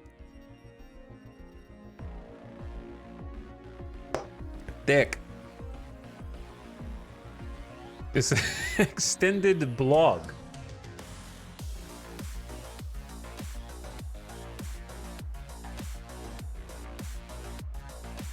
Oh my god, hold on. Starting from the beginning, there are brand new starting options. The gist of it is more variety, but overall starting with worse quality ships than the normal start, never mind the fast start options.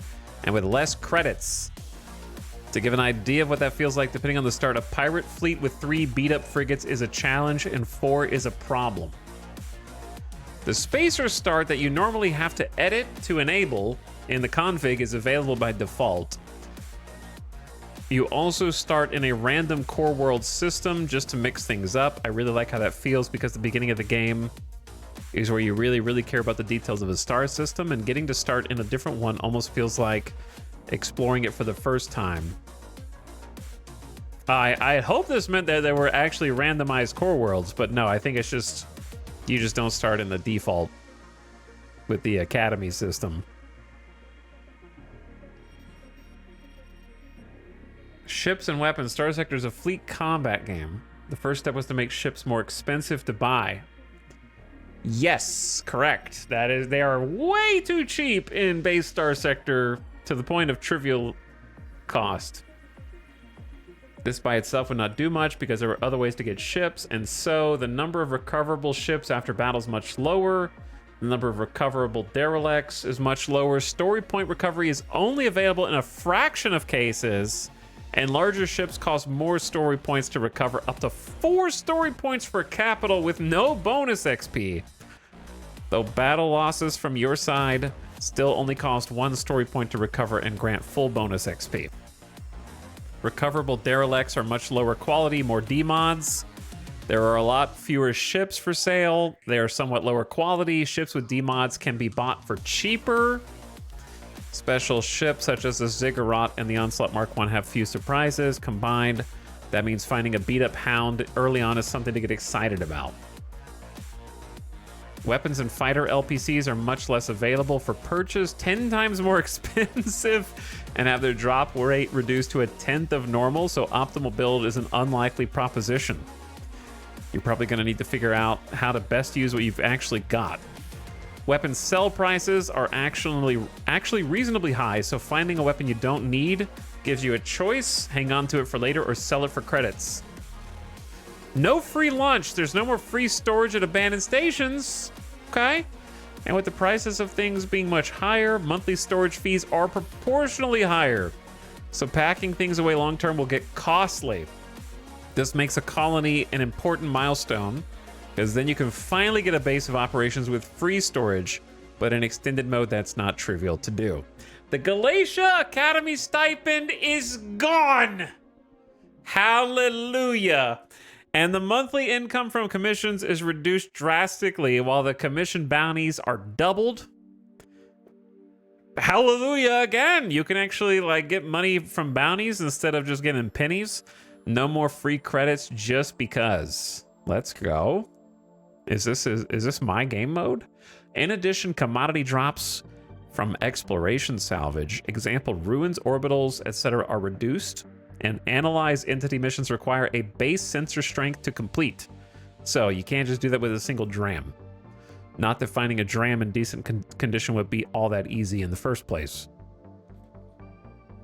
Crew, fuel, and supplies. You can't run ships without crew, well, unless they're automated, and that's going to feel quite a bit different. Crew for hire are much less plentiful, and the price is 10 times high, 10 times higher, as well as a hefty 3x increase in monthly salaries. Holy sicko mode. Selling their contracts is only worth 1/10 of the higher price, so one is not going to be making a profit out there. Marines have similar upkeep increase. The end result is that crew matters a lot more. Losses can't be replaced as readily. It gets expensive, especially in an environment where credits are already tight. So whole mods like blast doors and the much maligned recovery shuttles start to look considerably more attractive. Fuel is less available and 3 times more expensive, though that specific number is fairly likely to change and may get higher. And more importantly, the fuel capacity of all ships is cut in half, and that of tankers is reduced by 65%. Even a jaunt across the core with your starting fleet becomes something to consider. Your fuel tanks are likely to be dry when you get there. Okay, listen. Let's go, first of all, for all this, but what I'm trying to say is you can't start out by being like, is this a more difficult game mode? Well, that depends on what you... Yes, this is a more difficult game mode. Isn't this kind of too much? You shut your casual mouth, skewer. Just play your normal game mode, okay? This is not for you if it's too much. This is a separate, optional game mode, okay? So go play your little baby mode, how you've been enjoying it for like 14 years. And let me have this. Are you going to be able to get some fuel there at a decent price? Do you maybe stop somewhere on the way to top off? Larger ships are also use more fuel than normal, up to double for capital ships. This isn't to make refueling a chore, but to make it qualitatively more difficult to actually get out the farther reaches of the sector. I agree with all this, but one catch is there's often not enough fuel for sale. So where it becomes a chore is having to make multiple stops to refuel one fleet. So like the price going up is one thing, and that's going to be tough to deal with, but it becomes more difficult if you can't actually refuel in one stop. Which, if you have a colony, you're going to have a fleet that is big enough that that will be necessitated.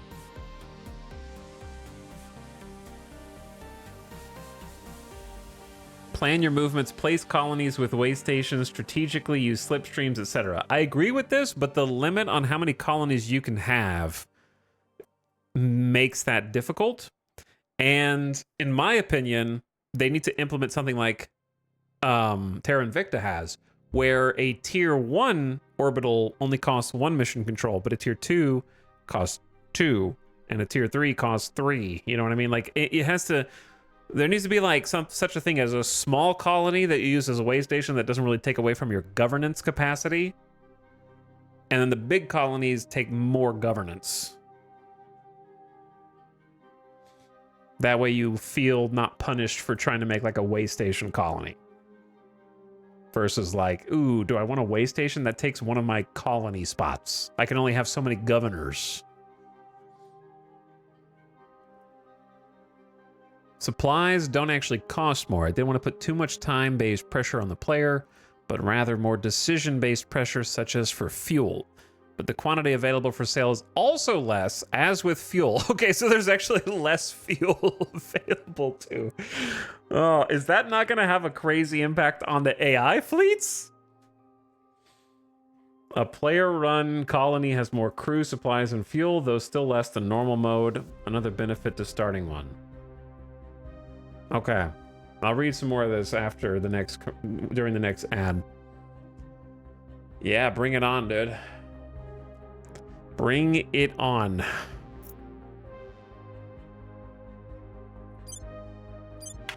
I will be there for that update. 100%.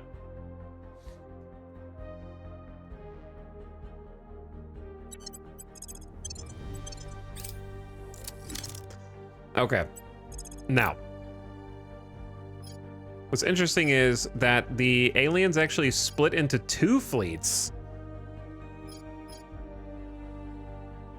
because my ground defenses wounded them.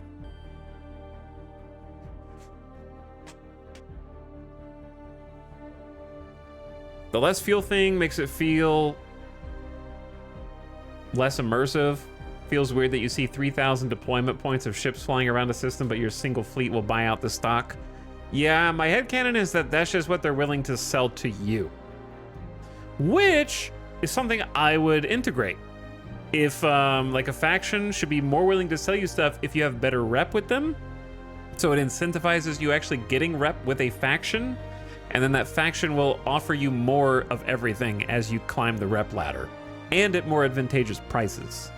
That way you could feel like a benefit from doing a merc job for Tritakian or whoever without just like, oh, I'm getting paid a bounty for killing ships for them. Kind of like how military markets already function. Yeah, that but expanded, where the quantity of everything they offer goes up while the price comes down because you've done a lot for them and your rep is really high. More rep rewards, basically, for good. That makes like the RP playthroughs where we just want to be a small guy more interesting, in my opinion. Okay, this is going to be a dangerous transfer. Breakthrough. Offering counsel. Flying lima beans is getting orbitally bombarded. They have fewer ships, though. Well,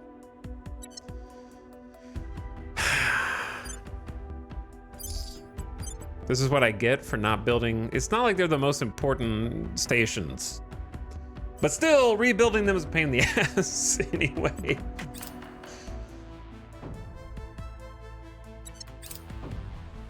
My nano factories!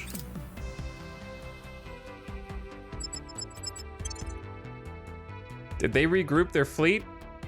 All right, Earth Defense 3 versus the slightly wounded aliens. Okay, let's set this up correctly. I only have 2 Bootstrap Mark IIIs because we had to send a fleet that we could send. So this is actually a smaller fleet than it's supposed to be. Sadly. I'm putting in overalls in the middle here.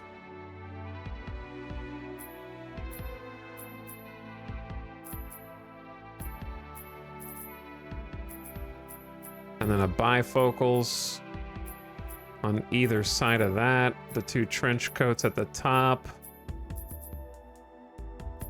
Okay.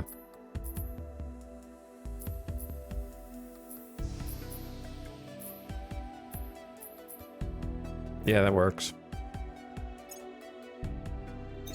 So they're already a little wounded, but the Titan is still out and about on the prowl. Do they have any torps left? No, they're out of torpedoes. So we don't have to worry about too much as far as point defense. However, I'm still going to put 1 bifocals on point defense. So Ryan K037, you're up. So I can't afford to spend fuel. We have basically no fuel to get here was the challenge. Try to save the rest of the moon. If we only lose War of the Worlds base and part of this other base, then that's gonna have to be good enough. So it's time for the first real deployment of our brand new Trenchcoat class monitors.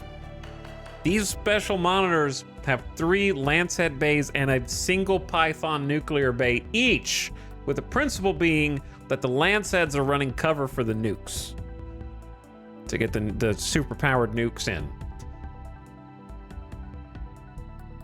So we're gonna send both trench coats on the top against the Titan. This destroyer doesn't look particularly... I'm gonna send all... Should I just send all 3 trench coats?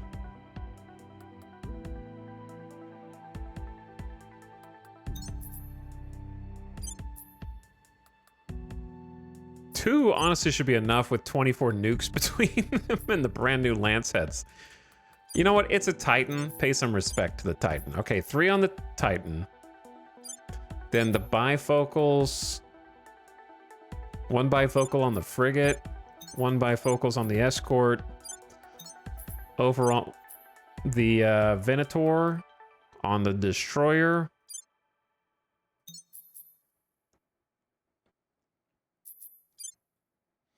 Other Venator, or not other Venator, Amazing Meowsy on the frigate, and then Roman Officer on the first escort, and then we ride. We ball.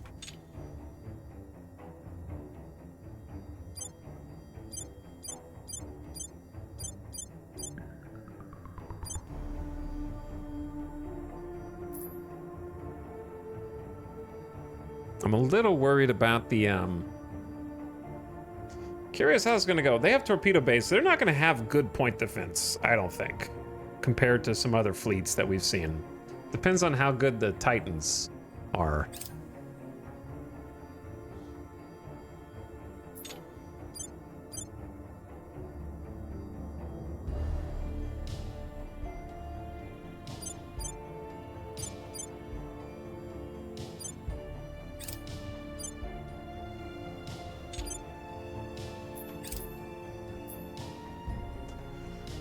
Okay, let's head in. I'm curious to see if they try any flanks with this or nah.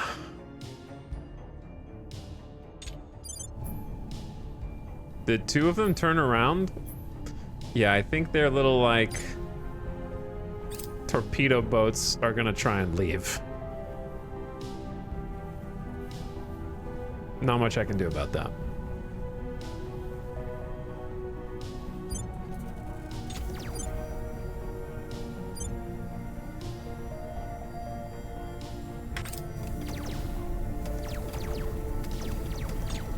Okay, so here's the deal.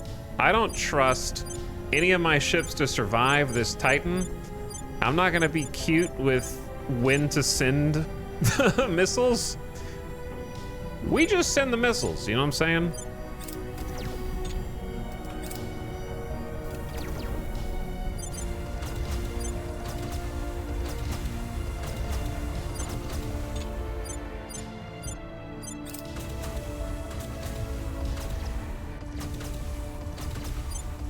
Wow, quad ECM on the middle second trench coat.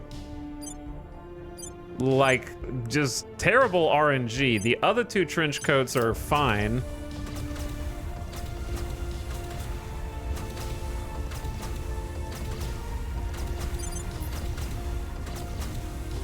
Calipigians dumped all nukes.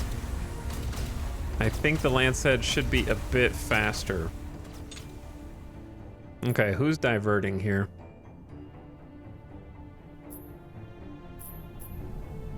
The Island Wind. And the Zephyr.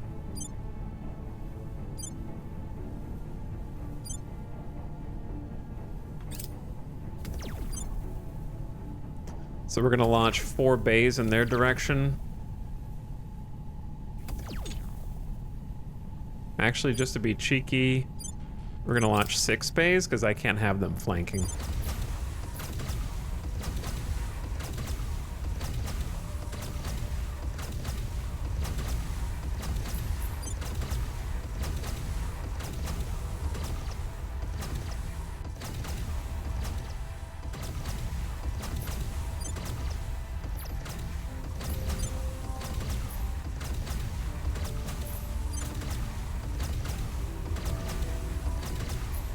Okay, let me check missile bays. It should just be the jammed ones. And then a couple of Viper bays that we're saving for PD. I don't know if anyone's shooting at this gunship, like, at all, so I'm just gonna throw in some Vipers at this gunship.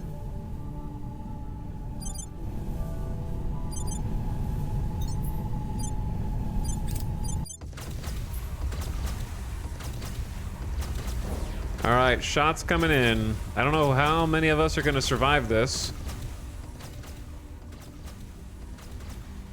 And I'm also hoping that their fleet doesn't have enough point defense to intercept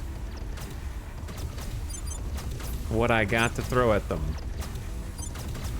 I'm worried that not as many of the missiles toward the Titan got off as I wanted.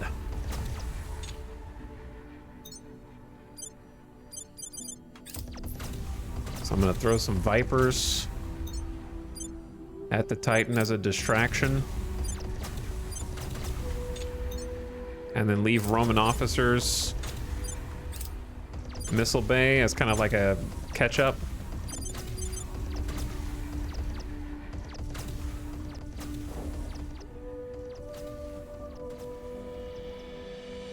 All right, they've chosen Canuck II as their first target. Let's see how this goes. Meowsy is also getting hit. We're starting to take fire. These are the missiles inbound for the flankers. This is the main volley up here down the center.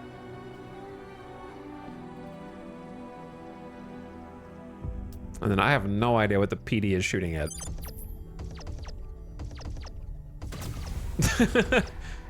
What are you guys shooting at?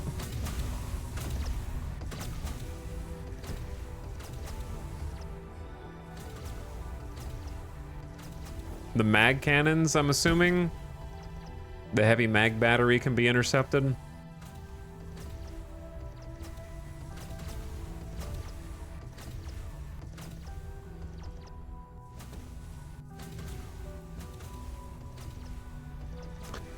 All right, we are now getting hit on the flank.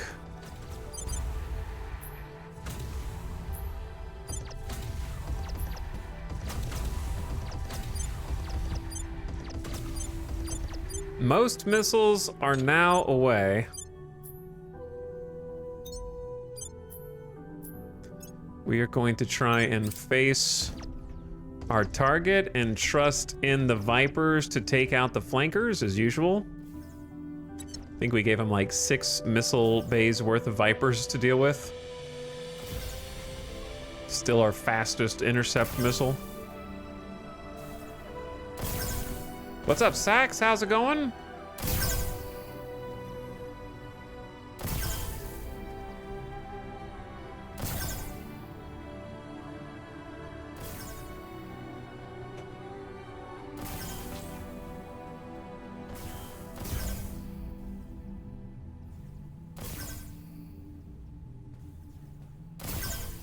I'm curious how much missile PD they're gonna have.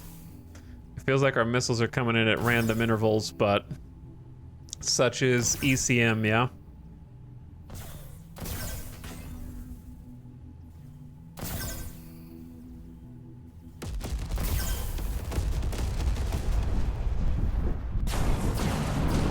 One down.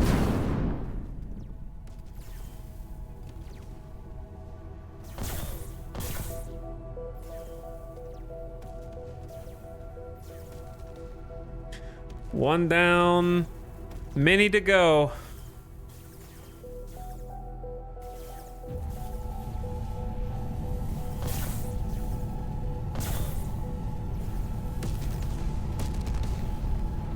Look at this maneuver he's trying to do. The Vipers are just staying right on you, man.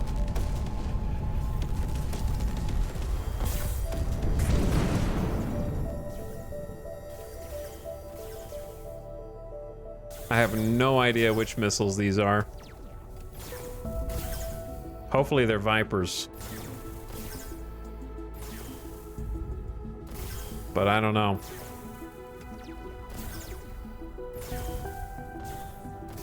I wish there was some way to tell. Giso the second is taking hits.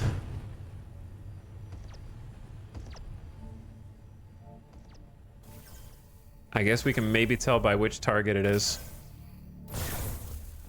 This is the Leviathan class.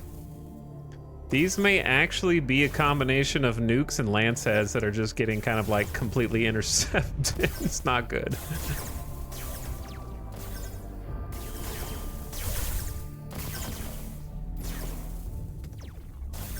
Holy Point Defense Swarm.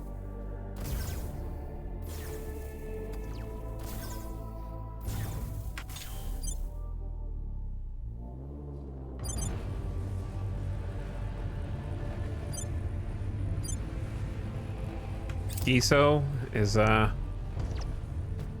not feeling so good. Okay, well, we might get one of these bros. Favorable wind is about to take some Vipers. These are definitely Vipers down here.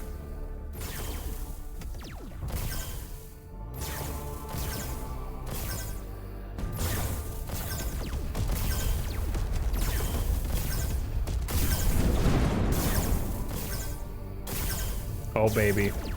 While they were a little distracted, here comes the main show. How do you know when a nuke goes off?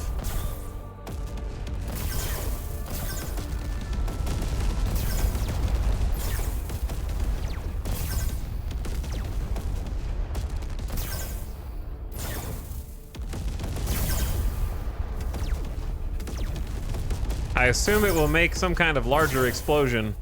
But maybe not. Have I...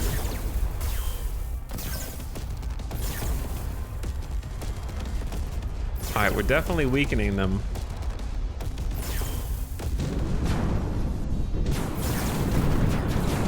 I feel like it's a you'll know explosion for nukes. Maybe this is them.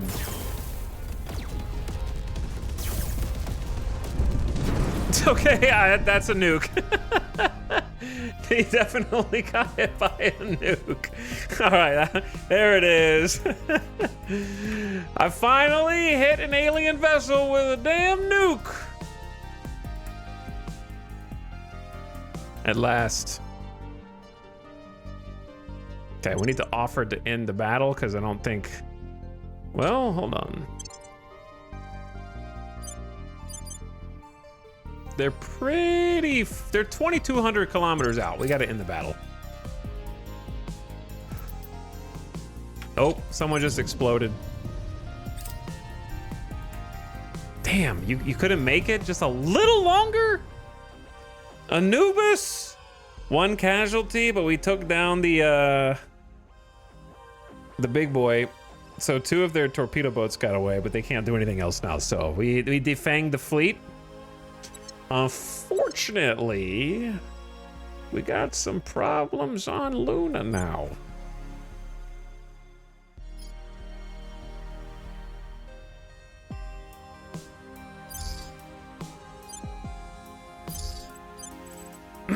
Luckily, they didn't kill the core, so hopefully all personnel and staff were hiding inside the core when the aliens got here.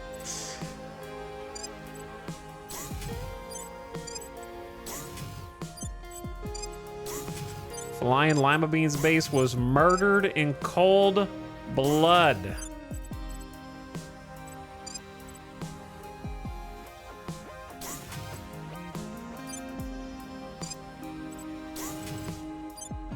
I don't really care about these little modules.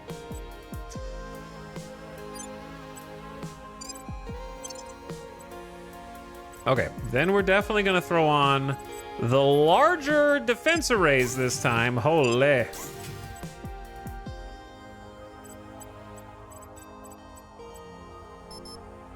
Can I cancel decommissioning? Oh, that's annoying. Okay, whatever. Okay, where was War of the Worlds base? War of the Worlds was in...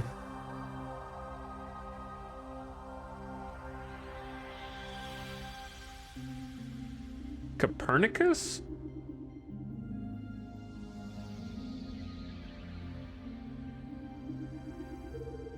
I guess Copernicus is the best one out of these because it's just got the 21 metals. I don't really need it, to be honest.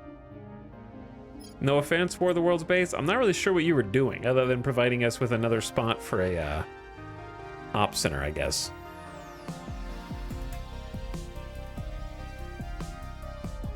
So I'll rebuild Flying Lima Beans. Unless someone else just claimed it or something. Nah, these all suck.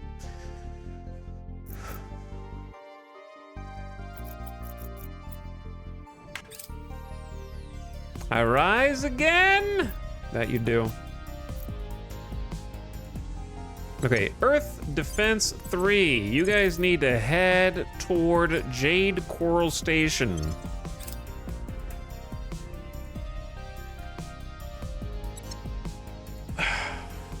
And repair.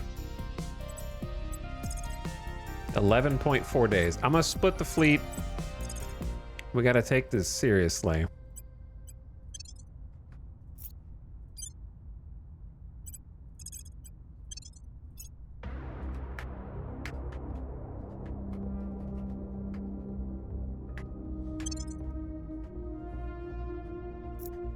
We're on Moon Defense 3 now. There you are, Jade Coral. There you are. But now we need some water, please, man. We're gonna fight in Mars. Why is there just this intruder torpedo escort going to low Martian orbit in 14 days? Why?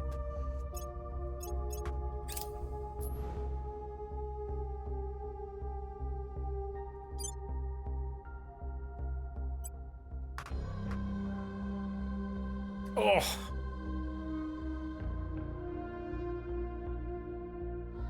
Anubis returning to the underworld.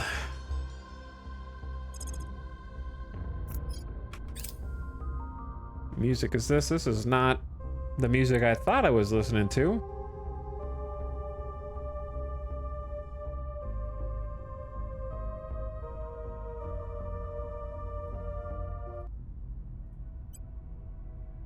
Exotic materials. Main story.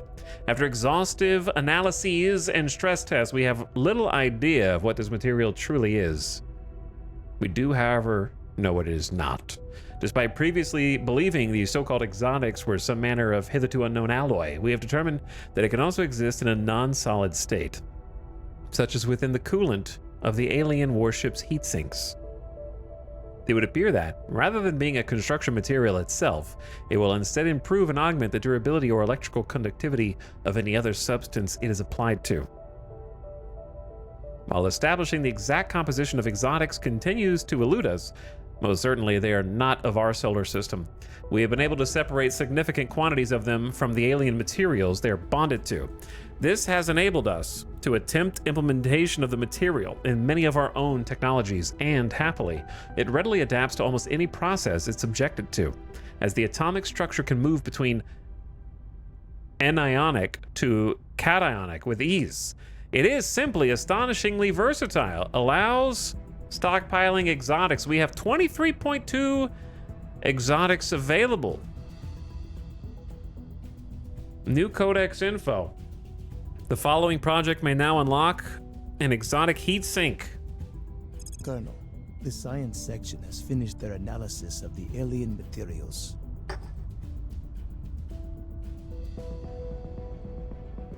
Main story. Never seen the research team so excited. It's hard to get them to slow down long enough to understand what the hell they're saying. Long story short, these exotics, as the eggheads are calling them, act as a kind of universal materials enhancer. Alien superglue, basically. Exotic enhanced circuitry conducts electricity better than our most conductive materials, and exotic enhanced armor has a higher hardness and toughness than our best Earth equivalent. There's not a tool, weapon, or machine on our planet that can't be improved by this stuff. If we can make it ourselves, we can catch up to the aliens and then some. Unfortunately, we can't. Not a single one of our researchers has even a half-viable plan for synthesizing it. Using a substance that's not found on Earth, treated by some process we don't understand. They're gonna keep working on it. But in the meantime, the only place we're getting this stuff is off the aliens, which means paying a price in blood. Every one of our science, engineering, and construction teams is begging for as much exotics as we can give them. So you have to kill as many aliens as you can. That's not what it says. We don't have enough to satisfy even a 20th of their requests. Spend it wisely. New objective, capture a live Hydra. Yep, that is the next to do. I'm gonna research the Pharos drive now. I also have Vapor Core Fission Reactor 2, which I don't remember which of these is better, but let's do that one because it's cheap. Doing all the reactors so I can kind of choose between the different drives. Not all the reactors, but all the ones that seem good and accessible. Oh, the Academy wants to get in on colony habs now.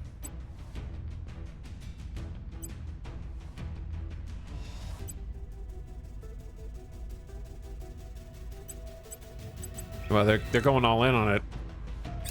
I'll let them catch up a little bit, I guess.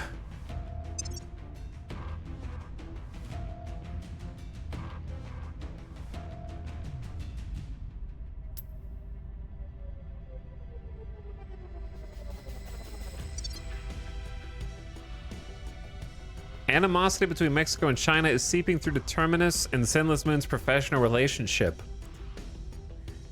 When humanity should be coming together, these two are at each other's throats. Prepping for mission. No offense, Sinless Moon, but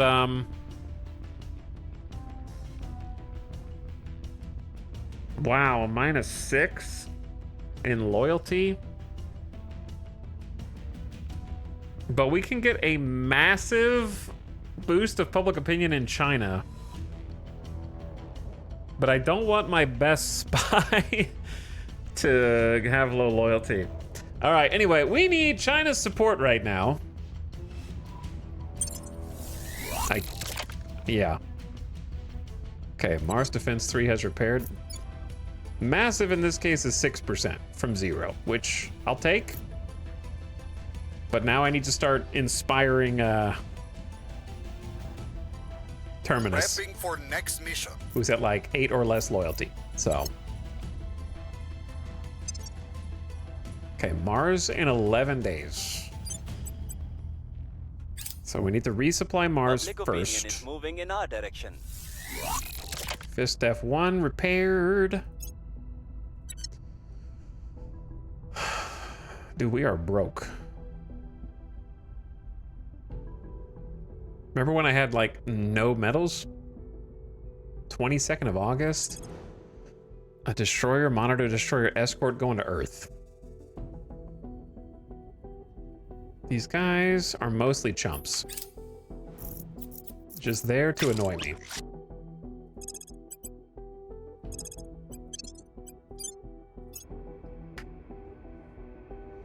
All right, do we have, I don't think, did I remake the Bubansky 2 yet? I don't think so. Bubansky 2, you're up and hanging out over KJ base on Hesperia.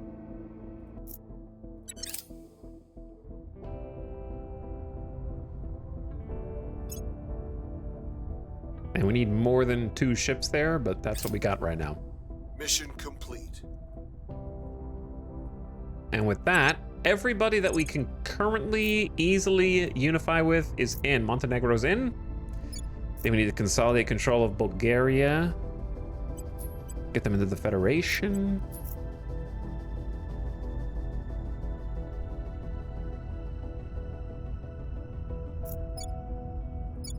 Same for Macedonia. We need to federate Macedonia. And the micromanagement is going down, which is good. Okay, careful. Some settlement mining complexes just came online, which I immediately have to shut down.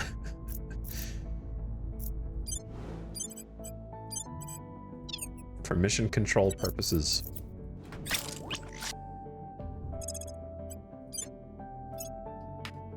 Okay, Shaw's Gotti 2 is also here at Morapi. Caught up on the ones I decommissioned. Morapi Defense 1 is ready to go.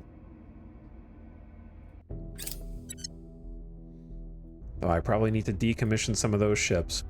All right, Mars Defense. Let's resupply you guys, 1.2 days. Give you some missiles, give you some fuel.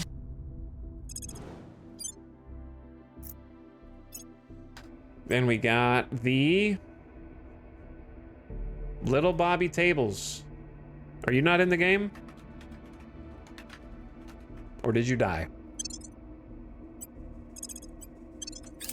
At Undina? At the Undidef? Our shipyards are going to be going quiet here in a minute. Our associates are now in charge. Got a control point in Mongolia. Another ship. Trenchcoat Mark 1 in low Martian orbit. The Lunar Echoes. You're over Mars, Lunar Echoes.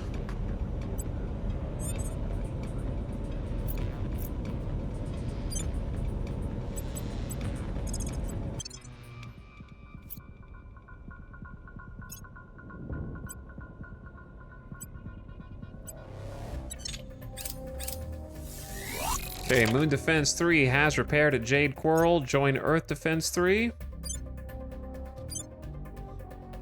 Till we figure out how to resupply you guys. It needs 1.7k water. So you're gonna chill there for a bit until we can refuel you. This is awkward. This is why transferring people between the moon and Earth is so stupid. I need just a permanent fleet in both, or just abandon them. The reason I don't want to abandon the moon is because I don't want the aliens to set up there. The servants have taken over Brazil. We gotta get in. We gotta get into China before they do more. We have completed the Vapor Core Fission Reactor 2 project. This may unlock some new drives for us. I'm gonna go ahead and just do the Pharaoh's drive now, so I have it as an option in case the other ones don't pop.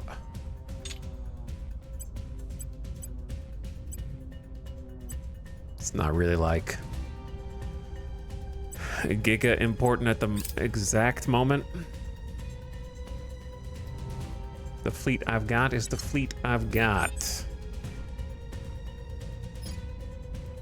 Standing by. Okay, sinless, set national policy Heading to the again. capital. Acknowledged. Tank Zafrank. Can you take over executive Mongolia? Targeting the opposition. Reporting Aztec, in. can you inspire Terminus? I'll speak with them. Where do you need me?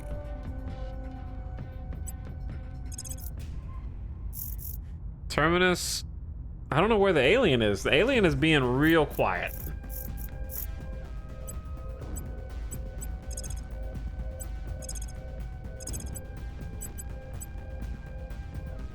We could make contact with someone. I know Project Exodus doesn't love us right now. However, they do have a lot of water. So let's make contact and try and do a trade. We'll open a channel.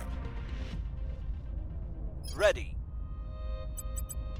And we're gonna start doing public campaigns in China. Wow, I haven't seen a place where we have like low success to do good PR in a while. Huh, well that's new. What was that building that increases PR chance that you can build in space? I didn't think I was gonna need that, but now I think I do. Well, that's spicy, I like it. Should be fine with just dumping a little bit of money in there.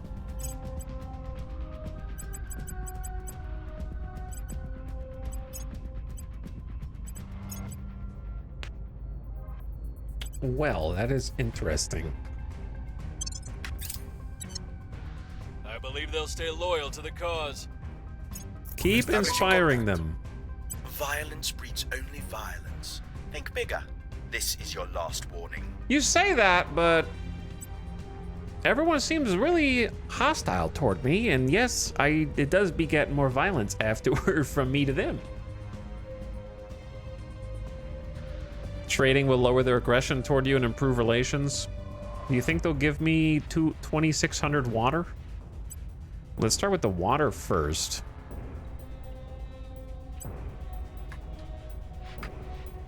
Let's do like 200 ops. They kind of have like everything else. That doesn't mean that they don't want more though. They'll actually do it for a pretty reasonable amount of fissiles. I can't wait till I run out of fissiles and I need them for something else and then I don't have any.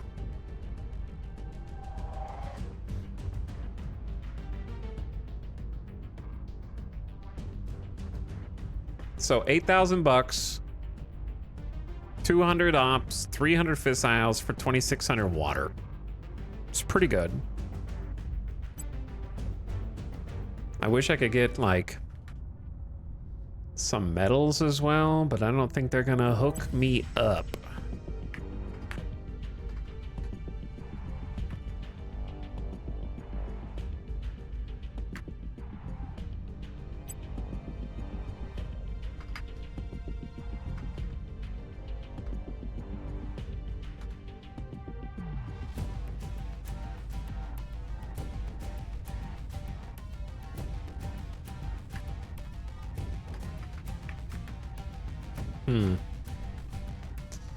Maybe I can get like 2,000 more metals.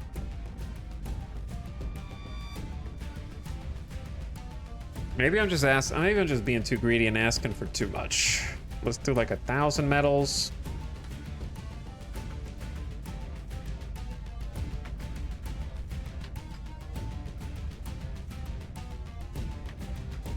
$9 grand, 200 ops, 500 volatiles, 250 nobles, 300 fissiles. It's a pretty good deal. 2,600 water, extra 1,000 padding metals.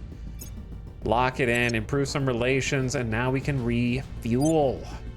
It's crazy how fast the water is gonna go, but it gets me like a full month. More than a month of water in one go, almost 2 months of water. Okay, resupply, Earth Defense 3. Offering assistance. Finally. This one random escort ship just arrived here for some reason. I have no idea why.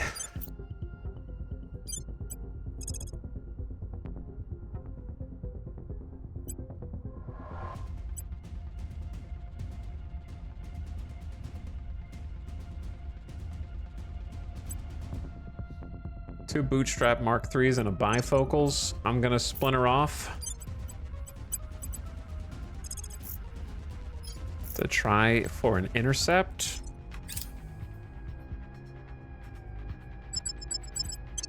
He's gonna run. You coward!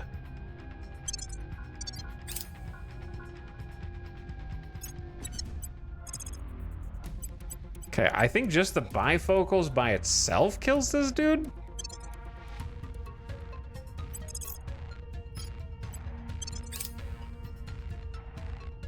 Maybe he wants to fight just the bifocals. He does. All right, this is a 1v1, an honorable duel to the death. However, it should be pretty one-sided. So I picked my Quad Viper missile. So he's gonna launch all the star torpedo bays, and then all I have to do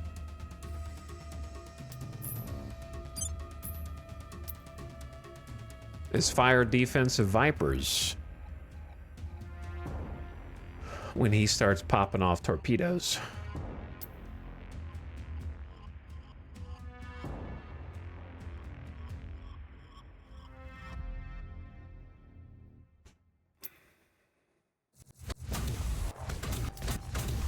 There they go.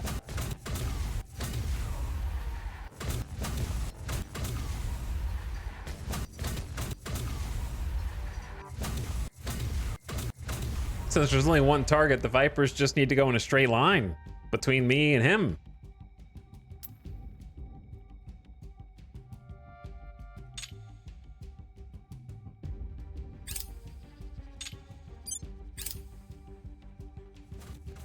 And then my offensive Viper bays.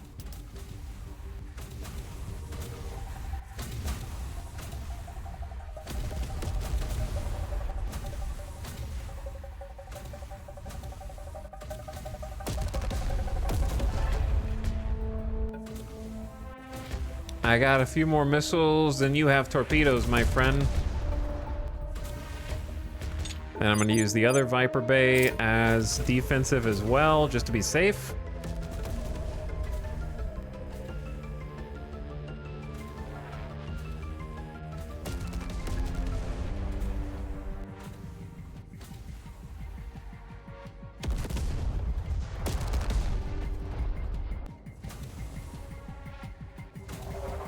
And then I hope that should be that. I guess he can maybe go faster than I can go, than my Vipers can go that are on the attack. TBD.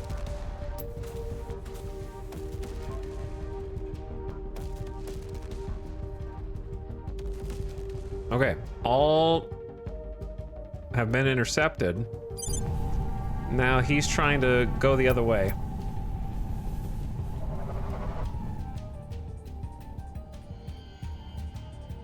He's just gonna burn away from... Here they come! You might have to go faster than that, lad.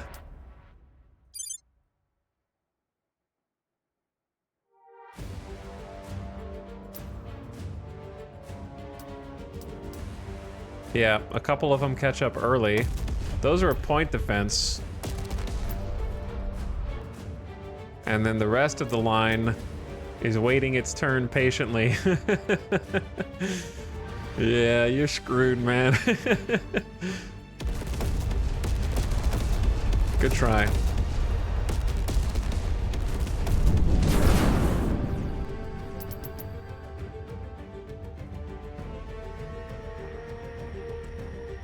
Okay, Mars is safe again. Gotta protect the home front.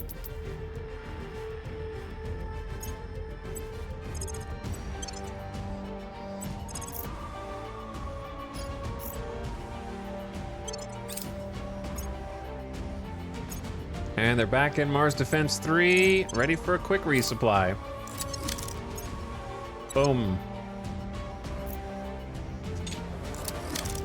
Earth Defense 3 is resupplied after trying to defend Luna. I consider it a success. We didn't lose our stations. That is the main thing. I want to get rid of these stupid moon bases, but I don't have anything that can do orbital bombardment. And my Marines are not powerful enough. So we're gonna go back up to Quite a Depth Station and chill there. Vapor Core Fission Reactor 3, set that as a favorite, please. I'll get right on it.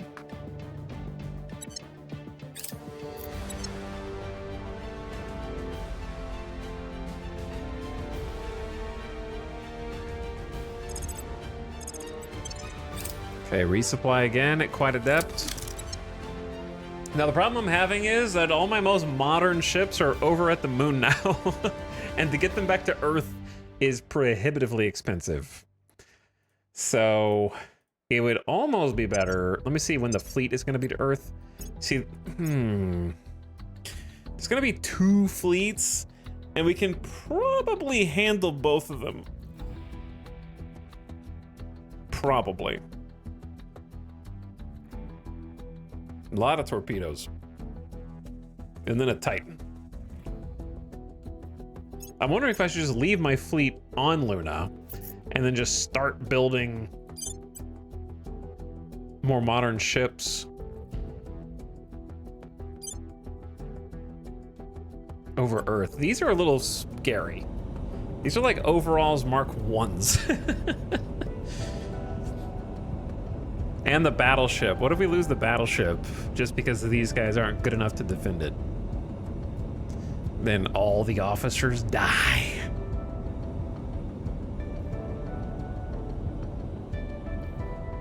I just converted my Luna bases into operations centers with some research. Yeah. They don't have much to do. That's the issue. It's mostly the op centers, which feels redundant because you're spending multiple mission control just to gain a few back and pay upkeep on them. So I'm not determined to rebuild on the moon at the moment.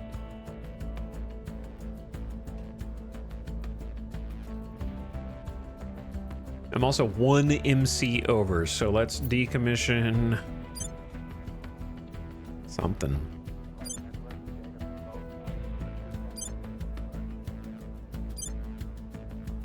Merapi.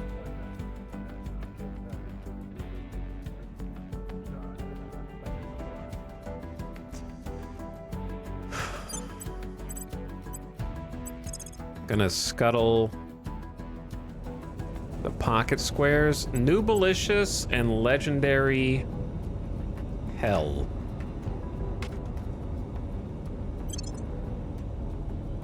And then start rebuilding.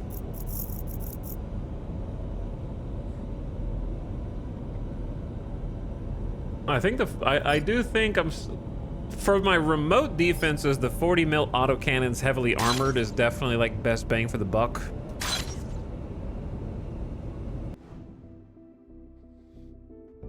So I'll queue up some of those. And then over Earth,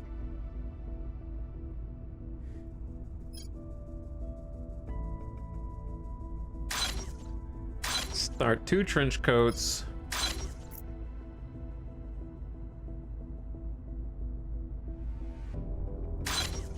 Two bifocals. This is gonna cost so much water.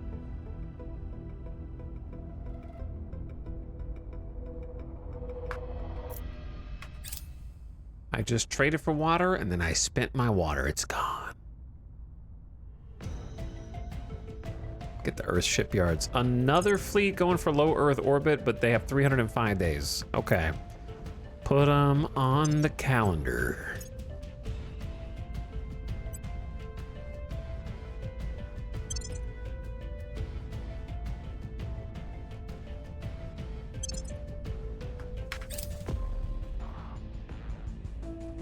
Will come to our side.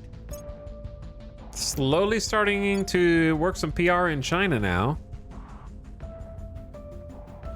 Human Discovery 5 is in low Cleopatra orbit. Wow, I sent you guys. That's the NRD Crescent Wolf. I sent you guys there ages ago. There's just some medals take it, I guess. Sometimes metals are like the sticking point for us.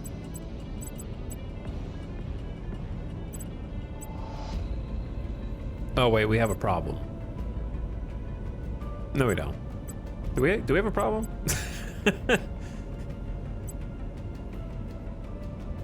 Oh, the problem is we don't have any available mission control. That's the problem.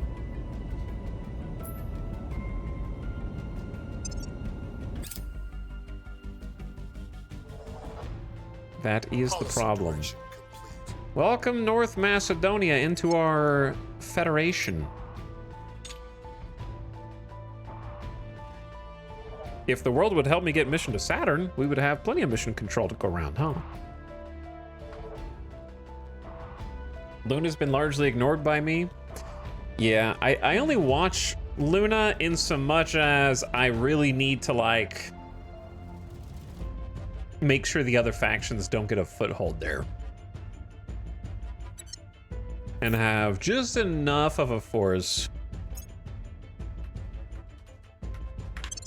I think I'm gonna split this fleet.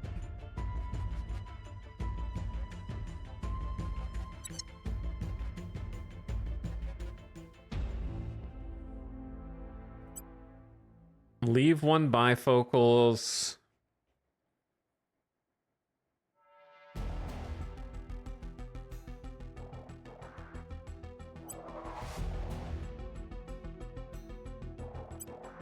Leave the overalls Mark IIIs.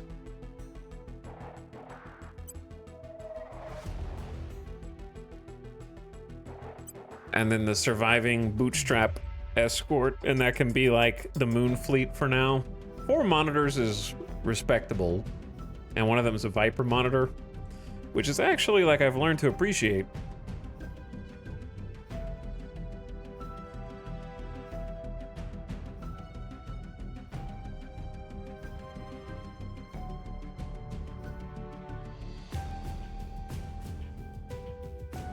I'll leave both the Viper monitors there. So I'm leaving a big chunk of the force. But I want to send at least a few ships back to Earth.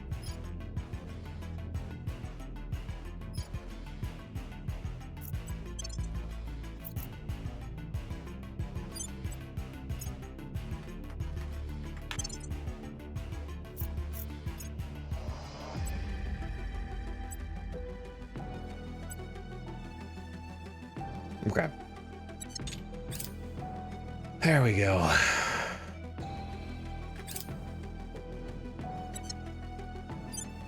Pretty stout, I think. The 2 Viper bifocals, 3 Copperhead overalls, and then an escort just to hold Luna down and make sure that we don't get a repeat of what happened there just a minute ago. At least the stations are fine. That's the main thing. Also, ad starting right now. Ad starting right now. That happened so fast.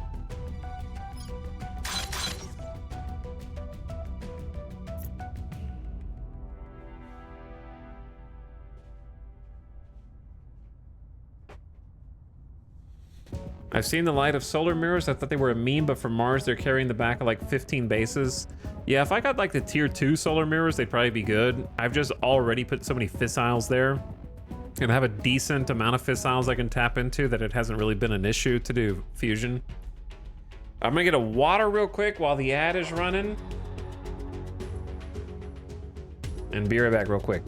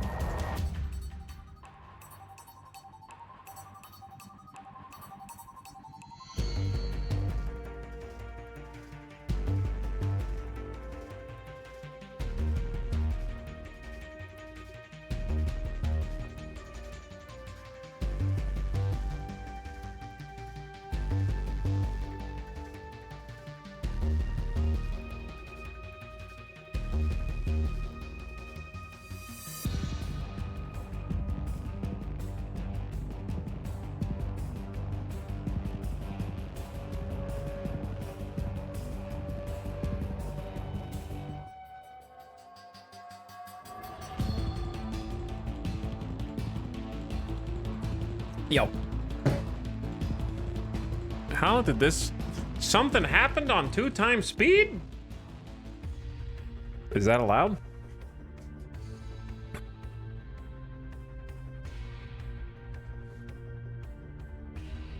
Chat, are there any games coming out that you guys are looking forward to this week or next week? I don't know. I haven't looked at Steam to see what's up. I get really annoyed every time I look and open Steam, and it says like Steam controller is on the top sellers. It's literally the first thing that I see when I open Steam, but I can't buy it because it's reserved. So why even show it off? I've already put like the reservation thing in. Star Fox 64, is that coming out like immediately?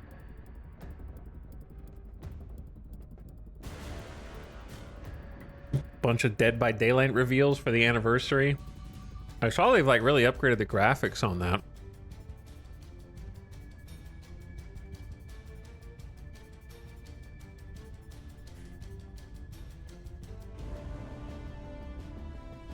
But in terms of upcoming games, I don't really know anything that is coming out other than those pseudo Papers, Please games that we talked about. I guess Assassin's Creed is about to come out in like 3 weeks, along with Halo Campaign Evolved in like a month. I just don't want the Halo... I'm a big Halo nostalgia guy. I have massive nostalgia for Halo 1, 2, and 3. But Campaign Evolved, just, I'm not really sure who it's for. Maybe it is for the OG fans, but it just doesn't feel like it. It doesn't seem like it has the same love that they've already remade the first game once. You know what I mean? Do we really need to remake it a second time?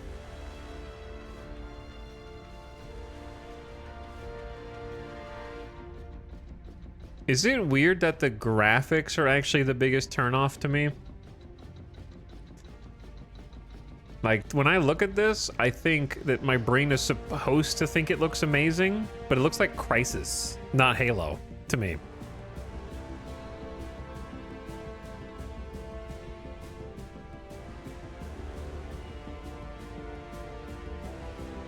Something about it looks wrong somehow.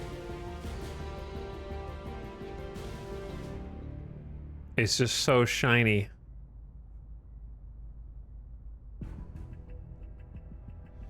It looks like somebody modded Crysis.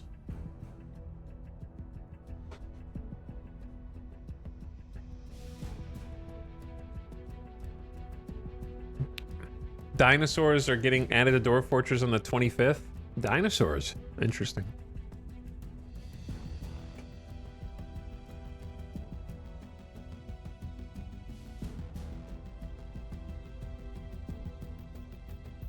Designs aren't the same. It's true. Hold on. I'm allergic to changing the original Halo designs.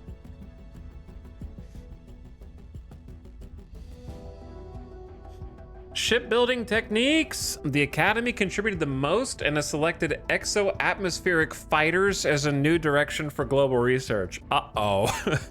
I made them put this off for as long as I could, and now they're finally researching it. Am I screwed?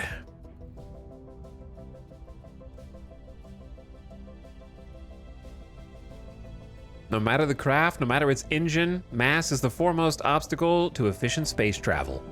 The more mass there is to move, the slower it'll move. But less mass need not necessarily mean smaller ships. Indeed, it is larger ships we require to transport more resources and carry more crew and colonists. The best approach is to greenlight designs for orbit-to-orbit craft, which do not land on any planet, moon, or asteroid.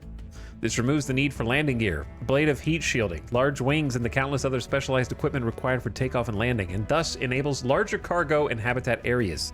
Shuttles will ferry personnel and cargo to and from our stations and colonies, while strategically placed fuel and propellant depots further reduce what the ships need to carry themselves. In combo with advances in more lightweight materials, the net result is we can build far larger craft than ever before, without unduly impacting their ability to travel between worlds.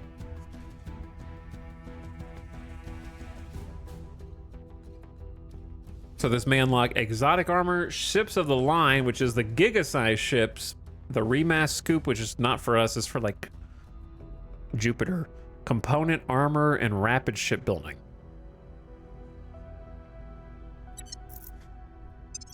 Well, exo-atmospheric fighters is spooky. Surface-to-orbit fighters that can be launched using boost to attack our targets in low Earth orbit. We're gonna do two things, knowing that that's coming down the pipe. Number one, I'm gonna check all of my Earth stations, and we're gonna make sure that they have at least one layered defense array. This is an Earth Luna L3, so I don't think they can reach that. Cowardly Lion station is in high Earth orbit, so it said low Earth orbit, right? So this should be fine. However, we definitely don't want just a point defense array.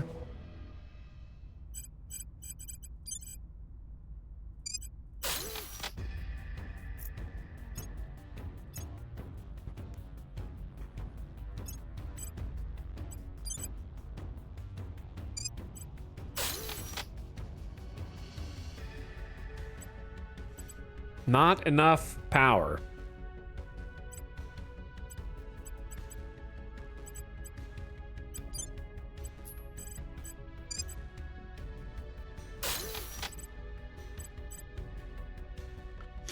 Rip my op center. Ole. This is a pain, dude. Like, all of my stations just have basic point defense arrays.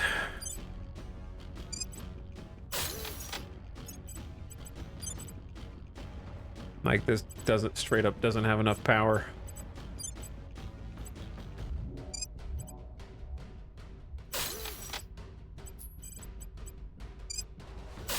And unfortunately, until it comes online, my op centers are going offline.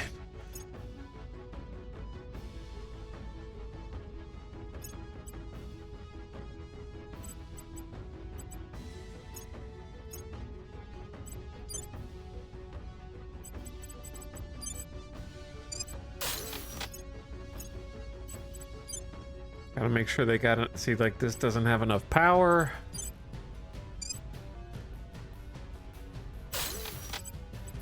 So I need at least one heavy fission.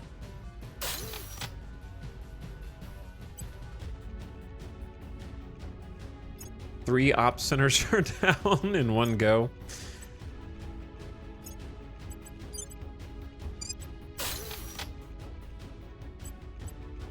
About to be 4, actually. This is a pain in the ass, dude.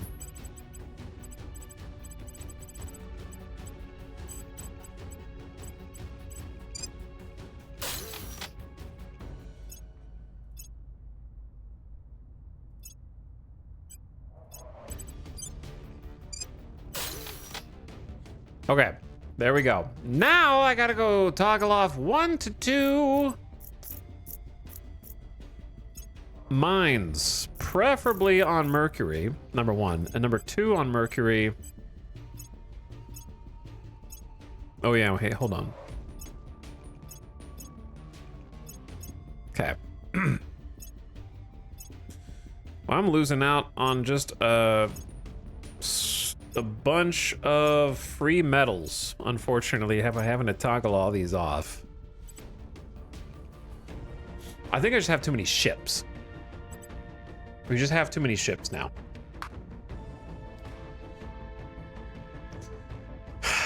It's time to decommission.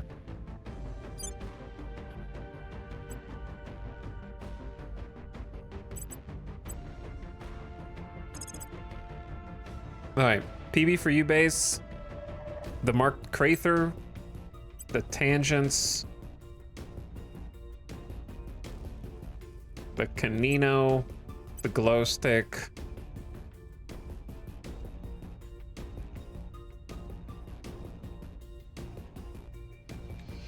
We'll start with that. I gotta...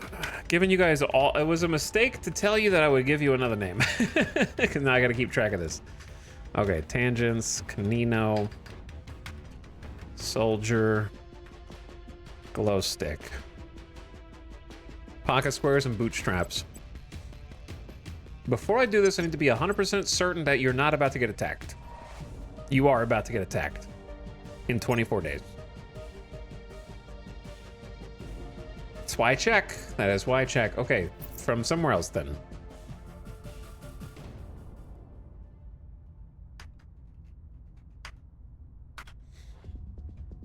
How about Ceres? When is Ceres getting attacked next? It looks like they backed off a Ceres.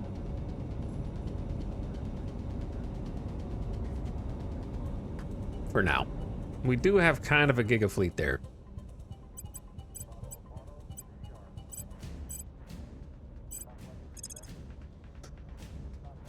Okay, time to get rid of some old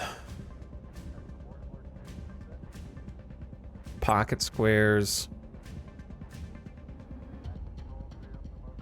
To be honest, the Eraser and the Long Johns were kind of like messed up ship designs that I don't want to just have random ones in here.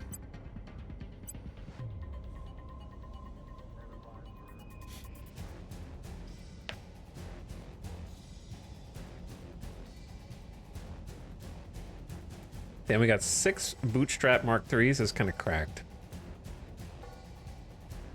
But yeah, the Long Johns were like a side grade that I kind of messed up. they were the progenitor, not the progenitor. They were the precursor to what we now use. I gotta write these down. Wait, I just named CC Chow too. Cursed names.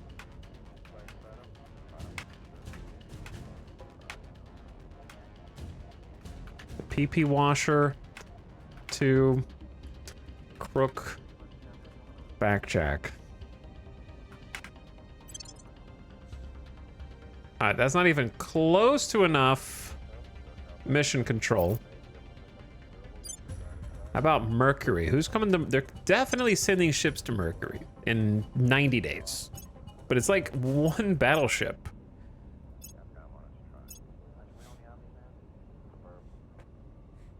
Before I sent all those ships back to Earth, I should have noticed that they were sending a bunch of ships to the moon in 95 days.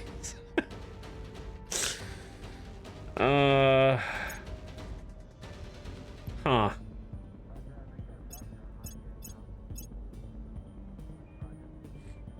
This is too much to organize, man.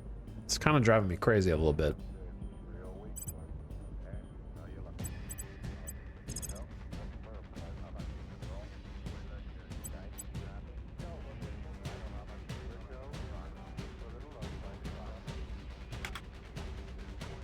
Okay.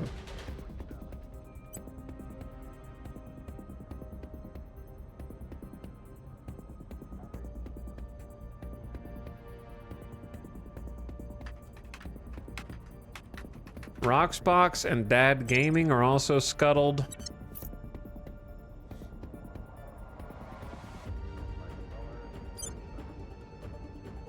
Martian defense.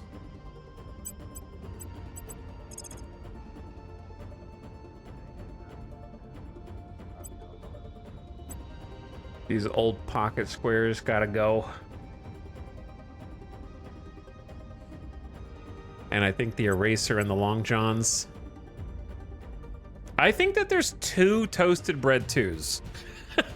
So I'm not writing that down. Dr. MacDaddy, Sloth King Wilson, Metric Treats. Holy.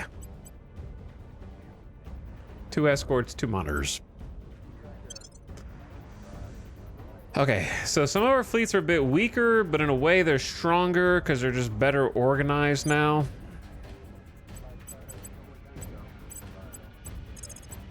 The Gavoon, you're getting scuttled. Did I die around Mars? Well, if you pay attention, you would have saw I just scuttled you, you dingus. That's why I read your name out loud, to write it down.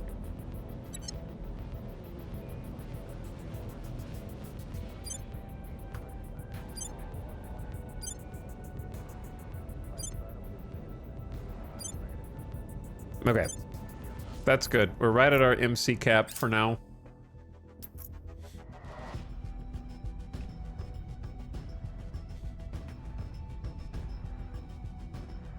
The game modeling decisions about managing obsolete models and investing resources in them is some Hearts of Iron tier logistics details. That's what I like about it. And the funny thing is we're about to make all of our ship designs worthless again because we're going to research another engine that is going to make everything look slow and low fuel economy as a result.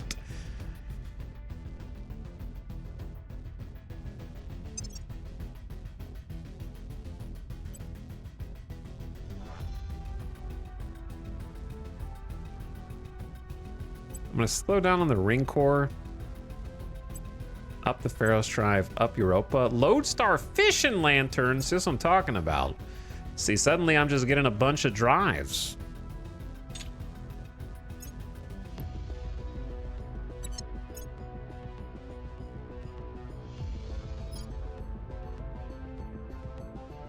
Yo, this thing's insane.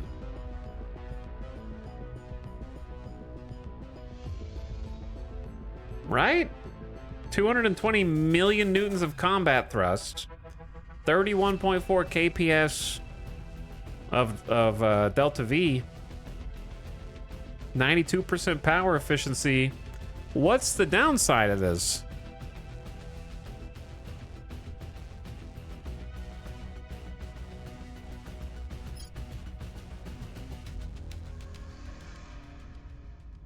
That it costs 10K? Because the Pharaohs seems way worse, the one that I'm researching right now. Right? Because that's only 800, that's only 14.2 million newtons of combat thrust, which is still great, and 25.5 kps. But the Lodestar goes from 14.2 to 220. And they both cost the same materials for refuel, right?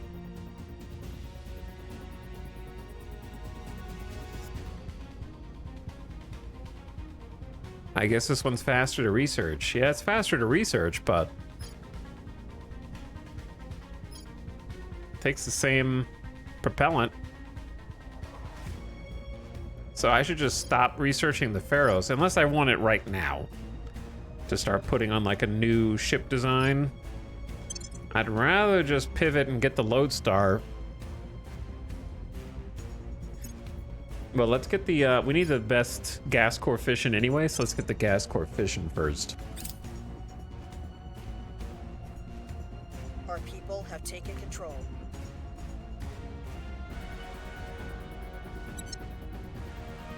And instead of ring core, let's double up. Let's do the vapor core fission reactor, because I don't have enough mission control for the cool tier 3 orbital anyway. Got Mongolia. I gotta defend Mongolia.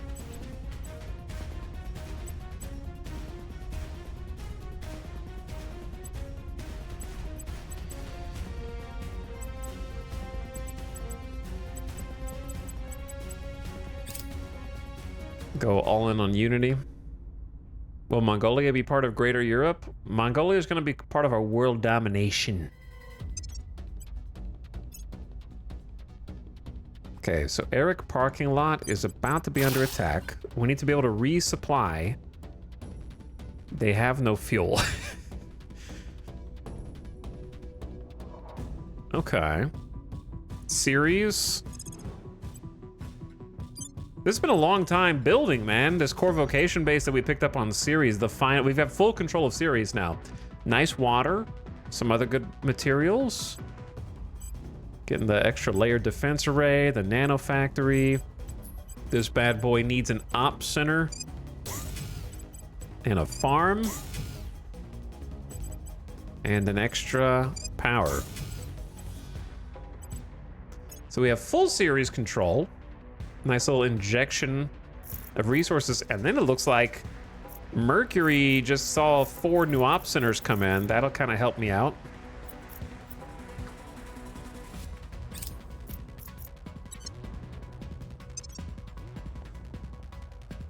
But yeah, we got 21 days to get the Fistef back into space to defend.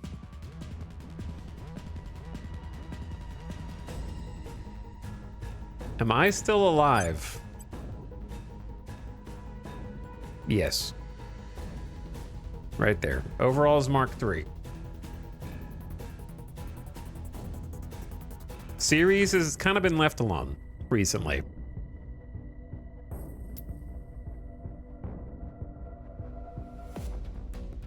Humanity First Earth Defense 5 has arrived at Sucket Protectorate Station.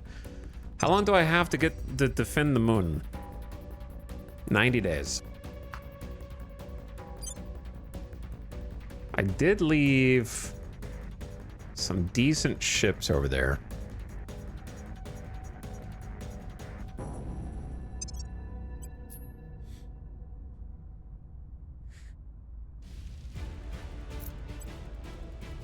Be nice to have a couple more bootstraps.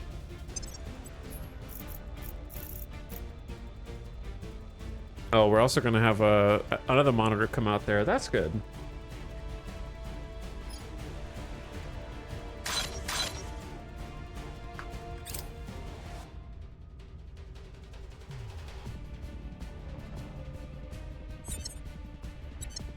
I wonder what Snorble Base is up to.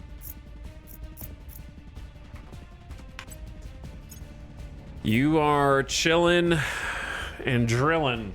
158 water, so a steady supply of water and an op center and double layered defense arrays and a nano factory.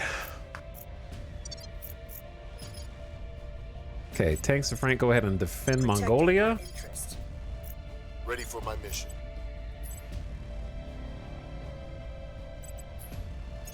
And then we're gonna ally Mongolia.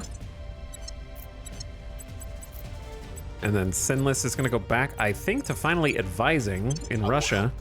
Where to?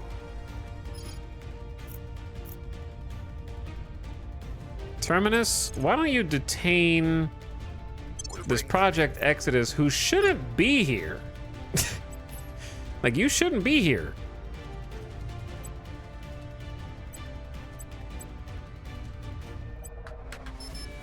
Truthfully. And then somebody needs to actually, yeah, that's true. Sinless needs to defend Switzerland. Securing our interests.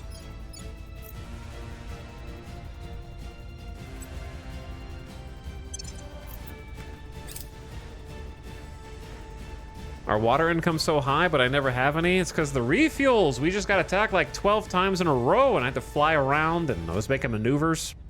New project. Exotic hybrid systems.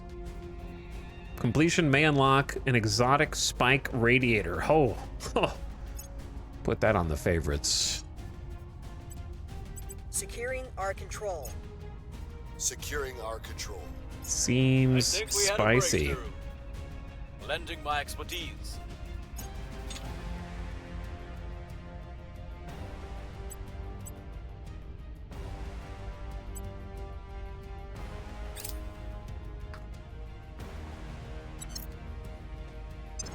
Target secure. Get out of my house. If you didn't come meddling in my affairs, I wouldn't have had to capture your agent. We caught them. Okay. But yeah, speaking of having no water, that's exactly what's about to happen. Wait, they fired her? After I captured her? They let her go. They cut her loose. All right. Go hire someone else then, I guess. Unmoved.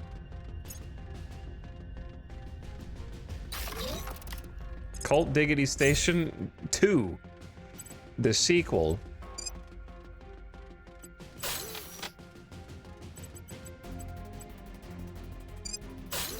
Give it a defense array.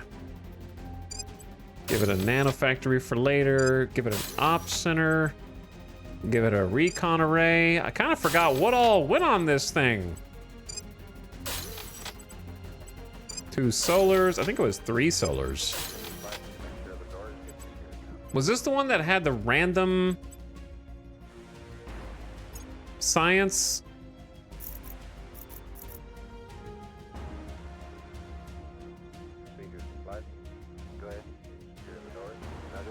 Like, I don't remember.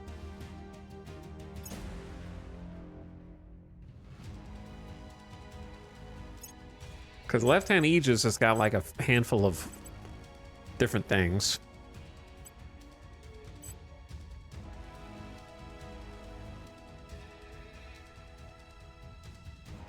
Where is... Listen, everyone should know what's on their own station. Cold Diggity, what the heck was on your station that was under construction? Everyone should know what's on their own. I just asked them. What was... Pop quiz. Hope you studied. Cold Diggity, what did you have, man?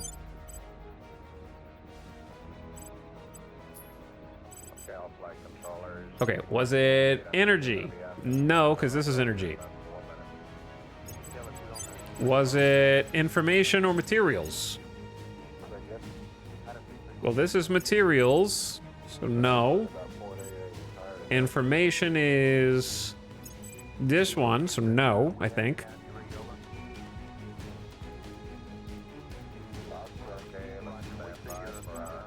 Was it military or social? Military, social, or space? It wasn't military. It wasn't social. It wasn't space. I have all those.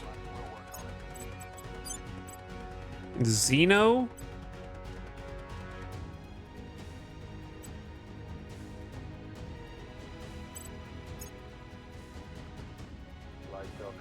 We have Xeno on SEMA. I don't know what you were doing, man. I was building something here.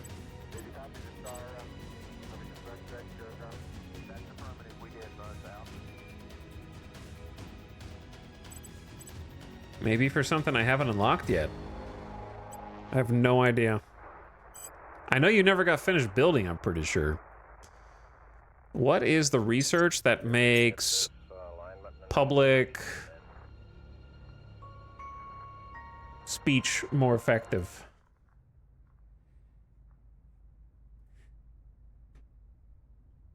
Also, we need a different soundtrack.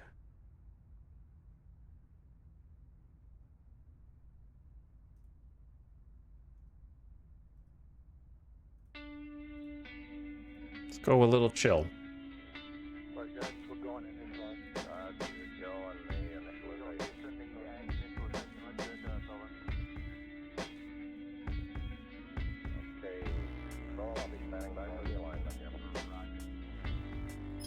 Okay, broadcast. It wasn't a broadcast outlet.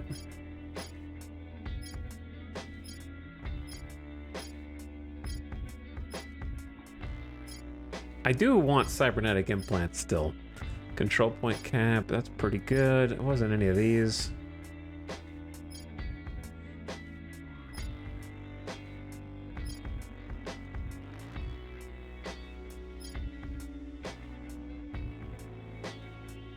Don't think it was any of these.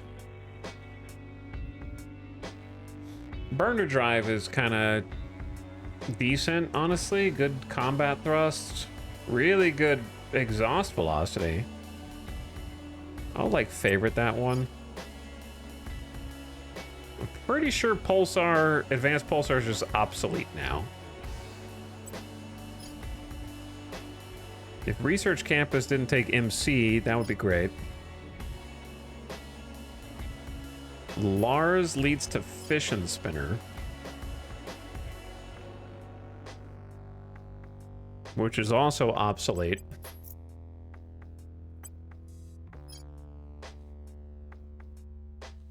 I think Light Bulb is obsolete.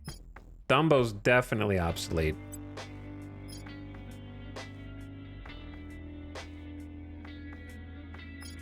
Lawrence, I don't think is obsolete, but I never did research it. Cavity.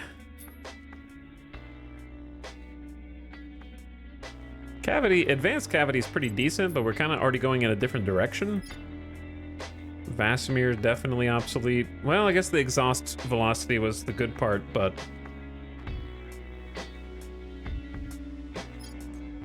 Okay, I'm getting distracted. That's not what I was originally looking for.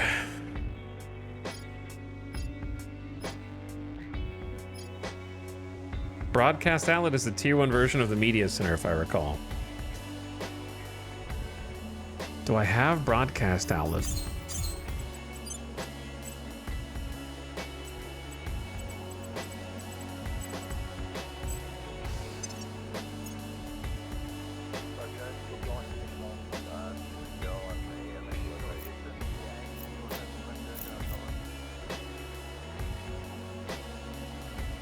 I do. That is probably what I was thinking of. Plus strength to public campaign missions. Okay, favorite that. There we go. And I'll get on that. Thank you. There we are.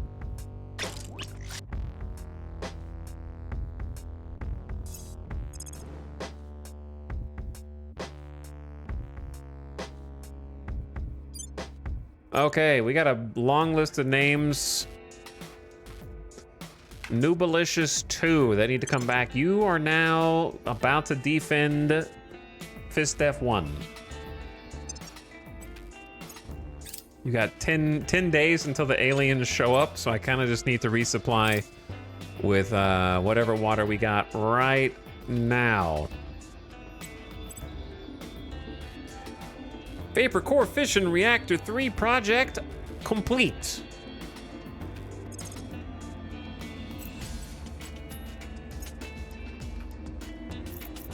Which has a 50% chance to get the advanced cavity drive and a 60 for the advanced vortex. Which are kind of side grades, I think. All right, resupply with whatever you got. What did I click? Oh, I need the research. I knew that. Where's that 500? Broadcast outlets. So I can start building some public opinion support in space. Ripley station in high Venus orbit has been reborn from the ashes.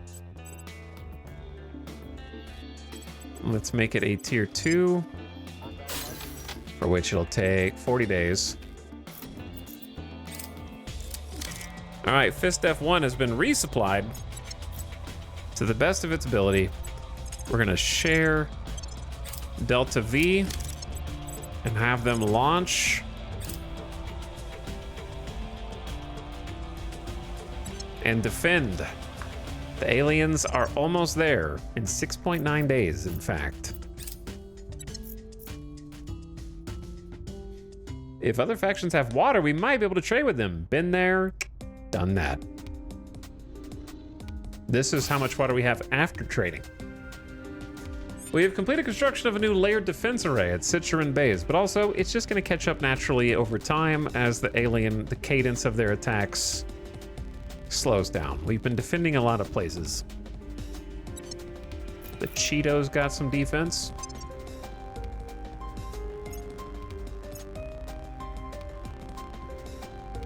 And also as we get better engines, which are on the way.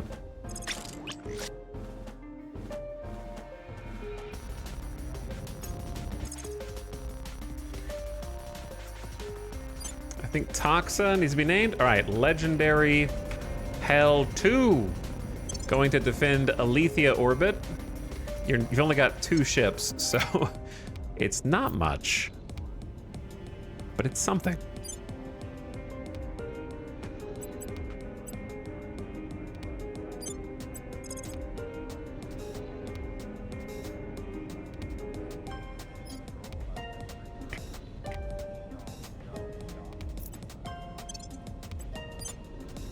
And then this is going to be the CC Chow 3, because you've been subject to scuttling twice. Always in repair. I've got kind of a list of people I got to replace first before I get to you, so I might not get to it tonight. We'll see, because I had to decommission a whole bunch of people that I'm trying to catch up on. All right, Resistance wants to put some points in the mission to Saturn. Let them help us out. Speaking of the initiative, thank you, not the initiative, speaking of the Resistance, thank you for reminding me. They still need to be eliminated after what they did. They can't be allowed to have 2 shipyards out here, unfortunately.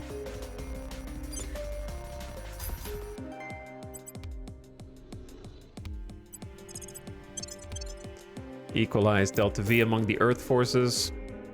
Then I'll dispatch a few ships to go up there and try and deal with them.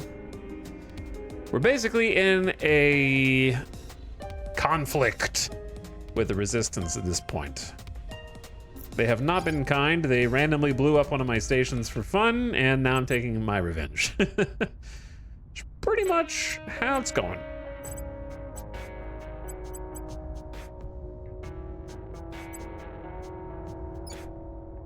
Probably want to try and get North Korea from the servants. Now, I may or may not have taken some locations from the Resistance, and that's why they did it, but they should have just let it happen, because they had no hope of defeating me.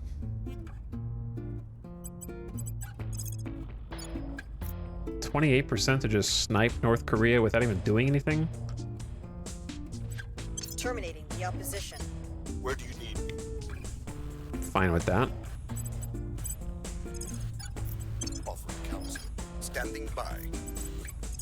All right, we're still looking for the alien. No idea. They have just been completely quiet. They're not doing anything anywhere. They're laying low. So we're kind of just going around detecting. Actually, we can try and trade with the Academy. I just don't really have the materials available to trade except money. But it'd be nice to get a little injection of water.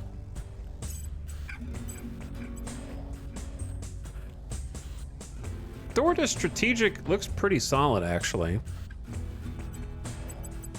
For Restless DK.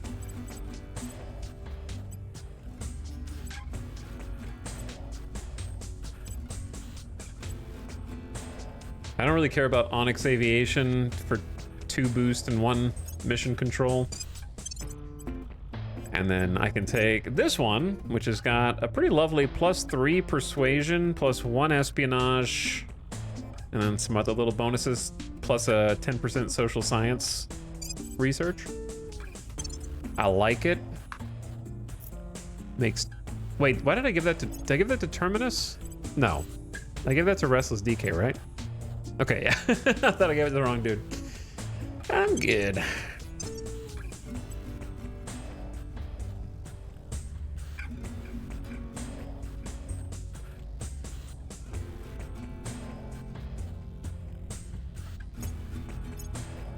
I'm sorry, does that say Divine Vision class Dreadnought Interdictor rallying with Victor 393, who is on their way to Mars in 92 days?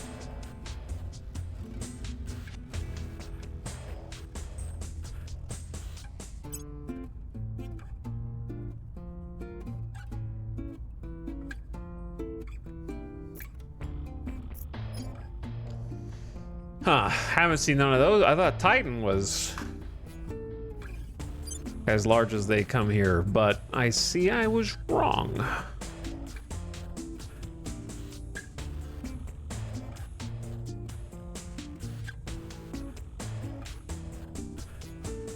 I mean, I have a good amount of ships over Mars.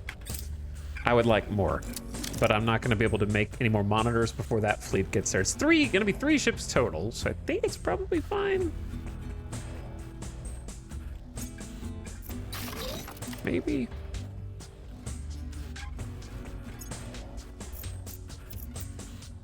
Getting a couple more op centers. Love to see it.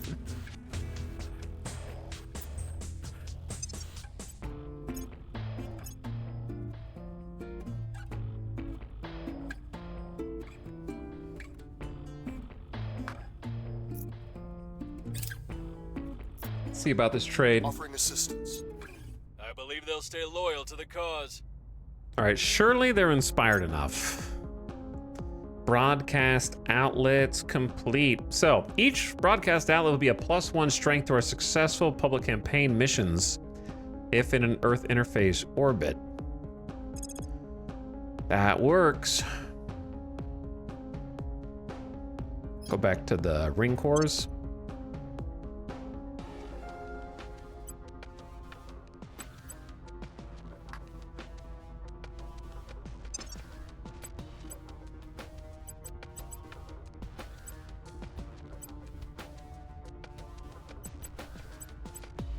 Unfortunately, I have to help them research exo-atmospheric fighters just to get control of the global tech.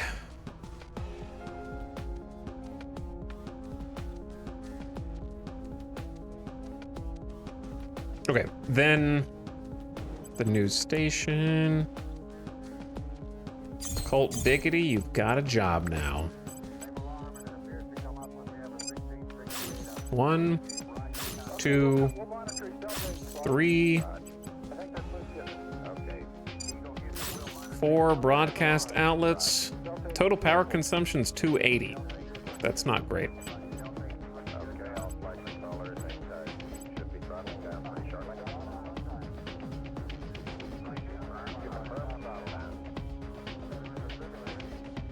Maybe I don't need a recon array here. Can put those somewhere else.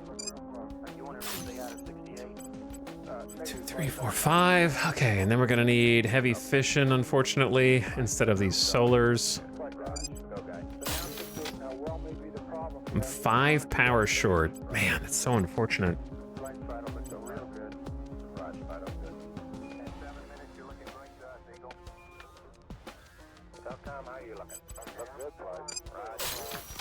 Okay.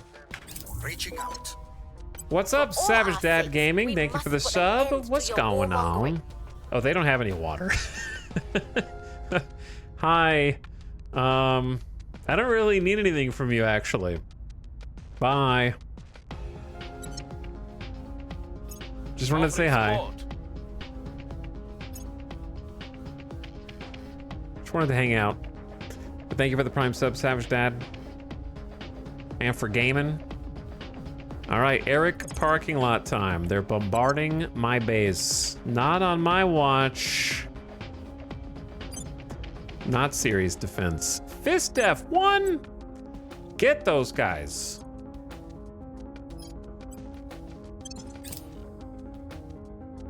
They're overconfident. Way overconfident.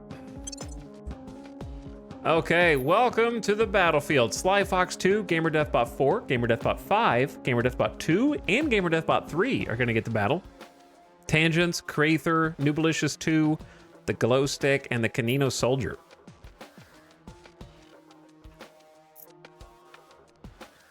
It should be a case of easy, no problem.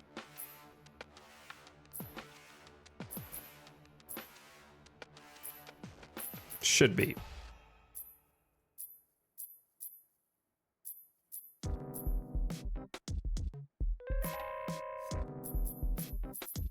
Actually, I like this format. Yeah, this should be a piece of cake. I'm gonna try not to use any fuel because we are so short on water. I think we win just by floating forward.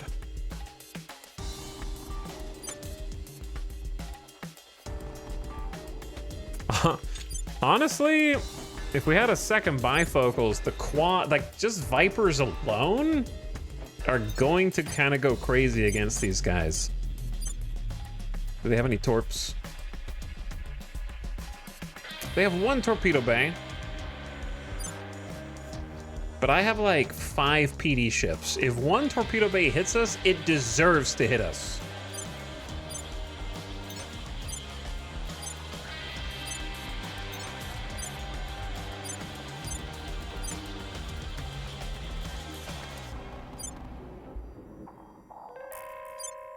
Okay, pocket squares. You guys are about to be decommissioned, so honestly, just shoot your copperheads whenever.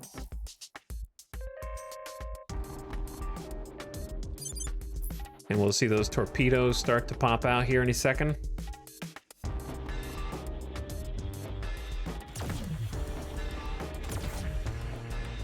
There they are. All 12 of them.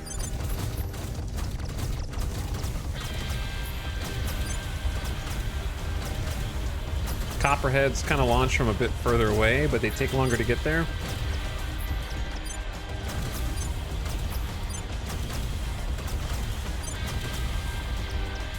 I kind of feel like we win this with just Vipers.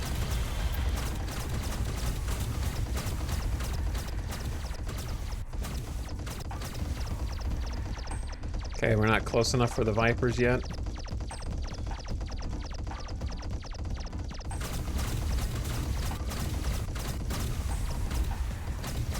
If 5 PDs can't stop one torpedo pod, then I'm gonna decommission all of them.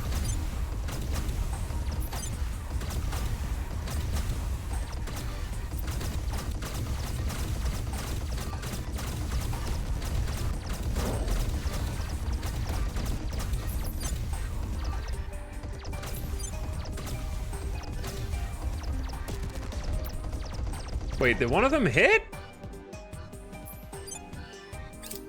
Did it hit the Sly Fox, or did it just randomly make a I'm exploding animation for fun? I think it just like pretended to be exploding for a second. I believe the torpedoes have been intercepted. Wait. No, they haven't. Not yet.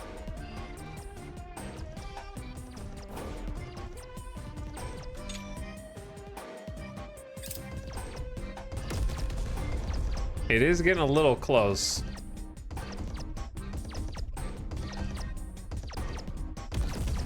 Because they kind of all shoot at the closest target, which does get annoying. I wish they could diversify and shoot different targets for efficiency's sake, but then I guess that they would be too OP. And then nothing would ever get through.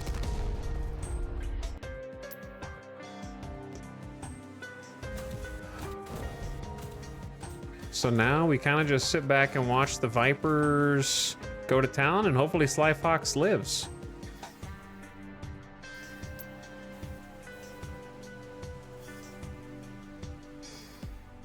I love the 40 mil cannons just for the sheer amount of NACA. I enjoy that also, yeah.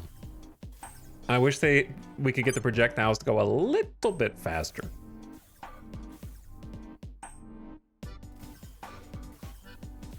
Good luck, Sly Fox. I think with all the Vipers we've got, you've got a pretty good chance of survival. Look how much faster they are. It's great.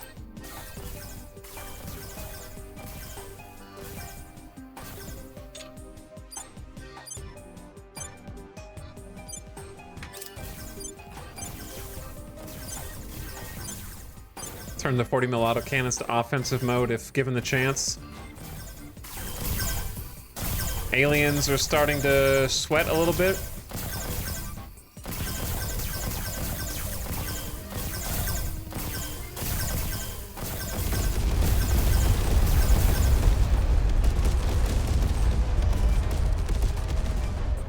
And that was just the Vipers, big dog.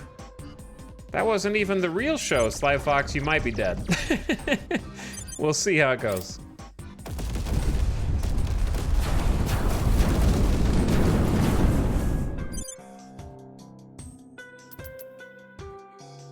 But maybe we put out the fires and safe. Well done. Another successful fist death. Okay, you guys need to land.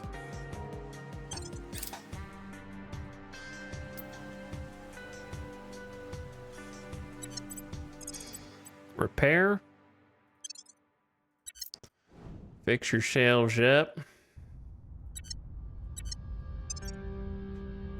And then we got some earth problems in 33 days. The lunar, oh no, the lunar problems. I didn't queue up the ships in time.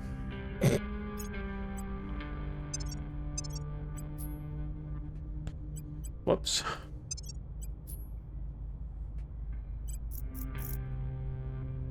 No, I did. I got 2 bootstraps. Something.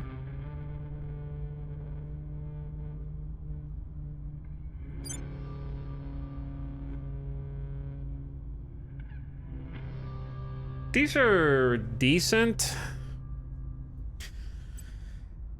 These are decent. We'll have 3 bootstraps. I don't know if I'll have time to crank out another one, but I'm gonna crank out another one.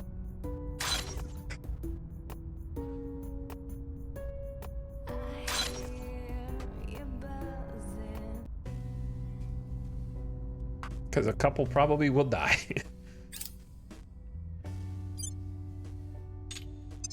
How are the Earth shipyards? Full. Okay.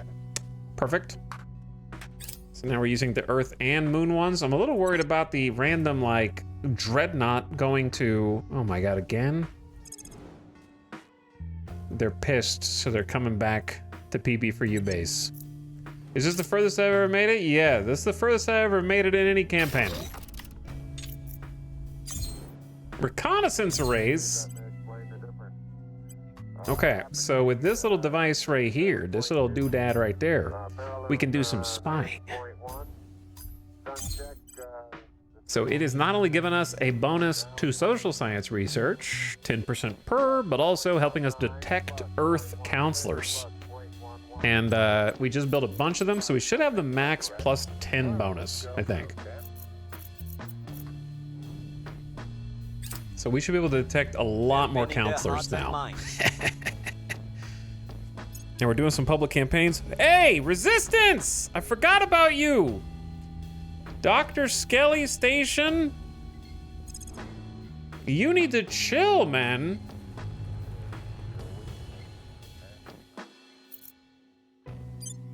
Okay, we're gonna have to do 2 things here, brother.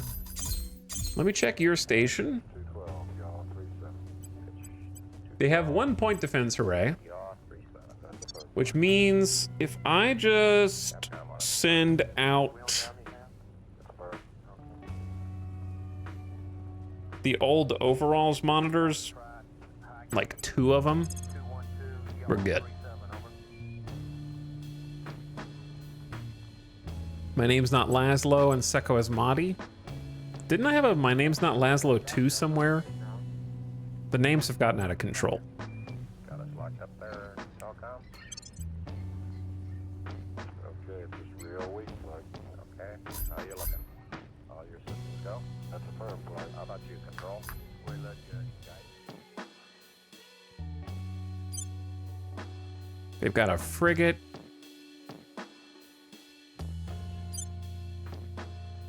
And a 40 mil autocannon escort.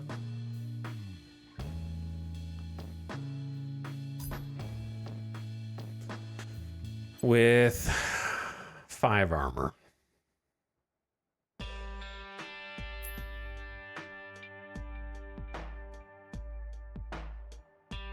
Thinking, sorry. Hold that thought.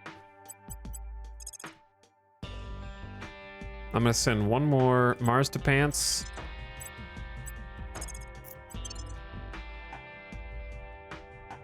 Ad started? Why does the ad always come in at the worst time? How does this happen, dude?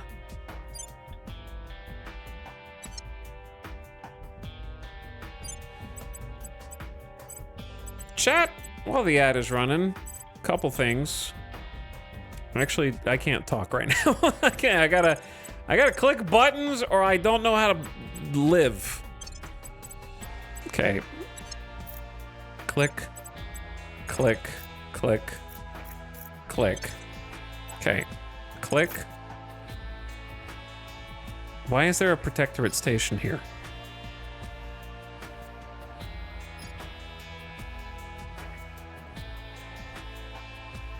I don't know if we're gonna have enough fuel to go from here to anywhere else.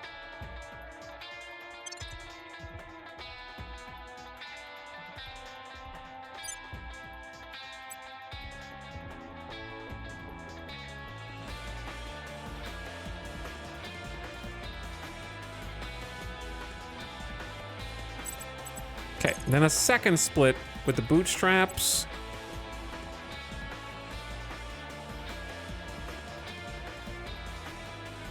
And an overalls class 1 monitor. Transfer to Dr. Skelly Station immediately. Okay, now that I've queued those two things up, I can do other things.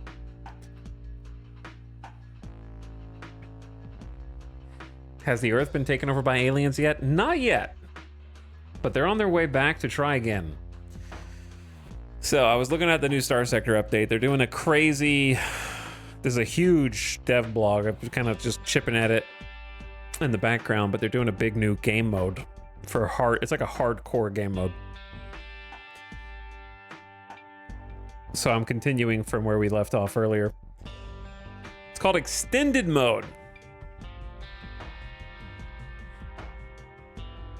Colonies can make an extreme amount of credits when built up, trivializing the rest of the game, allowing the easy use of top-heavy fleets, making the cost of supplies, fuel, etc. a non-concern, and so on. In Extended Mode, which is an optional game mode, you don't have to play it, they are more appealing for non-credit printing reasons. It makes a lot of sense to rein in their credit capacity. Thus, a corruption inefficiency mechanic. The more income there is, the more of it doesn't make it into your accounts. This soft caps the gross income produced by colonies. Basically, past a certain point, doubling the effective income requires increasing it by a larger factor. In theory, the income is not hard capped, but since this is done with the gross income, not the net, upkeep can easily outpace it, so there's a sweet spot to be found in terms of the number of colonies and industries, which isn't max amount of everything. The goal is to make colonies something that gives you capabilities, storage, resupply, slipstream, visibility, etc., and only a rather limited income that helps offset the cost of running your fleet instead of trivializing them. Okay, listen, I think all these are great changes for the most part, but I have one thing that I haven't seen addressed yet. How do you make more money? What I'm trying to say is, if colonies are meant to only help offset the cost of running your fleet instead of pay for your fleet, then where else am I making money? In the colony stage. Because pre-colony stage, they did mention going in and signing up for another faction. But when I'm past that stage, how do I make money?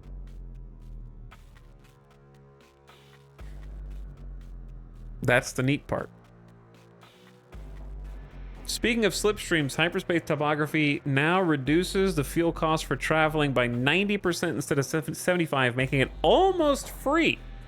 This change applies in both normal and extended mode, but is much more impactful in extended mode. We're getting even a middling fleet enough fuel to get to the fringe of the sector and back is not at all trivial. To make this more practical, the range at which a neutrino burst at a sensor array reveals them as much, much larger. You can stop by on the edge of the core, do a burst from an array in a core system, and have enough information to plan your voyage. In addition, slipstreams only change once a cycle instead of twice, so you're more likely to get to know the layout, and the information that you acquire stays useful for longer. Since travel's so much harder, bounties outside the core have had their reward increase substantially. Thank you. There you go. That's good. I've always said that bounty payouts suck. Now, here's the problem. Have they increased enough to offset the new upkeep costs? Maybe not, but at least the rewards are going up too for that. Both officers and AI cores are much harder to find, though in practice, I don't think officer availability would be the principal limiting factor, because building up a fleet takes longer. The more important change is that officers receive combat pay per deployment, scaling up based on the size of ship they're in command of, and disproportionately larger for capital ships. The numbers are still TBD, but they start out at 1 times the officer's monthly pay for a frigate deployment. Oh my god. Fielding officers is going to be so expensive. You have to pay them a month of salary per deployment for frigate. Whew. There was no one around to say no to any of this, you know what I mean? Alex just kept on going. The goal is to make deployment costs more pronounced to reward getting more done with less. The supply recovery is not enough to matter late in the game. At the same time, the way the combat pay scales adds some incentive to use smaller ships. In particular, combat pay for an officer in a capital is comparatively very high. Trade and smuggling. The baseline tariff for using the open market is 40%. Using the black market requires bribery, which amounts to a 25% tariff. Holy. But that can be reduced to 0 by sneaking into port with the transponder off. Wait, never mind. And is always 0% at free ports and for factions that don't require the transponder on for trade. I do that anyway. Isn't that the same thing? I always sneak into port with transponder off, so has anything effectively changed there?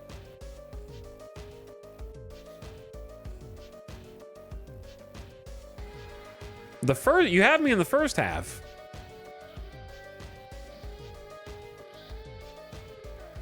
I don't really think this is a nerf. Combined with higher prices for a lot of things, sneaking in becomes very appealing, though not strictly speaking required. It is, let's be honest. But at the now there's just even more incentive to only sneak everywhere.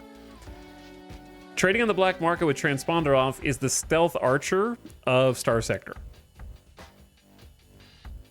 You know, you just have to do it.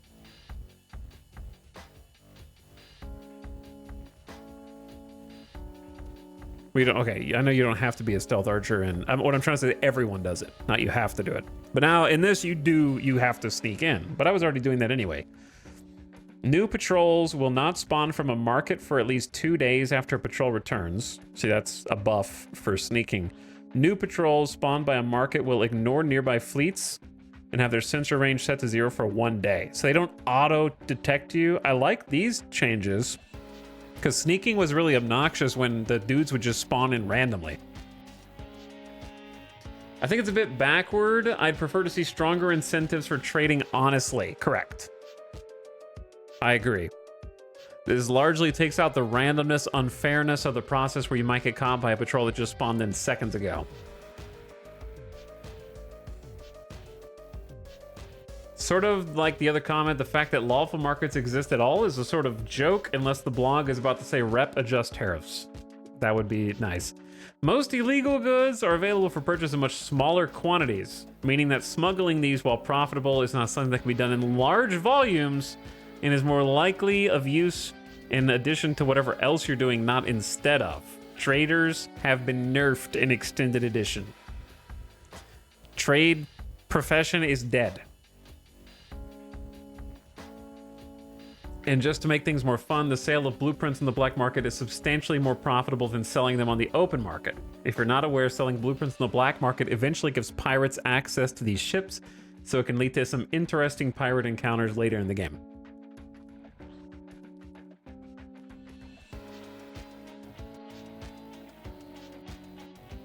Yeah, I want to see more in the trade and smuggling than what is there. Because I agree. Now there's just, it's sort of like unchanged, except now there's much smaller quantities of resources. And other than the quantity change, it's slightly easier to smuggle.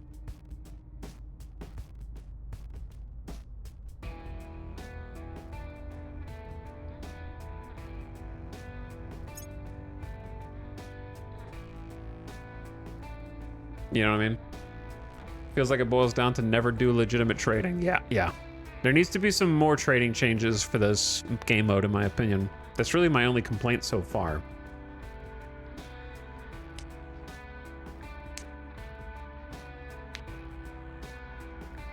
The only thing I've seen positively in terms of making money is being a you can, if you weren't here earlier, if you in Star Sector, if you sign up to work for another faction, they have increased the bounty payouts.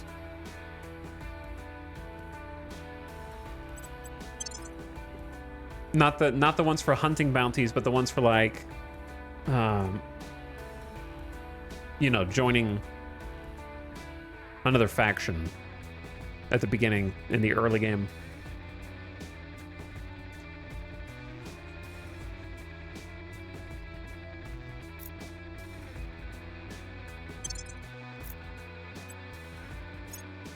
Okay, let's hope that I haven't overestimated. We're attacking a station right now. I sent a bunch of overalls Mark 1s to attack the station. So I'm hoping I didn't underdo it. Actually, how much fuel do you guys have? None. Okay. It's possible that I sent all 3 of you to your death.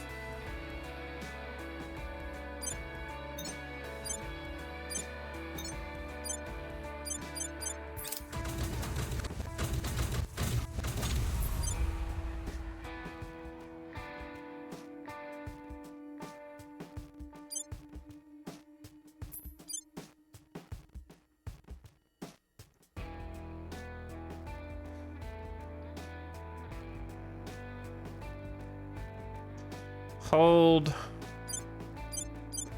that thought, please. Now I may have really screwed up.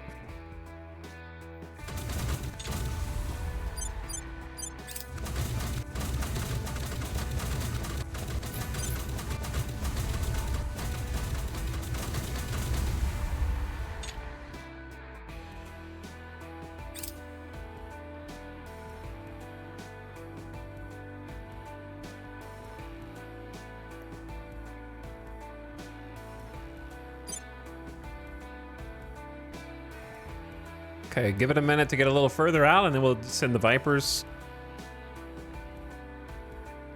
There's no way they have enough PD for all this. Just not possible. Then throw in the Vipers.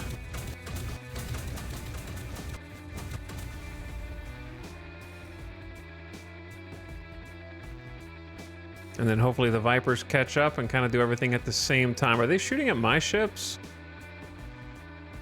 Or is those just missed shots for point defense?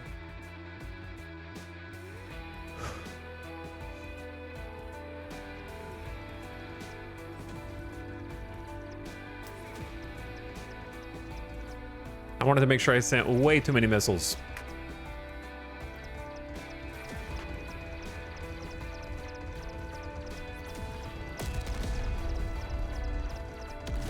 Like, tariff goes down as volume increases? I don't know. I should have sent the Vipers a bit earlier, huh? They're kind of just now catching up.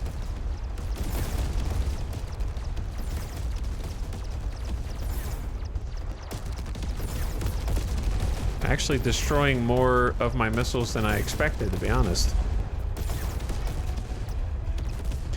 But it won't be enough. Bye, little 40 mil escort. Thank you.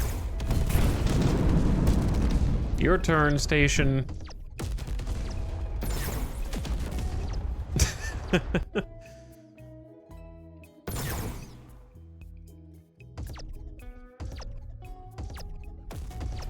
Goodbye.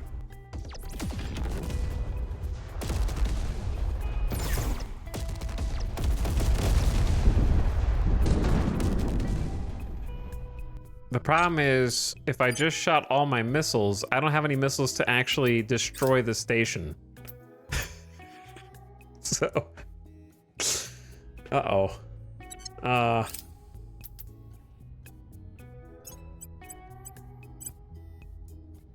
Yeah, is the station blown up as part of that? No. I'm stuck.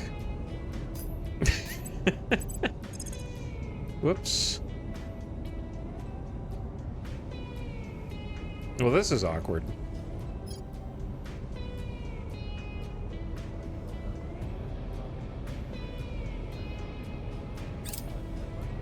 Someone's gonna have to come, like... Hang on. What can you guys do? Can you make it to... Kiera B?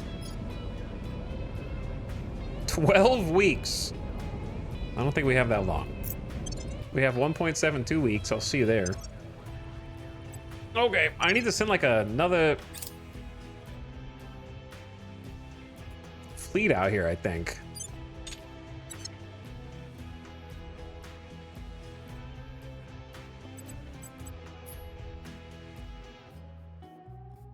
Because now I don't have any weapons to blow up the damn station.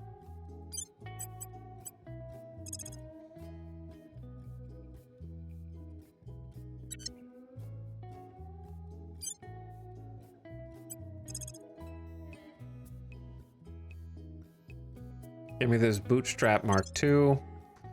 Send the Bootstrap Mark II.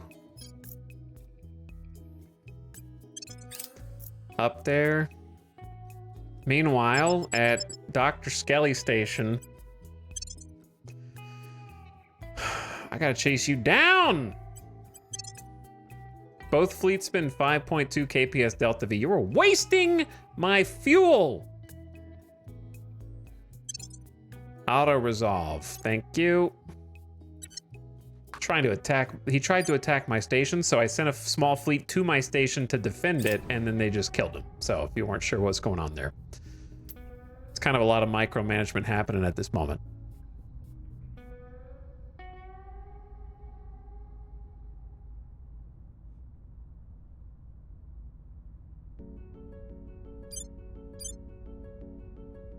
Did I not send this?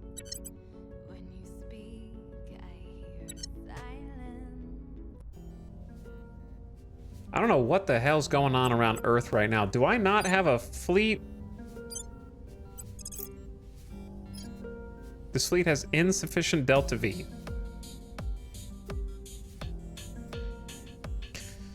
I don't know what's going on.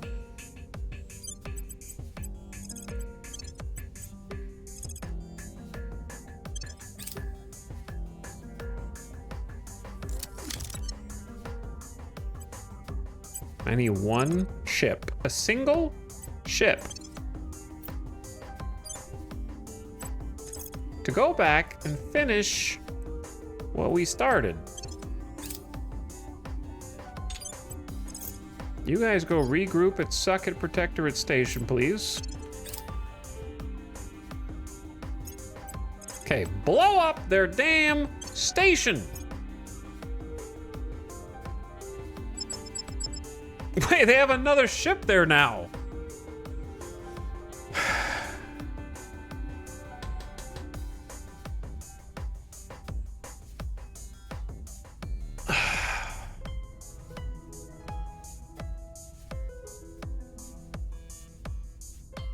I don't know if my little ship with 40 mil autocannons can beat their little ship with 140 mil autocannon and a light rail cannon Mark III. By itself.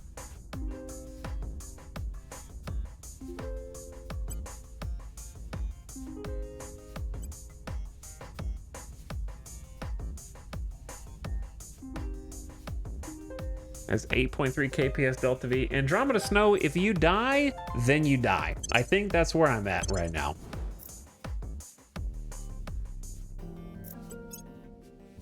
Then it's a skill issue because you're an old Mark II.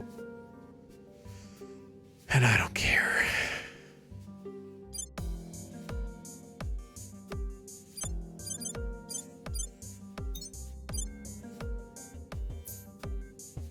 I think it's better to use what fuel you have left to just fly into bro. Is my ship dead yet? Nope. Unless your name is Andromeda Snow.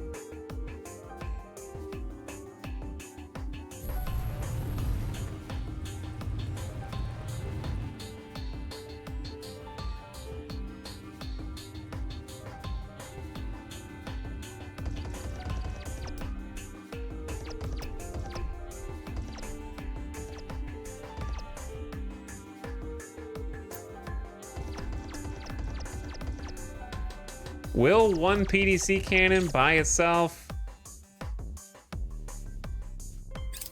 be able to defend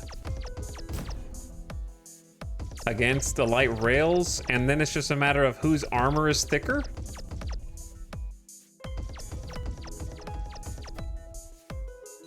These ones are just missing because they were shooting at where I was versus where I am. Okay, the other one's opening up.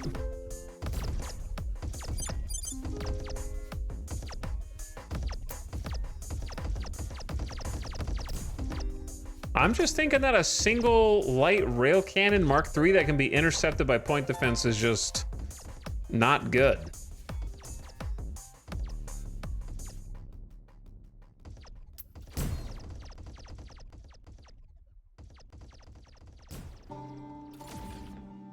Okay, he's shooting with his own Mark III, so we're just gonna be trading blows.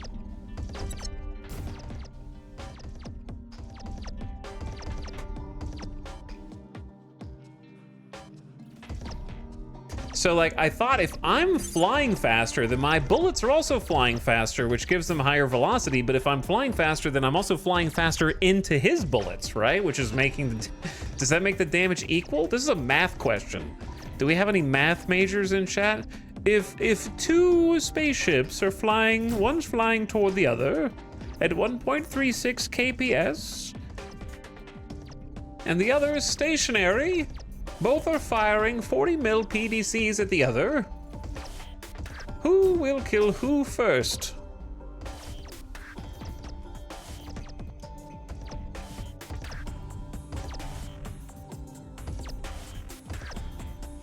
It kind of seems like I'm in a bit of a risk here.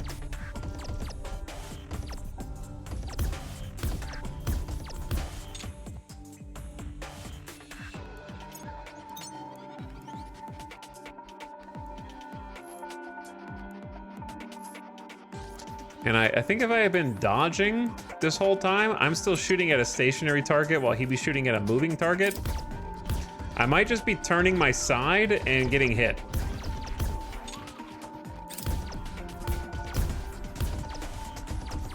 So this might be RIP. We'll see in a second.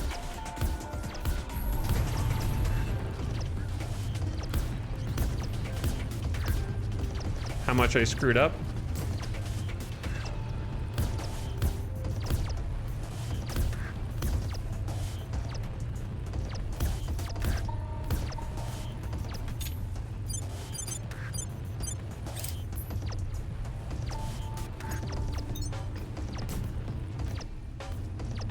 And then I'm gonna open up with both 40 mil autocannons. And then flip back around to face him. Nose forward.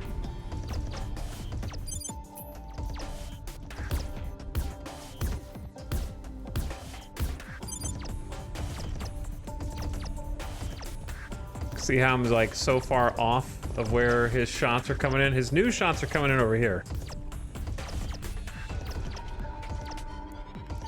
Okay, and then we flip, rotate back around, and just face tank in the nose. And hopefully both autocannons alone is enough to kill him before he kills me, I think.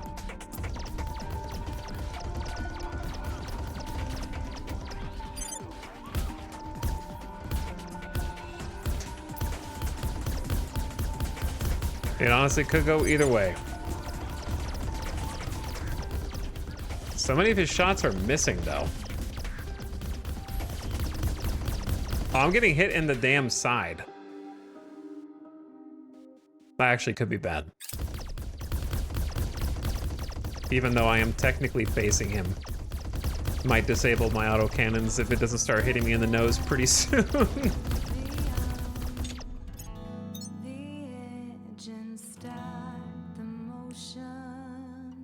Shut up!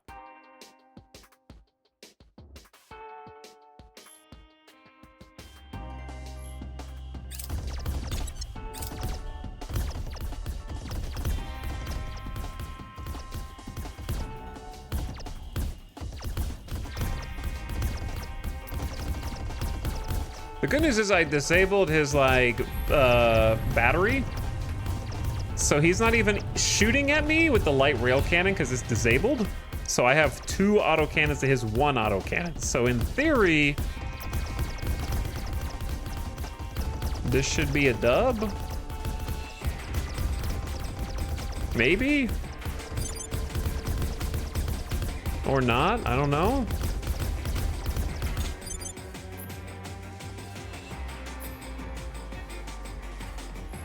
I'm kind of like straight up out of fuel.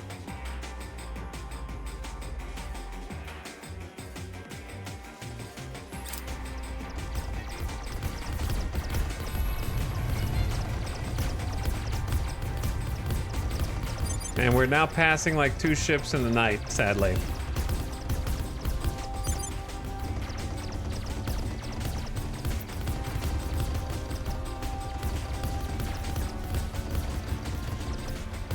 This is kind of awkward.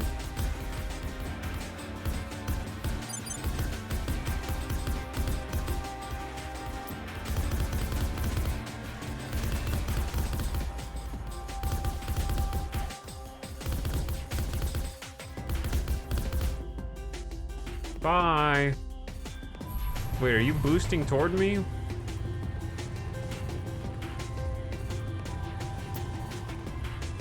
Dude, I'm already like way outside your range, brother.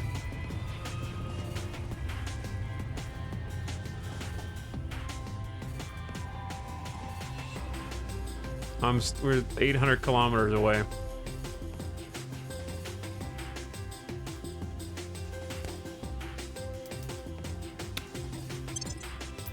Just gonna offer to end the battle. So dude, communications hub. Okay, give me a second. Now I gotta send another ship over. Hello?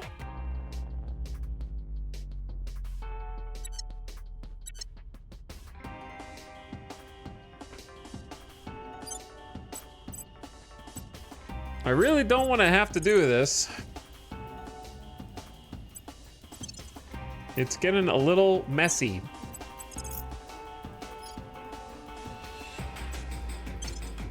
Bro's kind of just a pain in the ass. They're just like, haha, I'm gonna attack you now.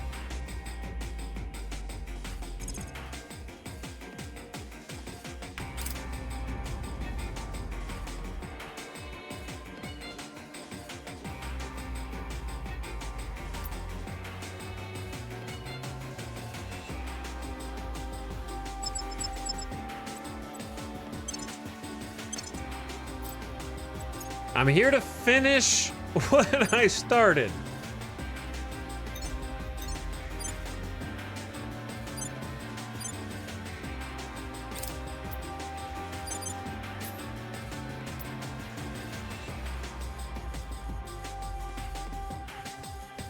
Pew pew pew pew pew pew pew pew pew pew.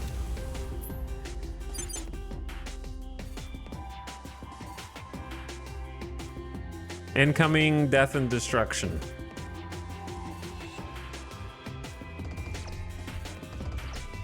You got 140 mil PDC in a dream.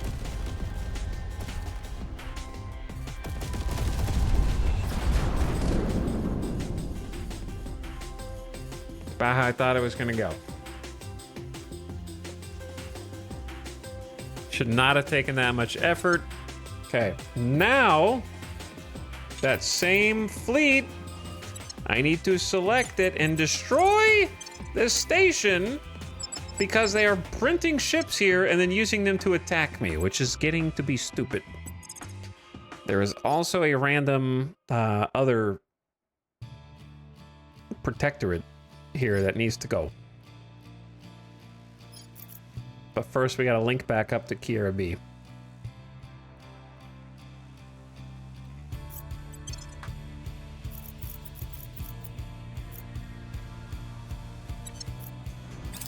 Okay, now the resistance should not be a threat around Earth.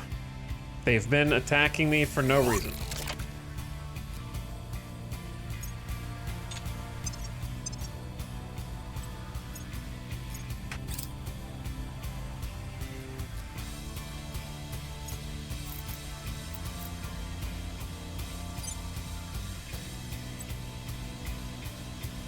I forgot to rescue my other ship. Okay, I'll come back and rescue you in a minute. Removed some threats. We now control North Korea. Why? I don't know, but I do.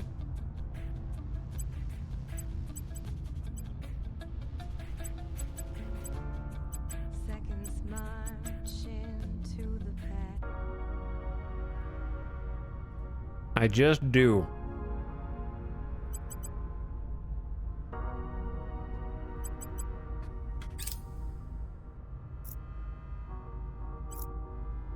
I'm gonna try and stabilize it, question mark? I don't know. I got the servants. The servants control one less nuke. That's pretty much what it was.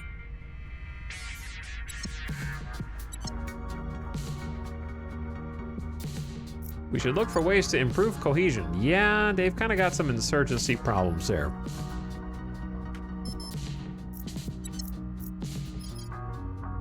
Okay, Tanks of Frank, can you defend? It's safe for our people.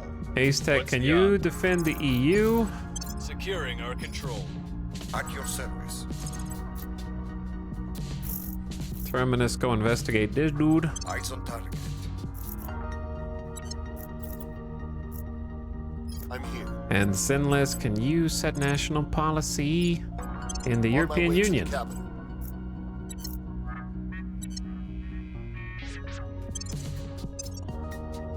Earth in 22 days. We need to have all of our shit together in 22 days. Securing our control.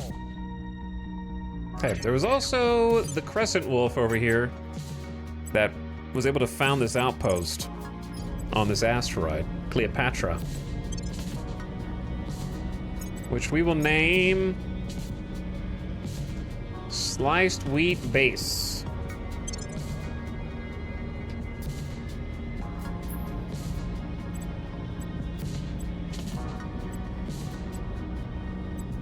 Just kind of claim it for later.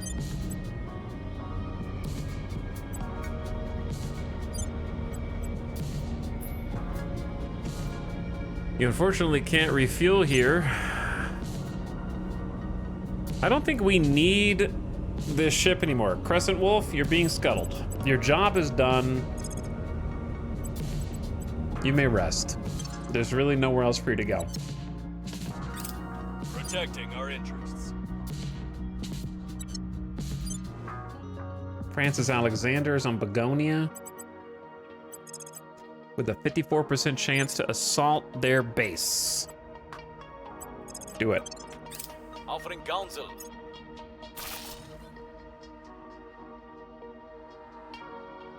They repelled it. Do it again.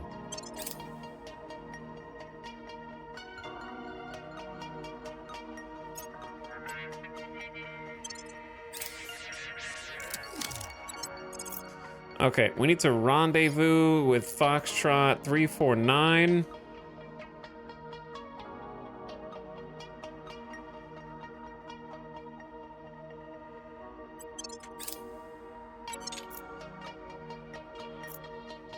Flying Lima Bean's base is being rebuilt. Do the crews of scuttled ships just detonate their own ship and space themselves? It's just bad. Listen, they have tiny life pods with just enough food. They go into a cryostasis sleep in their tiny pod, and gravity well, they get on a gravity well course back to Earth orbit, and we pick them up. Something like that. All right, I captured their stupid base and accidentally blew up the mine here. I don't even know if it's worth... Do I want this base for 63 water right now? I'm gonna decommission this hab. Bye. Okay, Francis Alexander, your job is also done. I'm scuttling this one. The Fanny Pack Mark III is done. Mission accomplished. I have new information.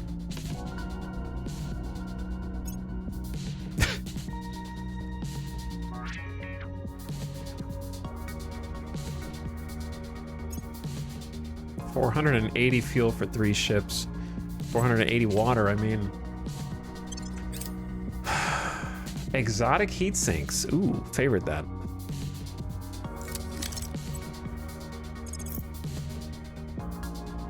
Okay, I'm trying to regroup everybody. But it's not easy.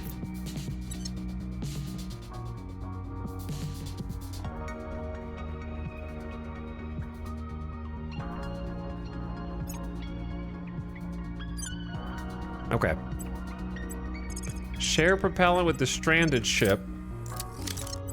Then now they're rescued and you guys should together be able to make it back to Caribbean Station in high orbit.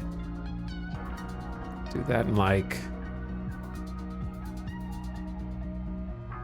4.26 days. How long until the aliens get here? 15 days. That doesn't seem very long considering everything else that's going on.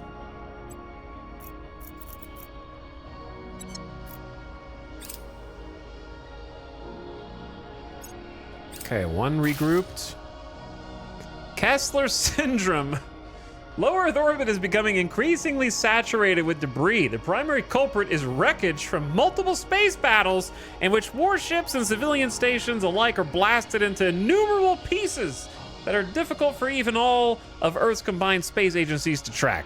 The density has reached a level where collisions between debris create even more debris, leading to an unstoppable runaway effect, such as the folly of war. Debris in low Earth orbit increases by 10.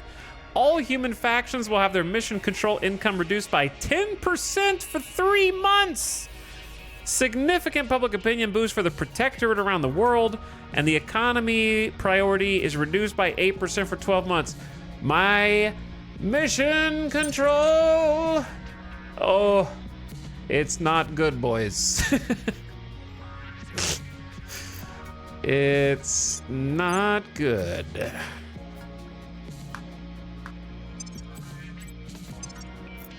I am negative 25 MC now. My Mercury bases are about to go offline. Why is there a station for the Academy here? Get out of here. This is my planet.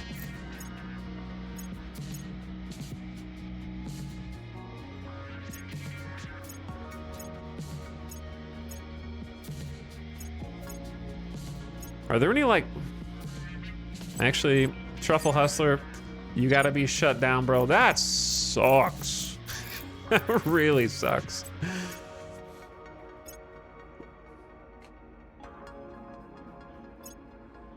Right now, the water is like the most important thing.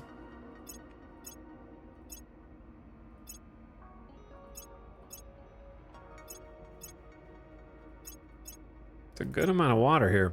Better, I think I'm just gonna have to turn off some mercury metals, sadly, for 3 months. That's what really stinks. So we're just kind of temporarily shutting down mercury.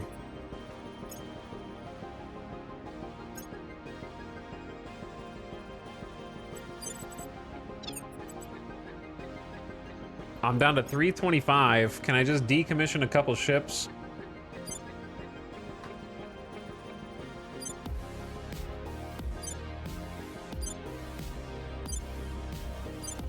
Oh yeah, I was gonna decommission some fist stuff.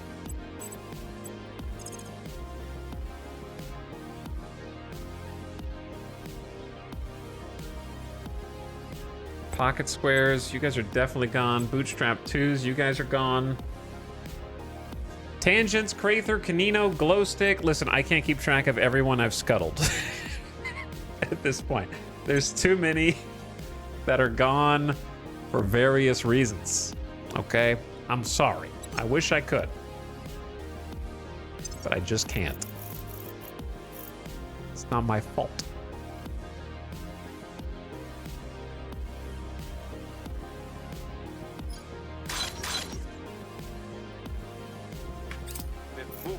It was only 5,000 channel points, you know? Get over it. Your service has been noted. Mission complete. Welcome, Bulgaria, to our European Union.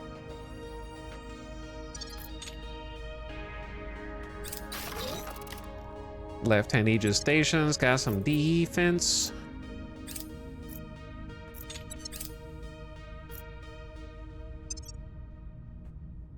Terawatt gas core fission reactor 2, favorite that. Okay, we made it back to Kiera B. Hit the repair. 5.7 hours is pretty fast repair.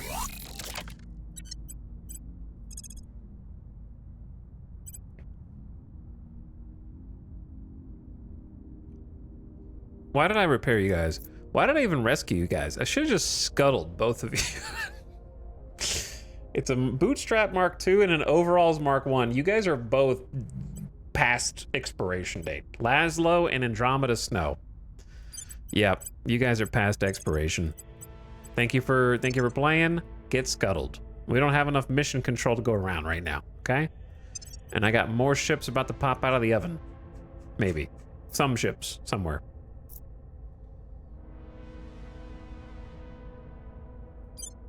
Earth Defense 4 looks really tiny now, actually.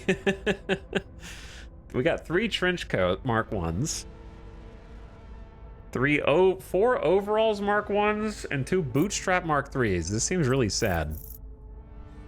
And then we got trench coat, bifocal, bootstrap. So we're already making more ships. You're like Oprah, but scuttling your audience.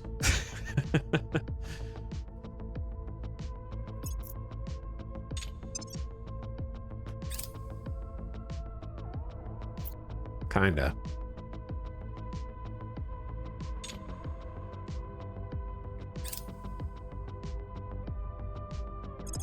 The Academy is poised to outpace me. Not if I can help it.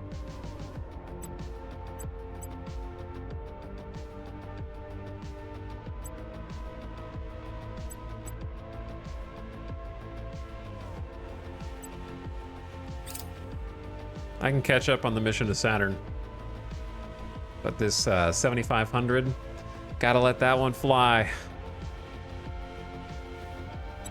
I don't know for sure if I'm gonna hold on to North Korea or not. I'm kind of just gonna chill on it. It's a little far away and difficult to enforce. Well, it's not that far. Technically share border, kinda.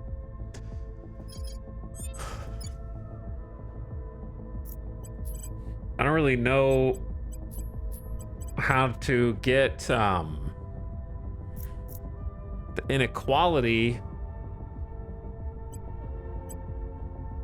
with what am I supposed to do with 1.1 monthly investment points? You know? What am I supposed to do with that? We need unity first. Just kind of hang there for a bit.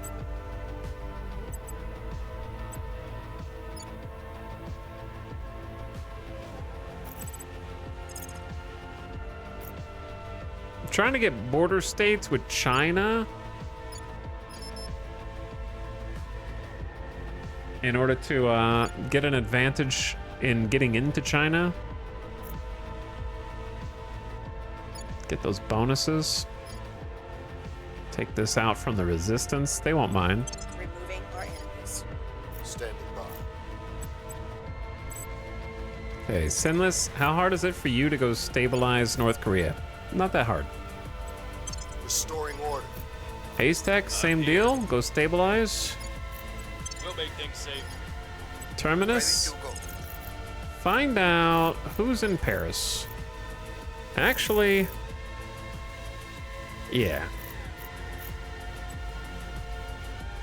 Tracking target.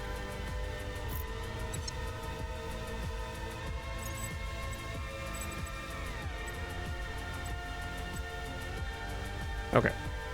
I like the science one, but also... Oh, you actually have a level up. Esau? So I can take the science one. 10% to space science research and +2 to science for you. You got 22 science. That's very respectable.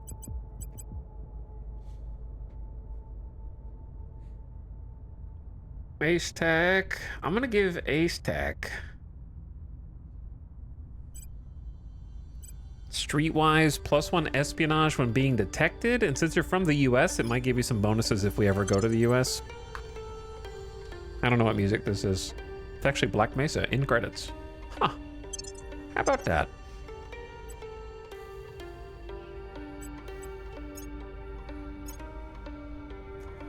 Oh, look at this docket, man. Less than 7 days until Earth battle. 25 days, second Earth battle with the Titan. Mercury, 38 days with a random battleship. Low lunar orbit with a gigafleet. Then 61 days, Mars with a battleship and a dreadnought for the first time. What is, like, give me some peace and quiet to rebuild.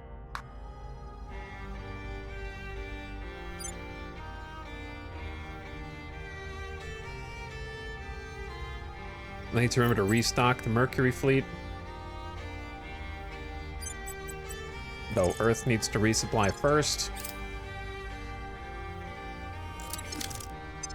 Imagine having water. Imagine having water. I'm gonna resupply Mercury too, just to remember to give them missiles and whatnot.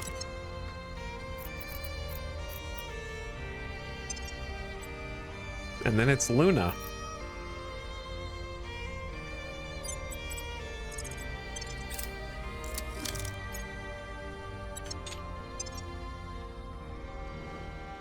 Okay, and that chat is where we're stopping for today. Inbound, Earth, battle, and everywhere else, Dreadnought. Monkas. The whack-a-mole battles continue. We only had like one semi-defeat today, otherwise it went pretty well. The hard part is I'm currently trying to like modernize my fleet, but what's funny about that is I'm about to unlock a drive that is going to immediately unmodernize my fleet.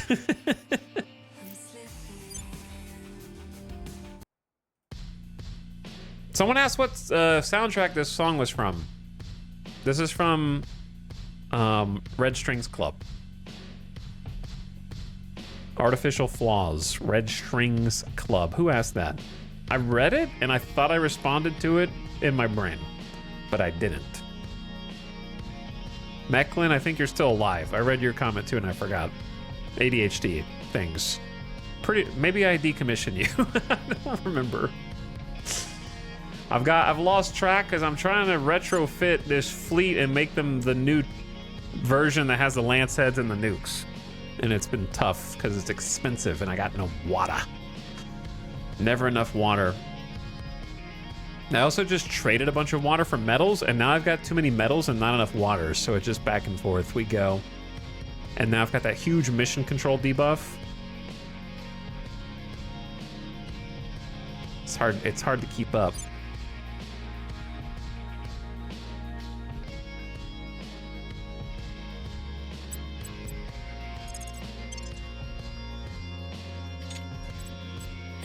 Anyway, somehow I'm still alive in this campaign and about to finally get a sick new drive that'll let me do some cool combat maneuvers. Thanks for hanging out. Thanks for watching, gamers. Thank you for sticking around to the end or watching the VOD. Hope you had a nice Monday. Thanks for spending it here. All right, I'm gonna send you guys out to the void. I'll see you tomorrow, probably. There's a decent chance. There's a reasonably decent chance. I should see you tomorrow. I want to find some new stuff to do this week because this game's fun, but I want some novelty in my life, you know? All right, I'm gonna get some food. Catch you guys later. Get out of here. Come back tomorrow.